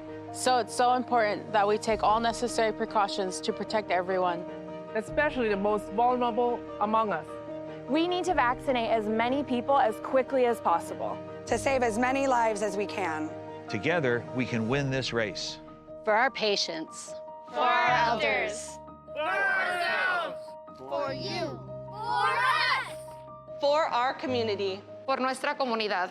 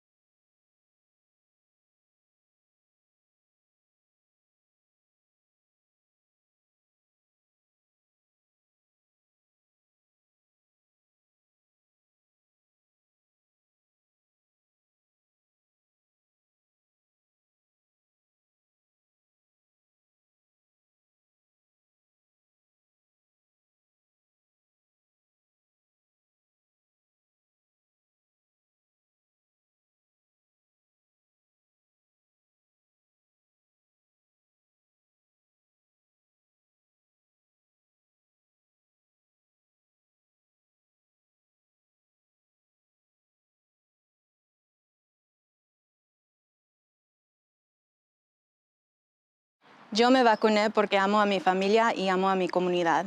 Yo me vacuné para no exponer a personas vulnerables y no poner en riesgo las personas que amo. Yo me vacuné. Mi vida es importante, mi salud es importante.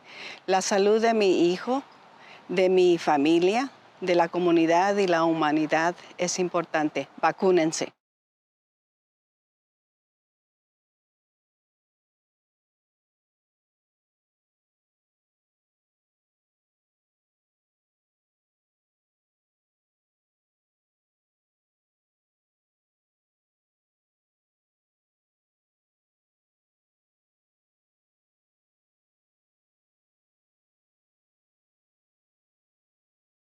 When I got vaccinated for a different reason than I'm telling you to get vaccinated for. I got vaccinated in December because I was terrified I would get sick and I would get my father or my wife or one of my patients sick. In May, I'm telling you, vaccinate so we can get back to normal life. We all want to get to barbecues and parties and to travel. If we go back to regular life without vaccines, we're guaranteed to get COVID. These vaccines are amazingly safe. COVID is not. So get vaccinated so we can start the best summer ever.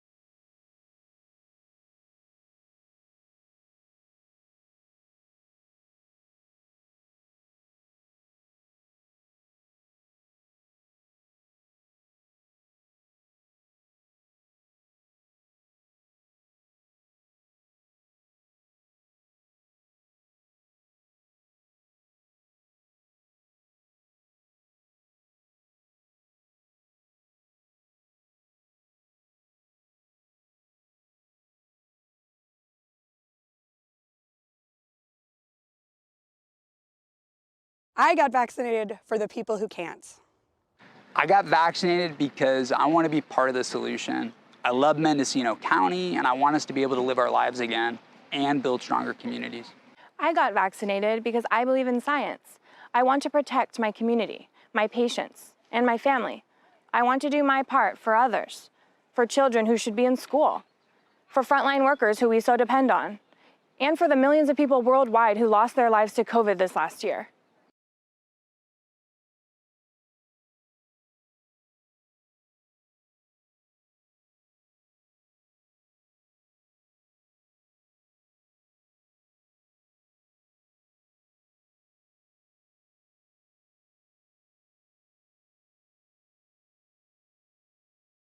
I got vaccinated because my children can't get vaccinated. Because I love my family and I love my community. To see my mom. It was her birthday coming up, and so I just wanted to be safe and protect her. To take care of my health and the health of those that I love. I felt it was the right thing to do. My parents are in their 90s. My husband teaches children. I'm active in my community. Not only to protect myself, but for my ohana too. Because it's the only way to stop the spread of coronavirus. So please get vaccinated.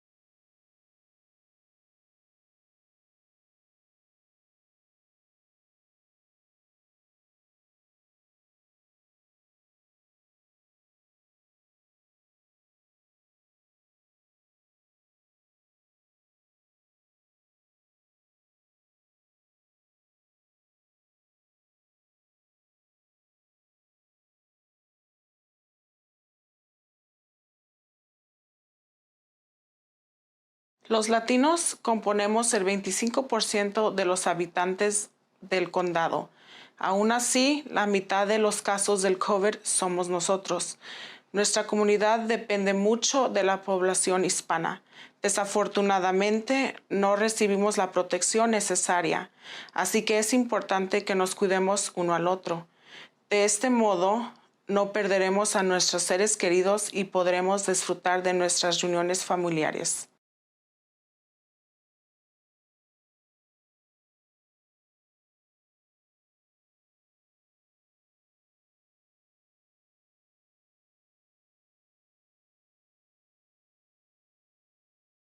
We are our ancestors' children, and we carry their intergenerational traumas attached to trusting the government and vaccinations.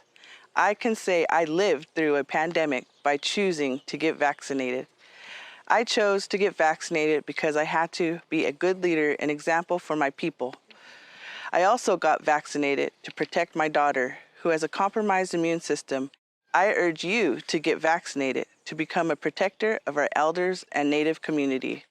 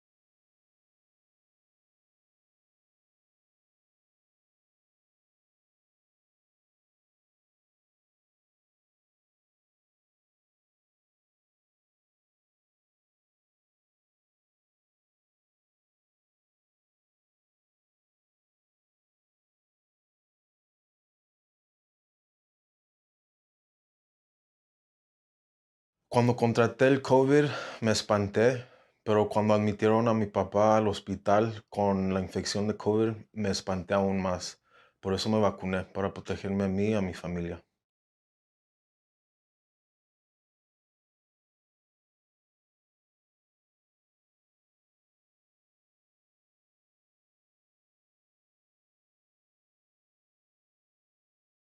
We are so lucky to live in Mendocino County. The beauty of this place is reflected in the hearts of the people who live here. We may not all look alike or sound alike, but we are all one community. During this pandemic, we need to be kind to one another And keep each other safe. By being careful not to spread the virus. And by getting vaccinated as soon as we can. We need to do this for each other. And we can do this together. We can do this! हम सब कर सकते हैं. You bet me, yeah. 我们能够做到. Podemos hacerlo por todos nosotros. ఇది మనందరికీ సాధ్యం. A gente pode fazer isso. Yun robrom knia. Wamanye mape. Aba, kayang-kaya natin to. Wir können das schaffen. નમસ્તે, આપણે કરી શકીએ છીએ. Ehikino kako. हामी यो गर्न सक्छौं. Yeah, yeah, all day.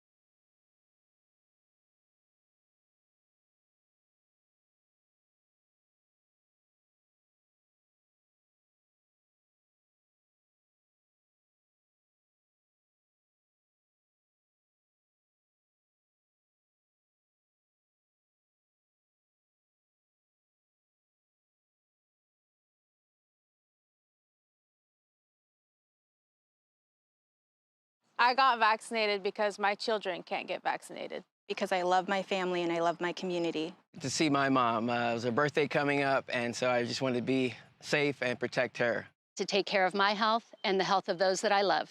I felt it was the right thing to do. My parents are in their 90s. My husband teaches children. I'm active in my community.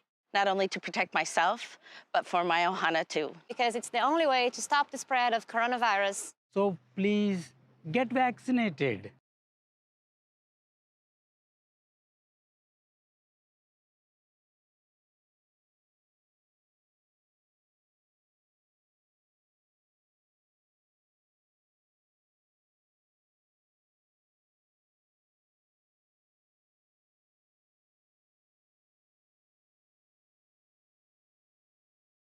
We are in the race of our lives. For all of our lives. Against COVID-19.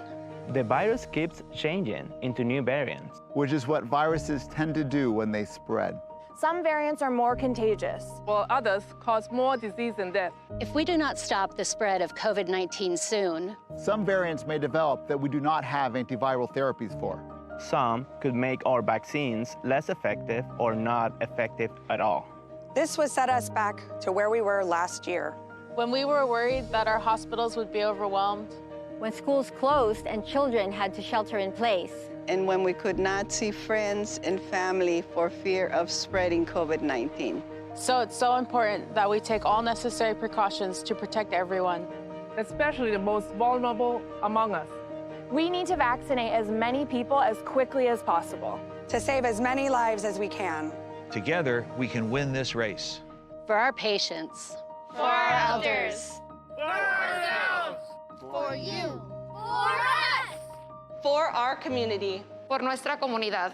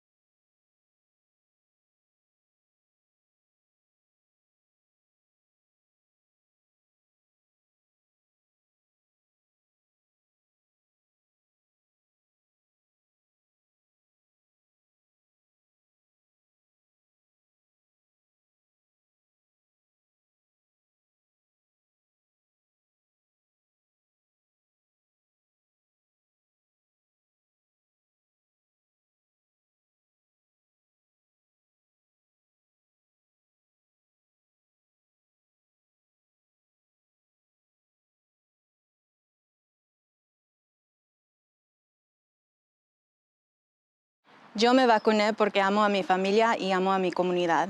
Yo me vacuné para no exponer a personas vulnerables y no poner en riesgo las personas que amo. Yo me vacuné. Mi vida es importante, mi salud es importante. La salud de mi hijo, de mi familia, de la comunidad y la humanidad es importante. Vacúnense.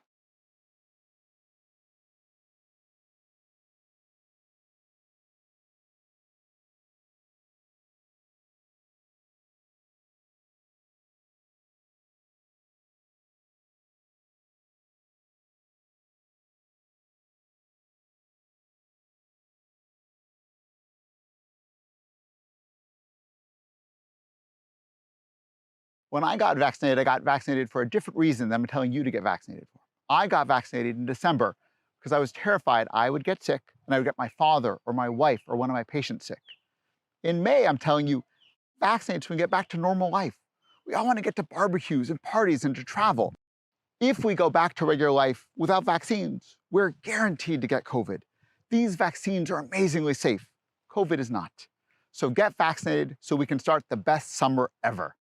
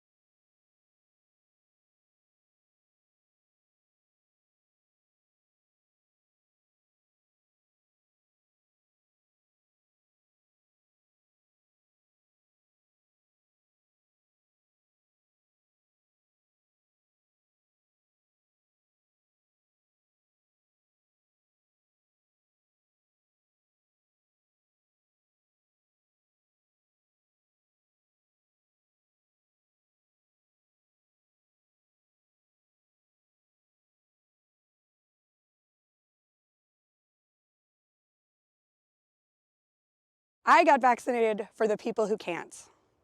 I got vaccinated because I want to be part of the solution. I love Mendocino County, and I want us to be able to live our lives again and build stronger communities. I got vaccinated because I believe in science.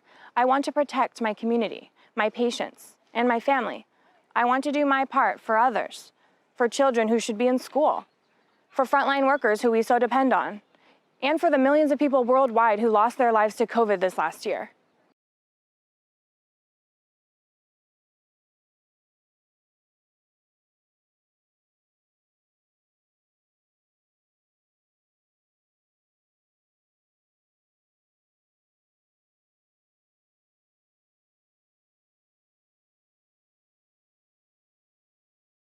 I got vaccinated because my children can't get vaccinated. Because I love my family and I love my community. To see my mom. It was her birthday coming up, and so I just wanted to be safe and protect her. To take care of my health and the health of those that I love. I felt it was the right thing to do. My parents are in their 90s. My husband teaches children. I'm active in my community. Not only to protect myself, but for my ohana too. Because it's the only way to stop the spread of coronavirus. So please get vaccinated.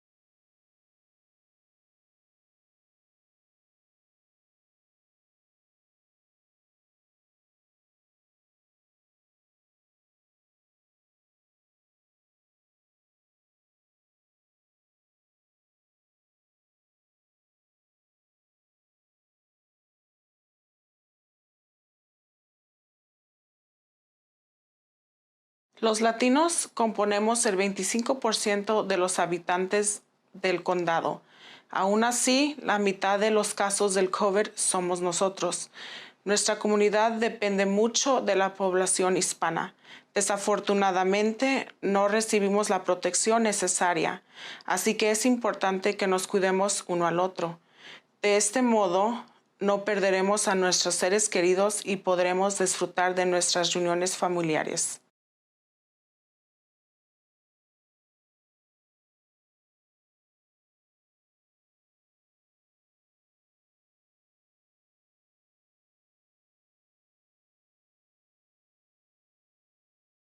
We are our ancestors' children, and we carry their intergenerational traumas attached to trusting the government and vaccinations. I can say I lived through a pandemic by choosing to get vaccinated. I chose to get vaccinated because I had to be a good leader and example for my people. I also got vaccinated to protect my daughter, who has a compromised immune system. I urge you to get vaccinated to become a protector of our elders and Native community.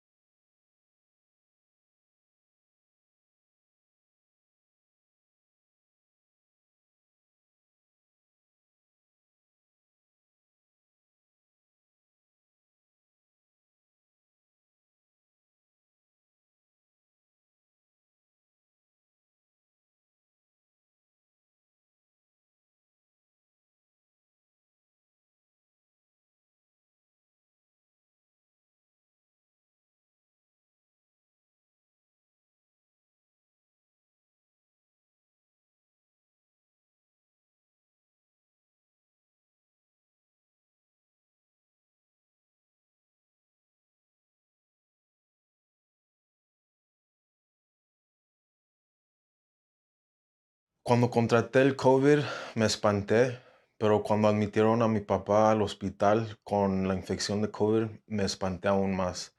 Por eso me vacuné, para protegerme a mí y a mi familia.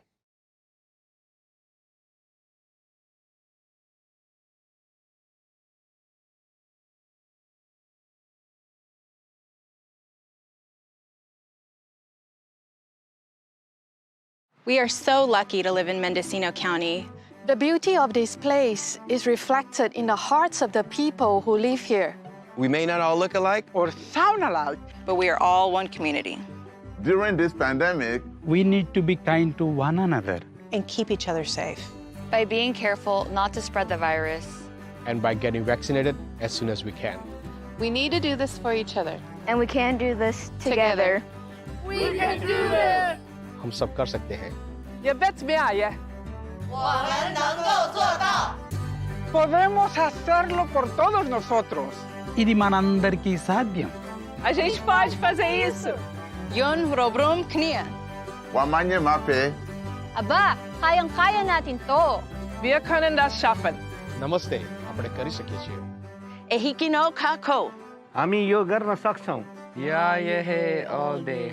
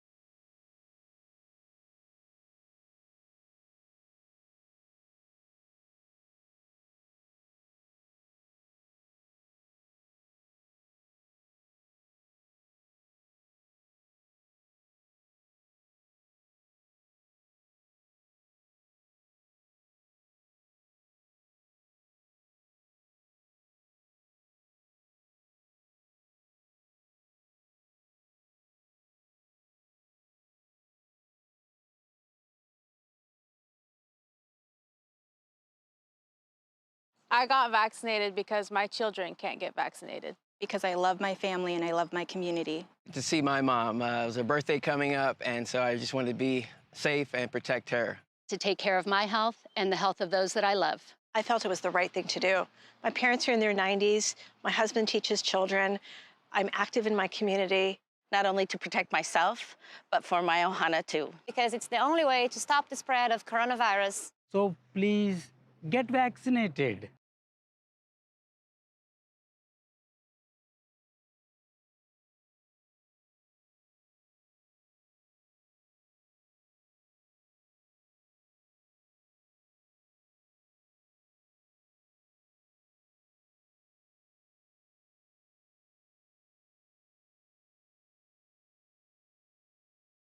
We are in the race of our lives.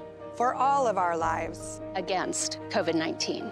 The virus keeps changing into new variants, which is what viruses tend to do when they spread. Some variants are more contagious, while others cause more disease and death. If we do not stop the spread of COVID-19 soon, some variants may develop that we do not have antiviral therapies for.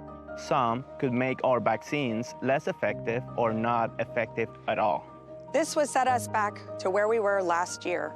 When we were worried that our hospitals would be overwhelmed. When schools closed and children had to shelter in place. And when we could not see friends and family for fear of spreading COVID-19. So it's so important that we take all necessary precautions to protect everyone. Especially the most vulnerable among us. We need to vaccinate as many people as quickly as possible. To save as many lives as we can. Together, we can win this race.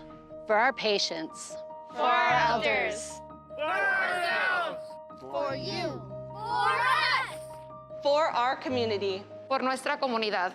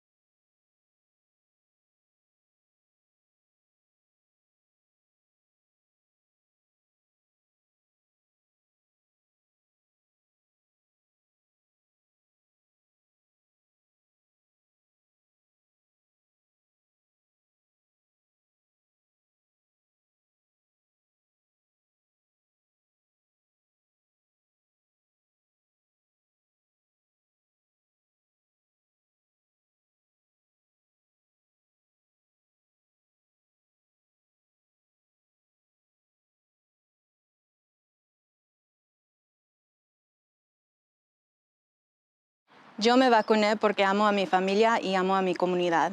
Yo me vacuné para no exponer a personas vulnerables y no poner en riesgo las personas que amo. Yo me vacuné. Mi vida es importante, mi salud es importante.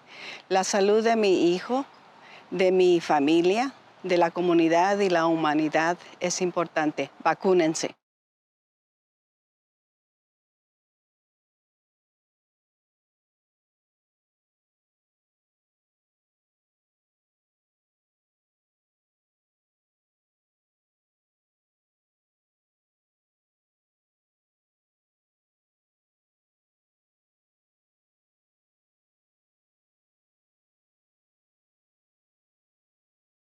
When I got vaccinated for a different reason than I'm telling you to get vaccinated for. I got vaccinated in December because I was terrified I would get sick and I would get my father or my wife or one of my patients sick.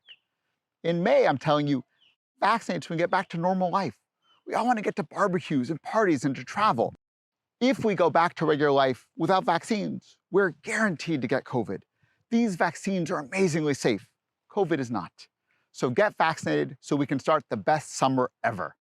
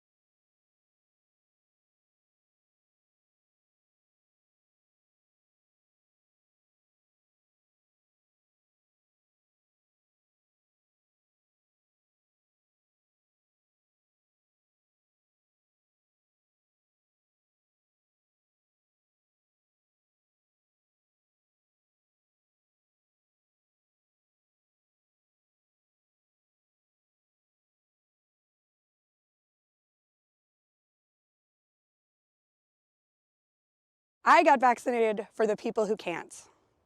I got vaccinated because I want to be part of the solution. I love Mendocino County, and I want us to be able to live our lives again and build stronger communities. I got vaccinated because I believe in science. I want to protect my community, my patients, and my family. I want to do my part for others, for children who should be in school, for frontline workers who we so depend on, and for the millions of people worldwide who lost their lives to COVID this last year.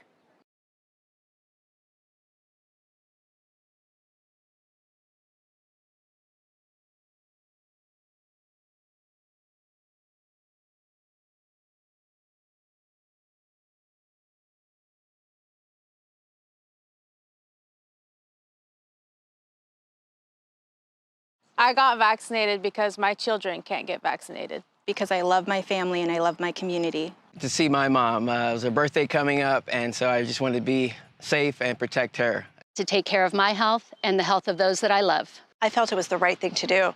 My parents are in their 90s. My husband teaches children. I'm active in my community. Not only to protect myself, but for my ohana too. Because it's the only way to stop the spread of coronavirus. So please get vaccinated.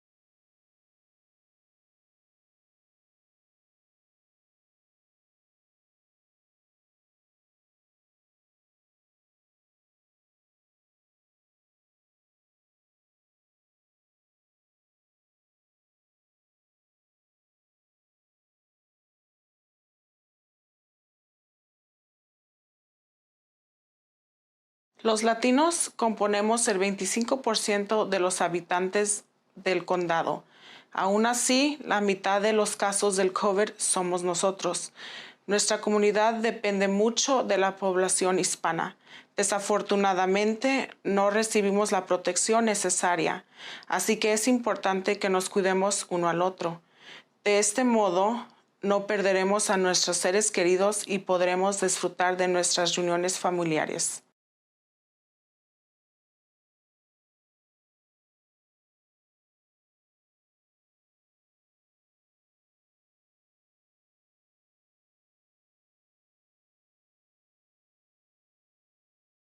We are our ancestors' children, and we carry their intergenerational traumas attached to trusting the government and vaccinations.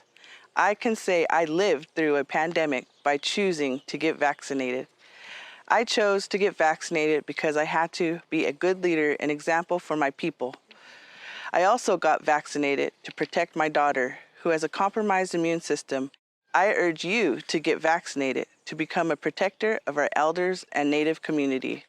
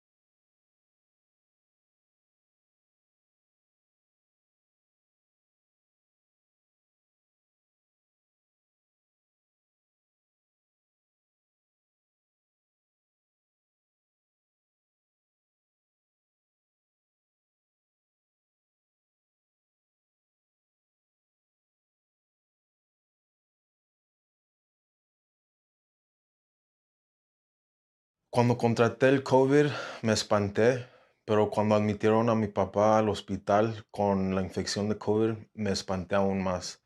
Por eso me vacuné, para protegerme a mí y a mi familia.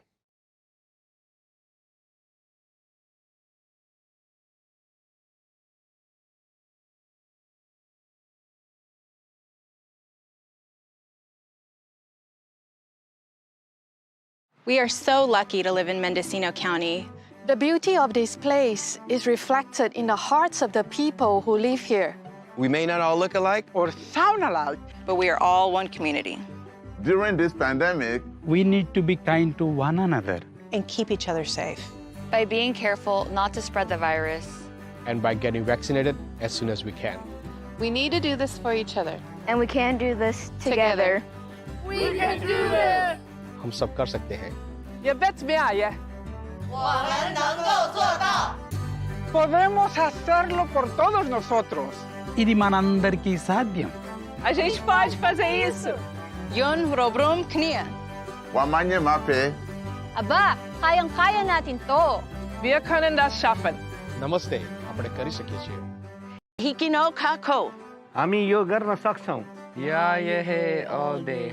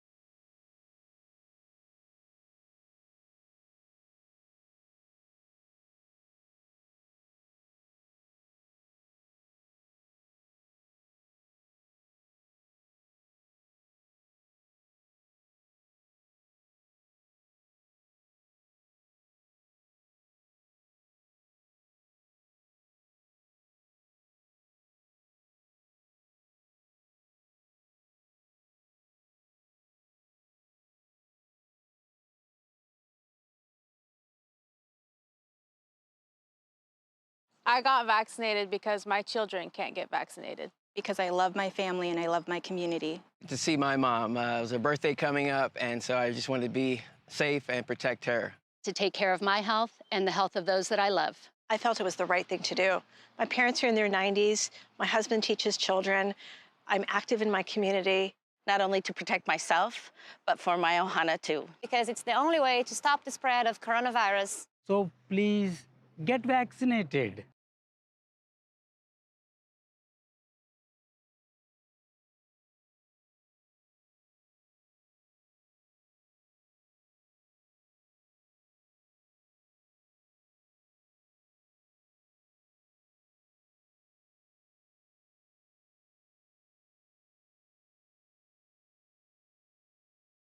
We are in the race of our lives.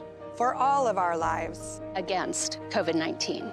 The virus keeps changing into new variants, which is what viruses tend to do when they spread. Some variants are more contagious, while others cause more disease and death. If we do not stop the spread of COVID-19 soon, some variants may develop that we do not have antiviral therapies for. Some could make our vaccines less effective or not effective at all. This would set us back to where we were last year. When we were worried that our hospitals would be overwhelmed. When schools closed and children had to shelter in place. And when we could not see friends and family for fear of spreading COVID-19. So it's so important that we take all necessary precautions to protect everyone. Especially the most vulnerable among us. We need to vaccinate as many people as quickly as possible. To save as many lives as we can. Together, we can win this race. For our patients. For our elders. For ourselves. For you. For us. For our community. Por nuestra comunidad.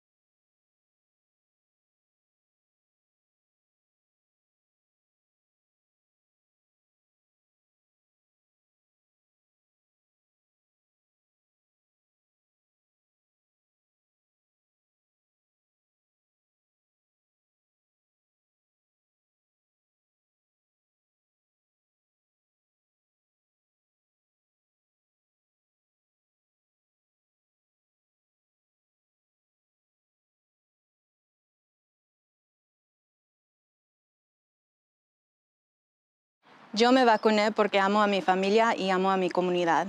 Yo me vacuné para no exponer a personas vulnerables y no poner en riesgo las personas que amo. Yo me vacuné. Mi vida es importante, mi salud es importante. La salud de mi hijo, de mi familia, de la comunidad y la humanidad es importante. Vacúnense.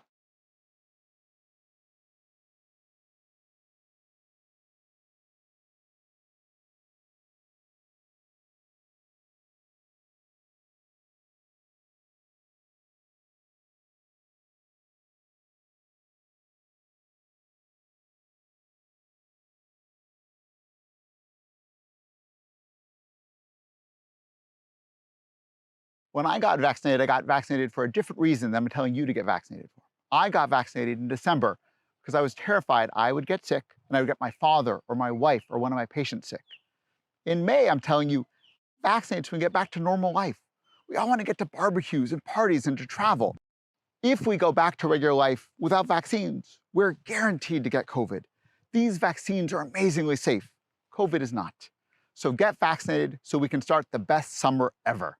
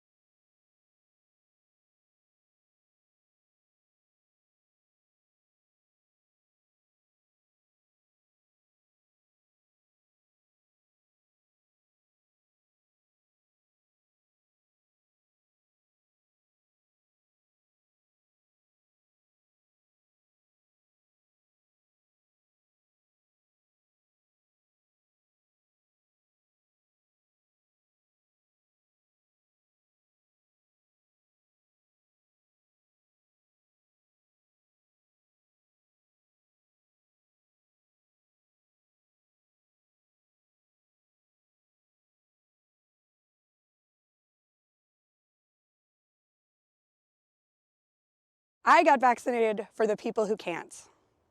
I got vaccinated because I want to be part of the solution. I love Mendocino County, and I want us to be able to live our lives again and build stronger communities. I got vaccinated because I believe in science. I want to protect my community, my patients, and my family. I want to do my part for others, for children who should be in school, for frontline workers who we so depend on, and for the millions of people worldwide who lost their lives to COVID this last year.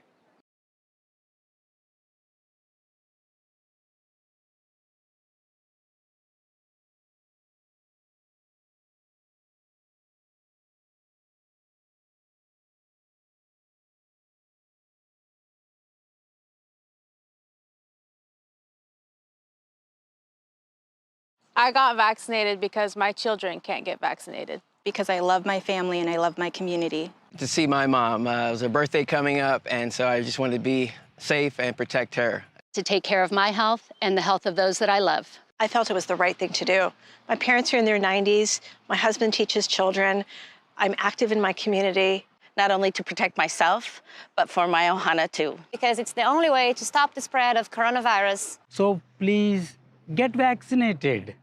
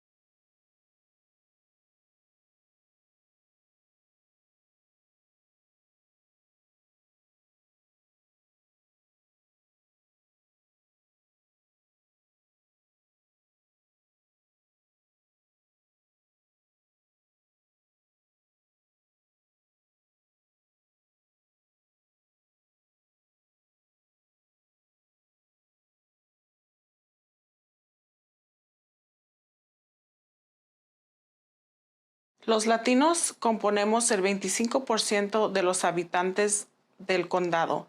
Aún así, la mitad de los casos del COVID somos nosotros. Nuestra comunidad depende mucho de la población hispana. Desafortunadamente, no recibimos la protección necesaria, así que es importante que nos cuidemos uno al otro. De este modo, no perderemos a nuestros seres queridos y podremos disfrutar de nuestras reuniones familiares.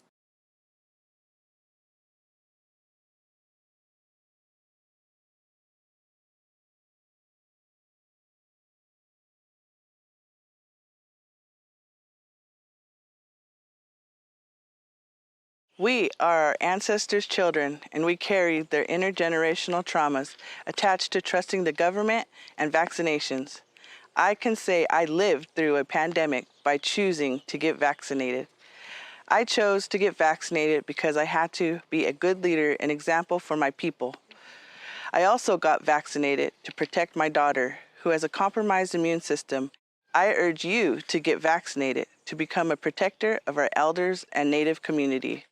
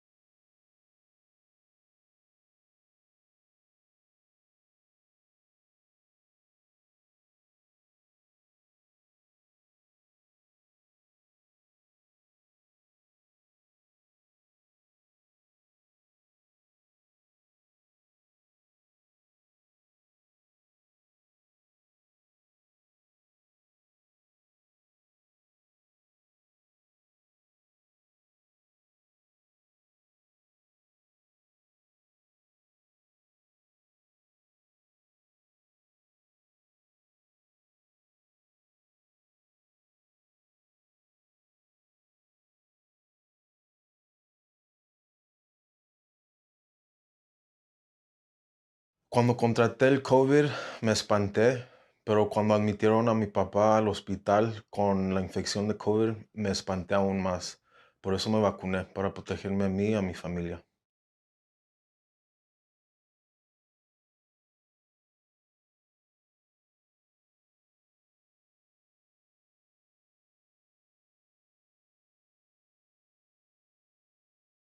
We are so lucky to live in Mendocino County.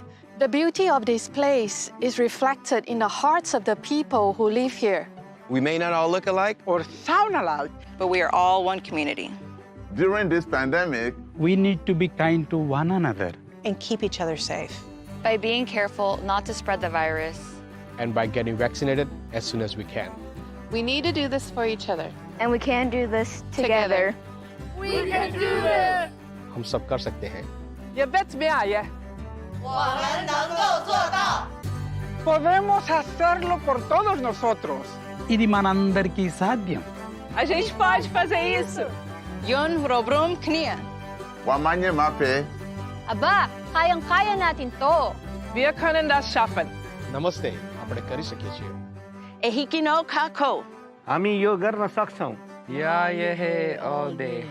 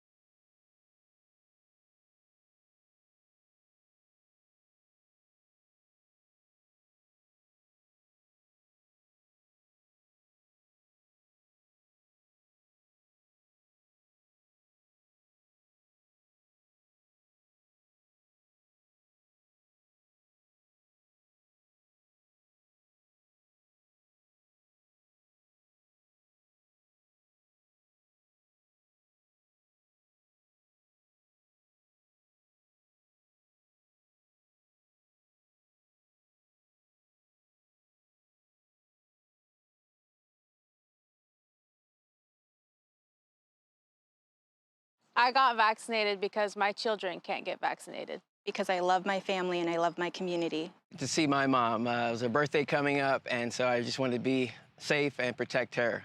To take care of my health and the health of those that I love. I felt it was the right thing to do. My parents are in their 90s. My husband teaches children. I'm active in my community.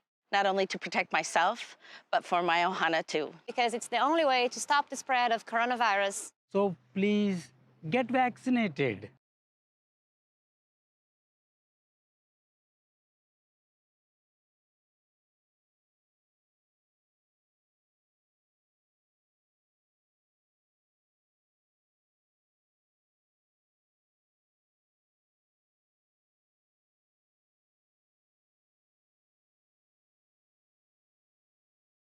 We are in the race of our lives. For all of our lives. Against COVID-19. The virus keeps changing into new variants, which is what viruses tend to do when they spread. Some variants are more contagious, while others cause more disease and death. If we do not stop the spread of COVID-19 soon, some variants may develop that we do not have antiviral therapies for. Some could make our vaccines less effective or not effective at all. This would set us back to where we were last year. When we were worried that our hospitals would be overwhelmed. When schools closed and children had to shelter in place. And when we could not see friends and family for fear of spreading COVID-19. So it's so important that we take all necessary precautions to protect everyone. Especially the most vulnerable among us. We need to vaccinate as many people as quickly as possible. To save as many lives as we can. Together, we can win this race. For our patients. For our elders. For ourselves. For you. For us. For our community. Por nuestra comunidad.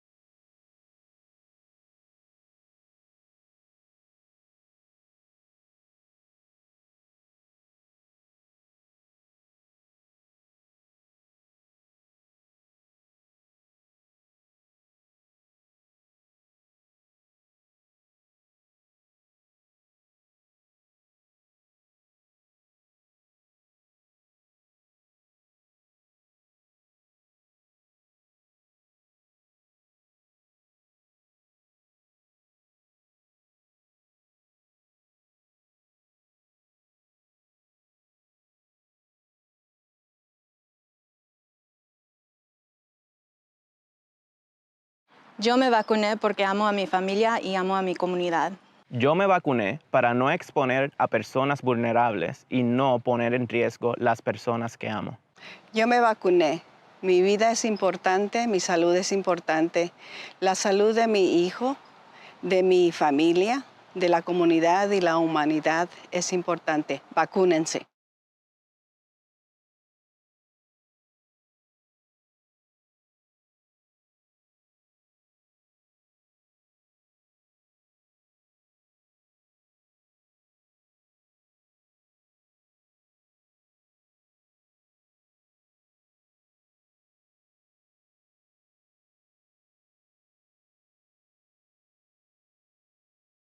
When I got vaccinated for a different reason than I'm telling you to get vaccinated for. I got vaccinated in December because I was terrified I would get sick and I would get my father or my wife or one of my patients sick. In May, I'm telling you, vaccinate so we can get back to normal life. We all want to get to barbecues and parties and to travel. If we go back to regular life without vaccines, we're guaranteed to get COVID. These vaccines are amazingly safe. COVID is not. So get vaccinated so we can start the best summer ever.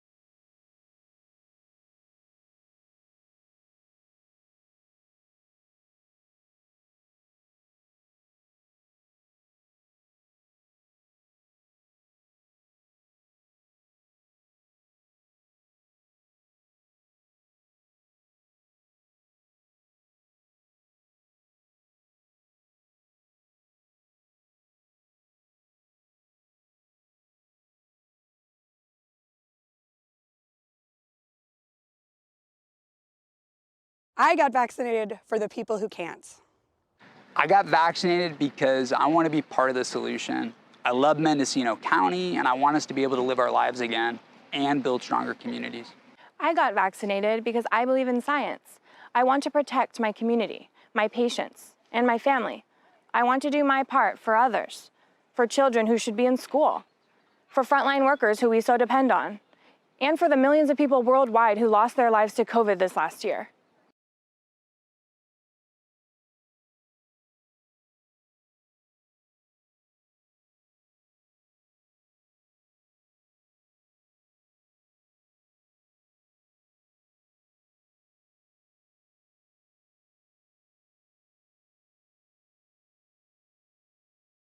I got vaccinated because my children can't get vaccinated. Because I love my family and I love my community. To see my mom. It was her birthday coming up, and so I just wanted to be safe and protect her. To take care of my health and the health of those that I love. I felt it was the right thing to do. My parents are in their 90s. My husband teaches children. I'm active in my community. Not only to protect myself, but for my ohana too. Because it's the only way to stop the spread of coronavirus. So please get vaccinated.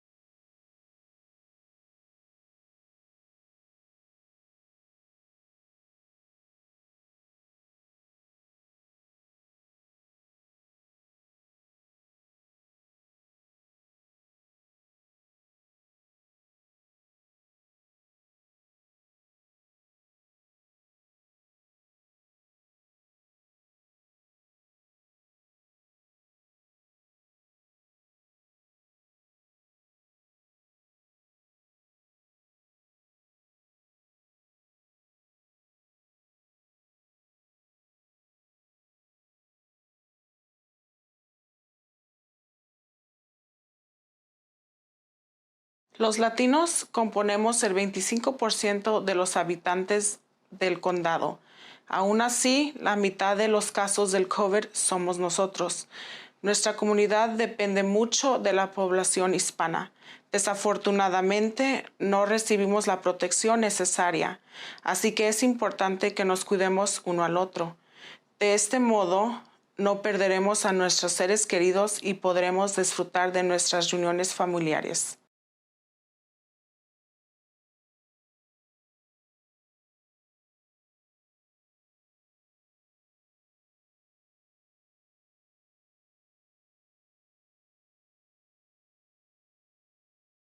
We are our ancestors' children, and we carry their intergenerational traumas attached to trusting the government and vaccinations.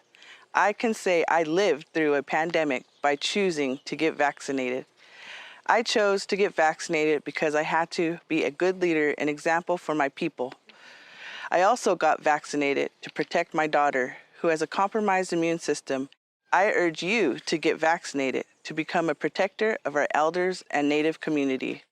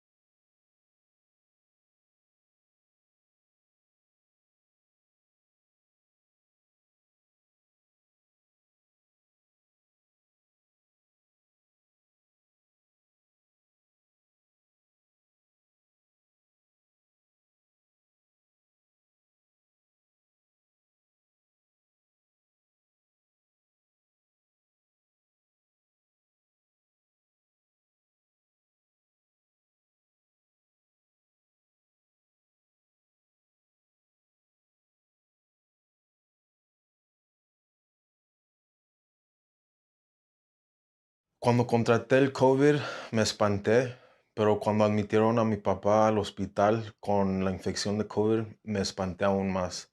Por eso me vacuné, para protegerme a mí y a mi familia.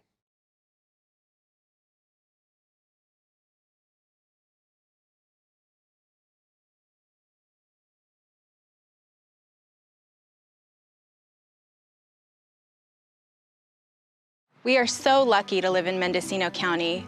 The beauty of this place is reflected in the hearts of the people who live here. We may not all look alike Or sound alike, but we are all one community. During this pandemic, we need to be kind to one another. And keep each other safe.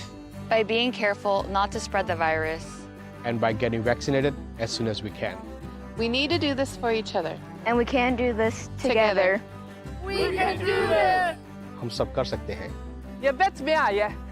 我们能够做到.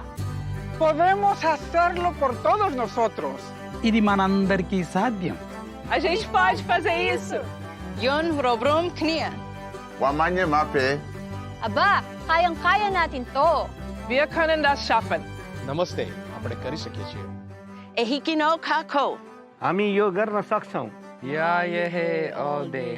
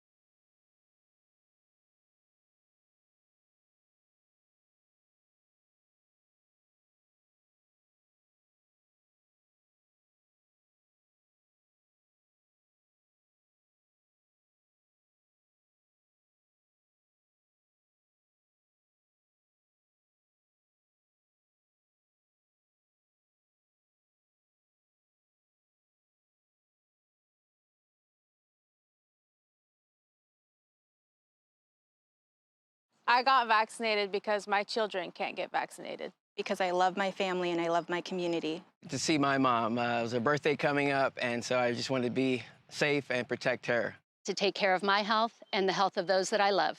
I felt it was the right thing to do. My parents are in their 90s. My husband teaches children. I'm active in my community. Not only to protect myself, but for my ohana too. Because it's the only way to stop the spread of coronavirus. So please get vaccinated.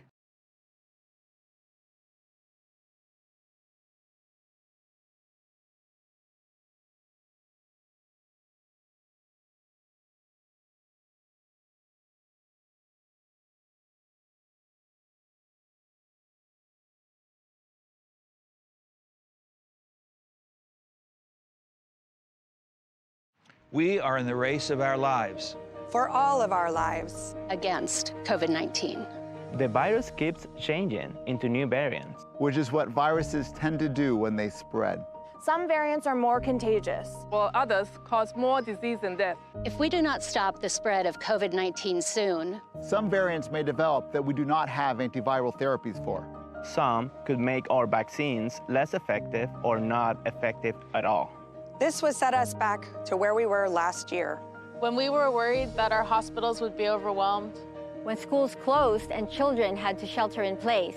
And when we could not see friends and family for fear of spreading COVID-19. So it's so important that we take all necessary precautions to protect everyone. Especially the most vulnerable among us. We need to vaccinate as many people as quickly as possible. To save as many lives as we can. Together, we can win this race. For our patients. For our elders. For ourselves. For you. For us. For our community. Por nuestra comunidad.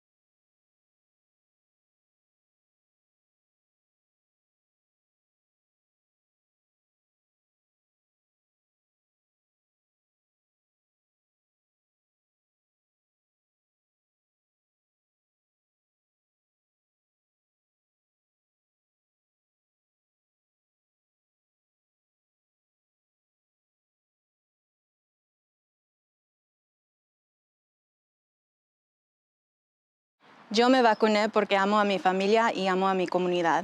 Yo me vacuné para no exponer a personas vulnerables y no poner en riesgo las personas que amo. Yo me vacuné. Mi vida es importante, mi salud es importante. La salud de mi hijo, de mi familia, de la comunidad y la humanidad es importante. Vacúnense.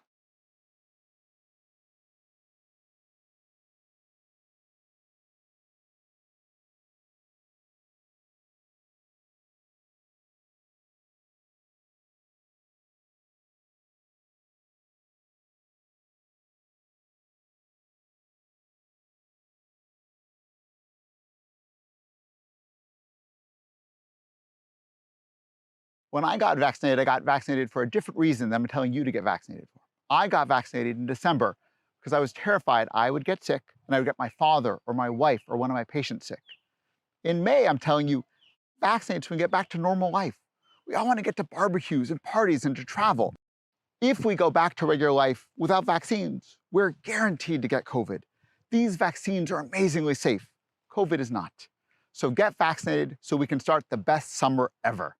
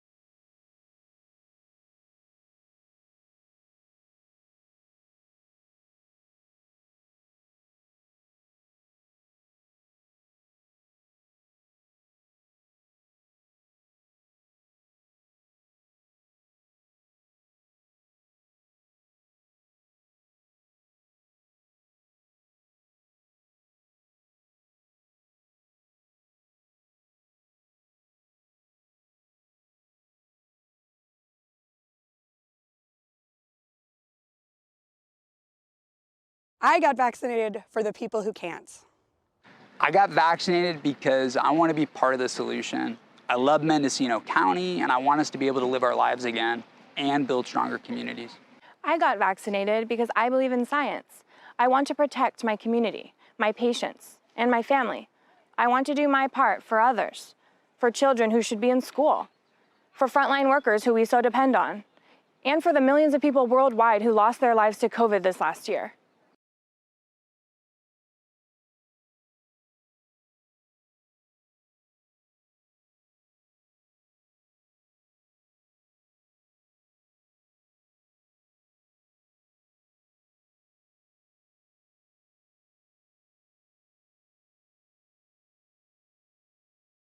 I got vaccinated because my children can't get vaccinated. Because I love my family and I love my community. To see my mom. It was her birthday coming up, and so I just wanted to be safe and protect her. To take care of my health and the health of those that I love. I felt it was the right thing to do. My parents are in their 90s. My husband teaches children. I'm active in my community. Not only to protect myself, but for my ohana too. Because it's the only way to stop the spread of coronavirus. So please get vaccinated.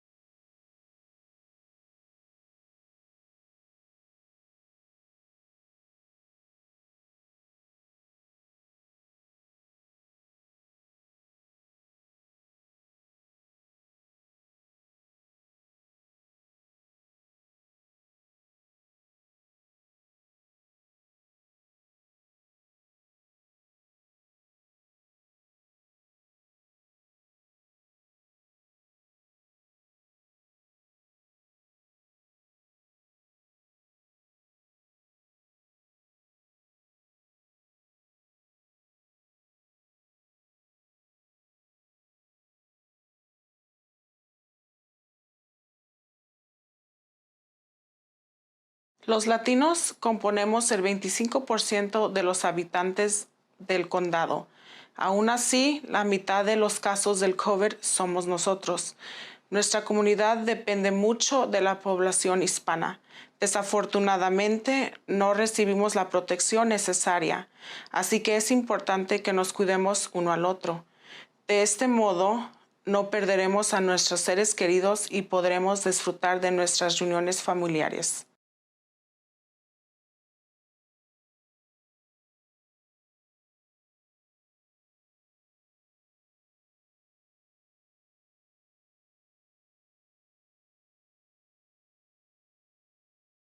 We are our ancestors' children, and we carry their intergenerational traumas attached to trusting the government and vaccinations.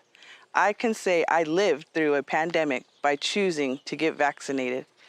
I chose to get vaccinated because I had to be a good leader and example for my people. I also got vaccinated to protect my daughter, who has a compromised immune system. I urge you to get vaccinated to become a protector of our elders and Native community.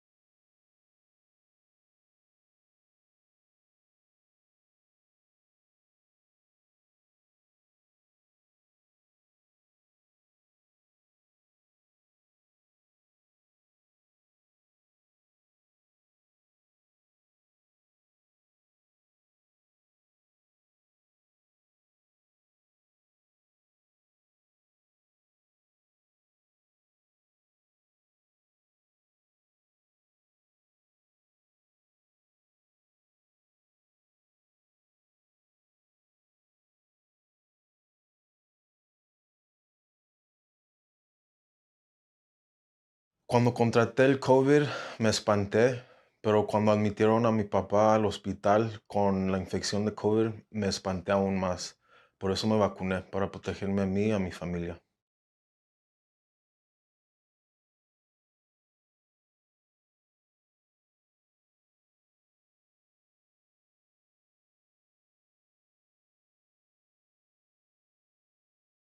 We are so lucky to live in Mendocino County. The beauty of this place is reflected in the hearts of the people who live here. We may not all look alike or sound alike, but we are all one community. During this pandemic, we need to be kind to one another And keep each other safe. By being careful not to spread the virus. And by getting vaccinated as soon as we can. We need to do this for each other. And we can do this together. We can do this! हम सब कर सकते हैं. You bet me I. 我们能够做到. Podemos hacerlo por todos nosotros. ఇది మనందరికీ సాధ్యం. A gente pode fazer isso. Yon robrom knia. Wamanye mape. Aba, kayang-kaya natin to. Wir können das schaffen. નમસ્તે, આપણે કરી શકીએ છીએ. Ehikino kako. हामी यो गर्न सक्छौं. Yeah, yeah, all day.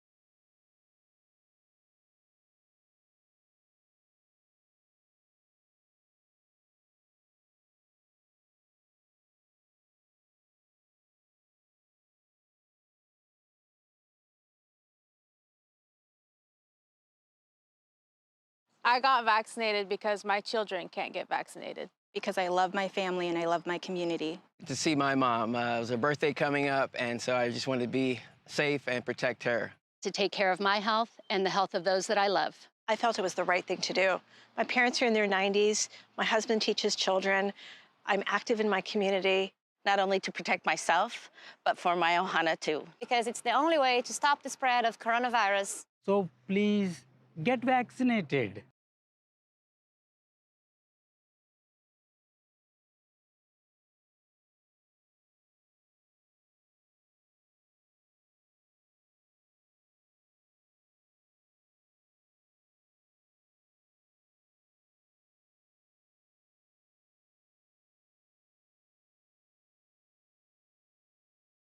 We are in the race of our lives. For all of our lives. Against COVID-19. The virus keeps changing into new variants, which is what viruses tend to do when they spread.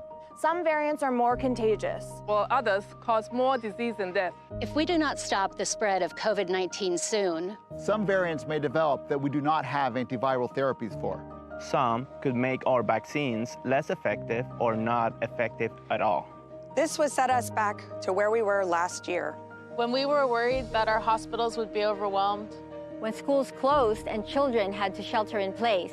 And when we could not see friends and family for fear of spreading COVID-19. So it's so important that we take all necessary precautions to protect everyone. Especially the most vulnerable among us. We need to vaccinate as many people as quickly as possible. To save as many lives as we can. Together, we can win this race.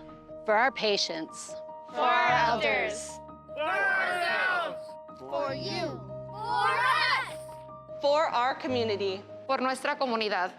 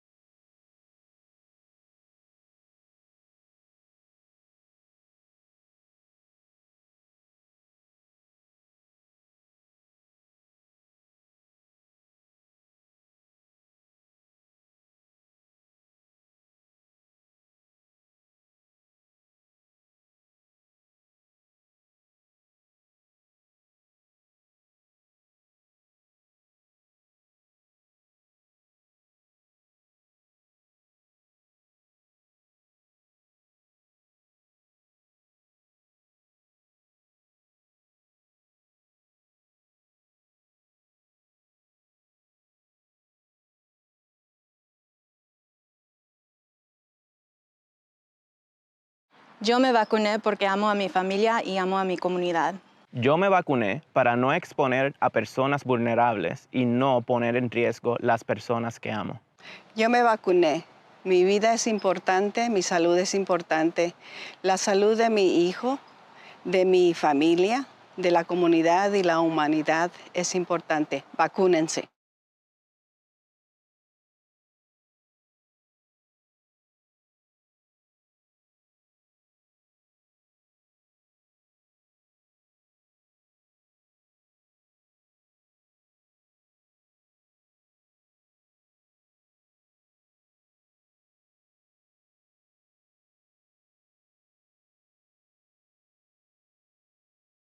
When I got vaccinated for a different reason than I'm telling you to get vaccinated for. I got vaccinated in December because I was terrified I would get sick and I would get my father or my wife or one of my patients sick. In May, I'm telling you, vaccinate so we can get back to normal life. We all want to get to barbecues and parties and to travel. If we go back to regular life without vaccines, we're guaranteed to get COVID. These vaccines are amazingly safe. COVID is not. So get vaccinated so we can start the best summer ever.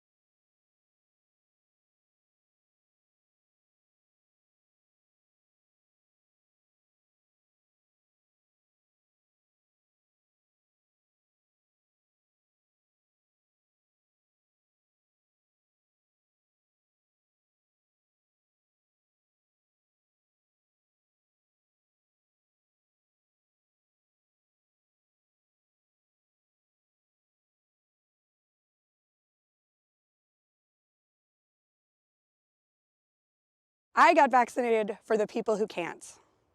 I got vaccinated because I want to be part of the solution.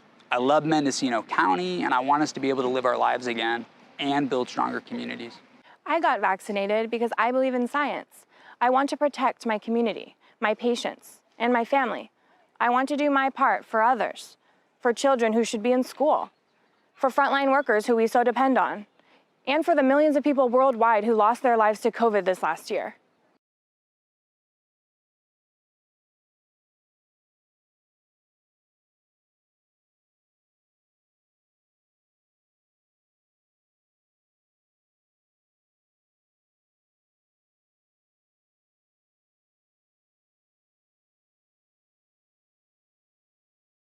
I got vaccinated because my children can't get vaccinated. Because I love my family and I love my community. To see my mom. It was her birthday coming up, and so I just wanted to be safe and protect her. To take care of my health and the health of those that I love. I felt it was the right thing to do. My parents are in their 90s. My husband teaches children. I'm active in my community. Not only to protect myself, but for my ohana too. Because it's the only way to stop the spread of coronavirus. So please get vaccinated.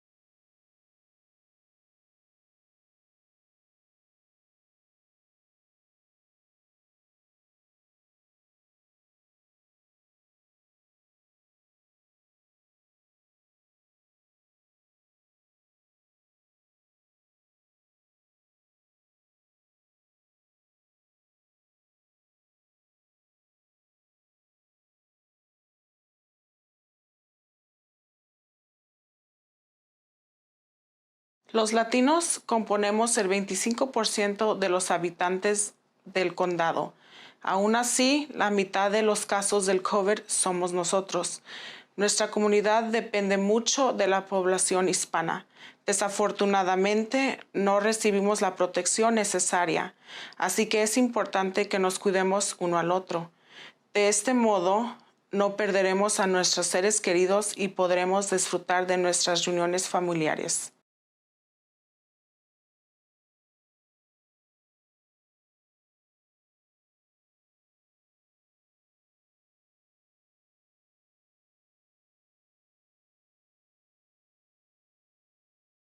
We are our ancestors' children, and we carry their intergenerational traumas attached to trusting the government and vaccinations. I can say I lived through a pandemic by choosing to get vaccinated. I chose to get vaccinated because I had to be a good leader and example for my people. I also got vaccinated to protect my daughter, who has a compromised immune system. I urge you to get vaccinated to become a protector of our elders and Native community.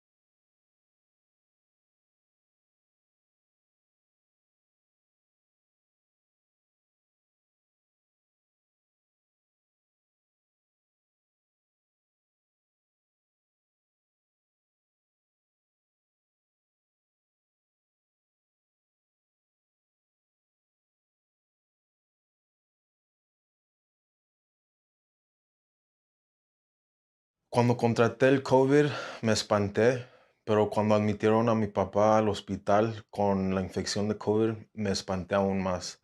Por eso me vacuné, para protegerme a mí y a mi familia.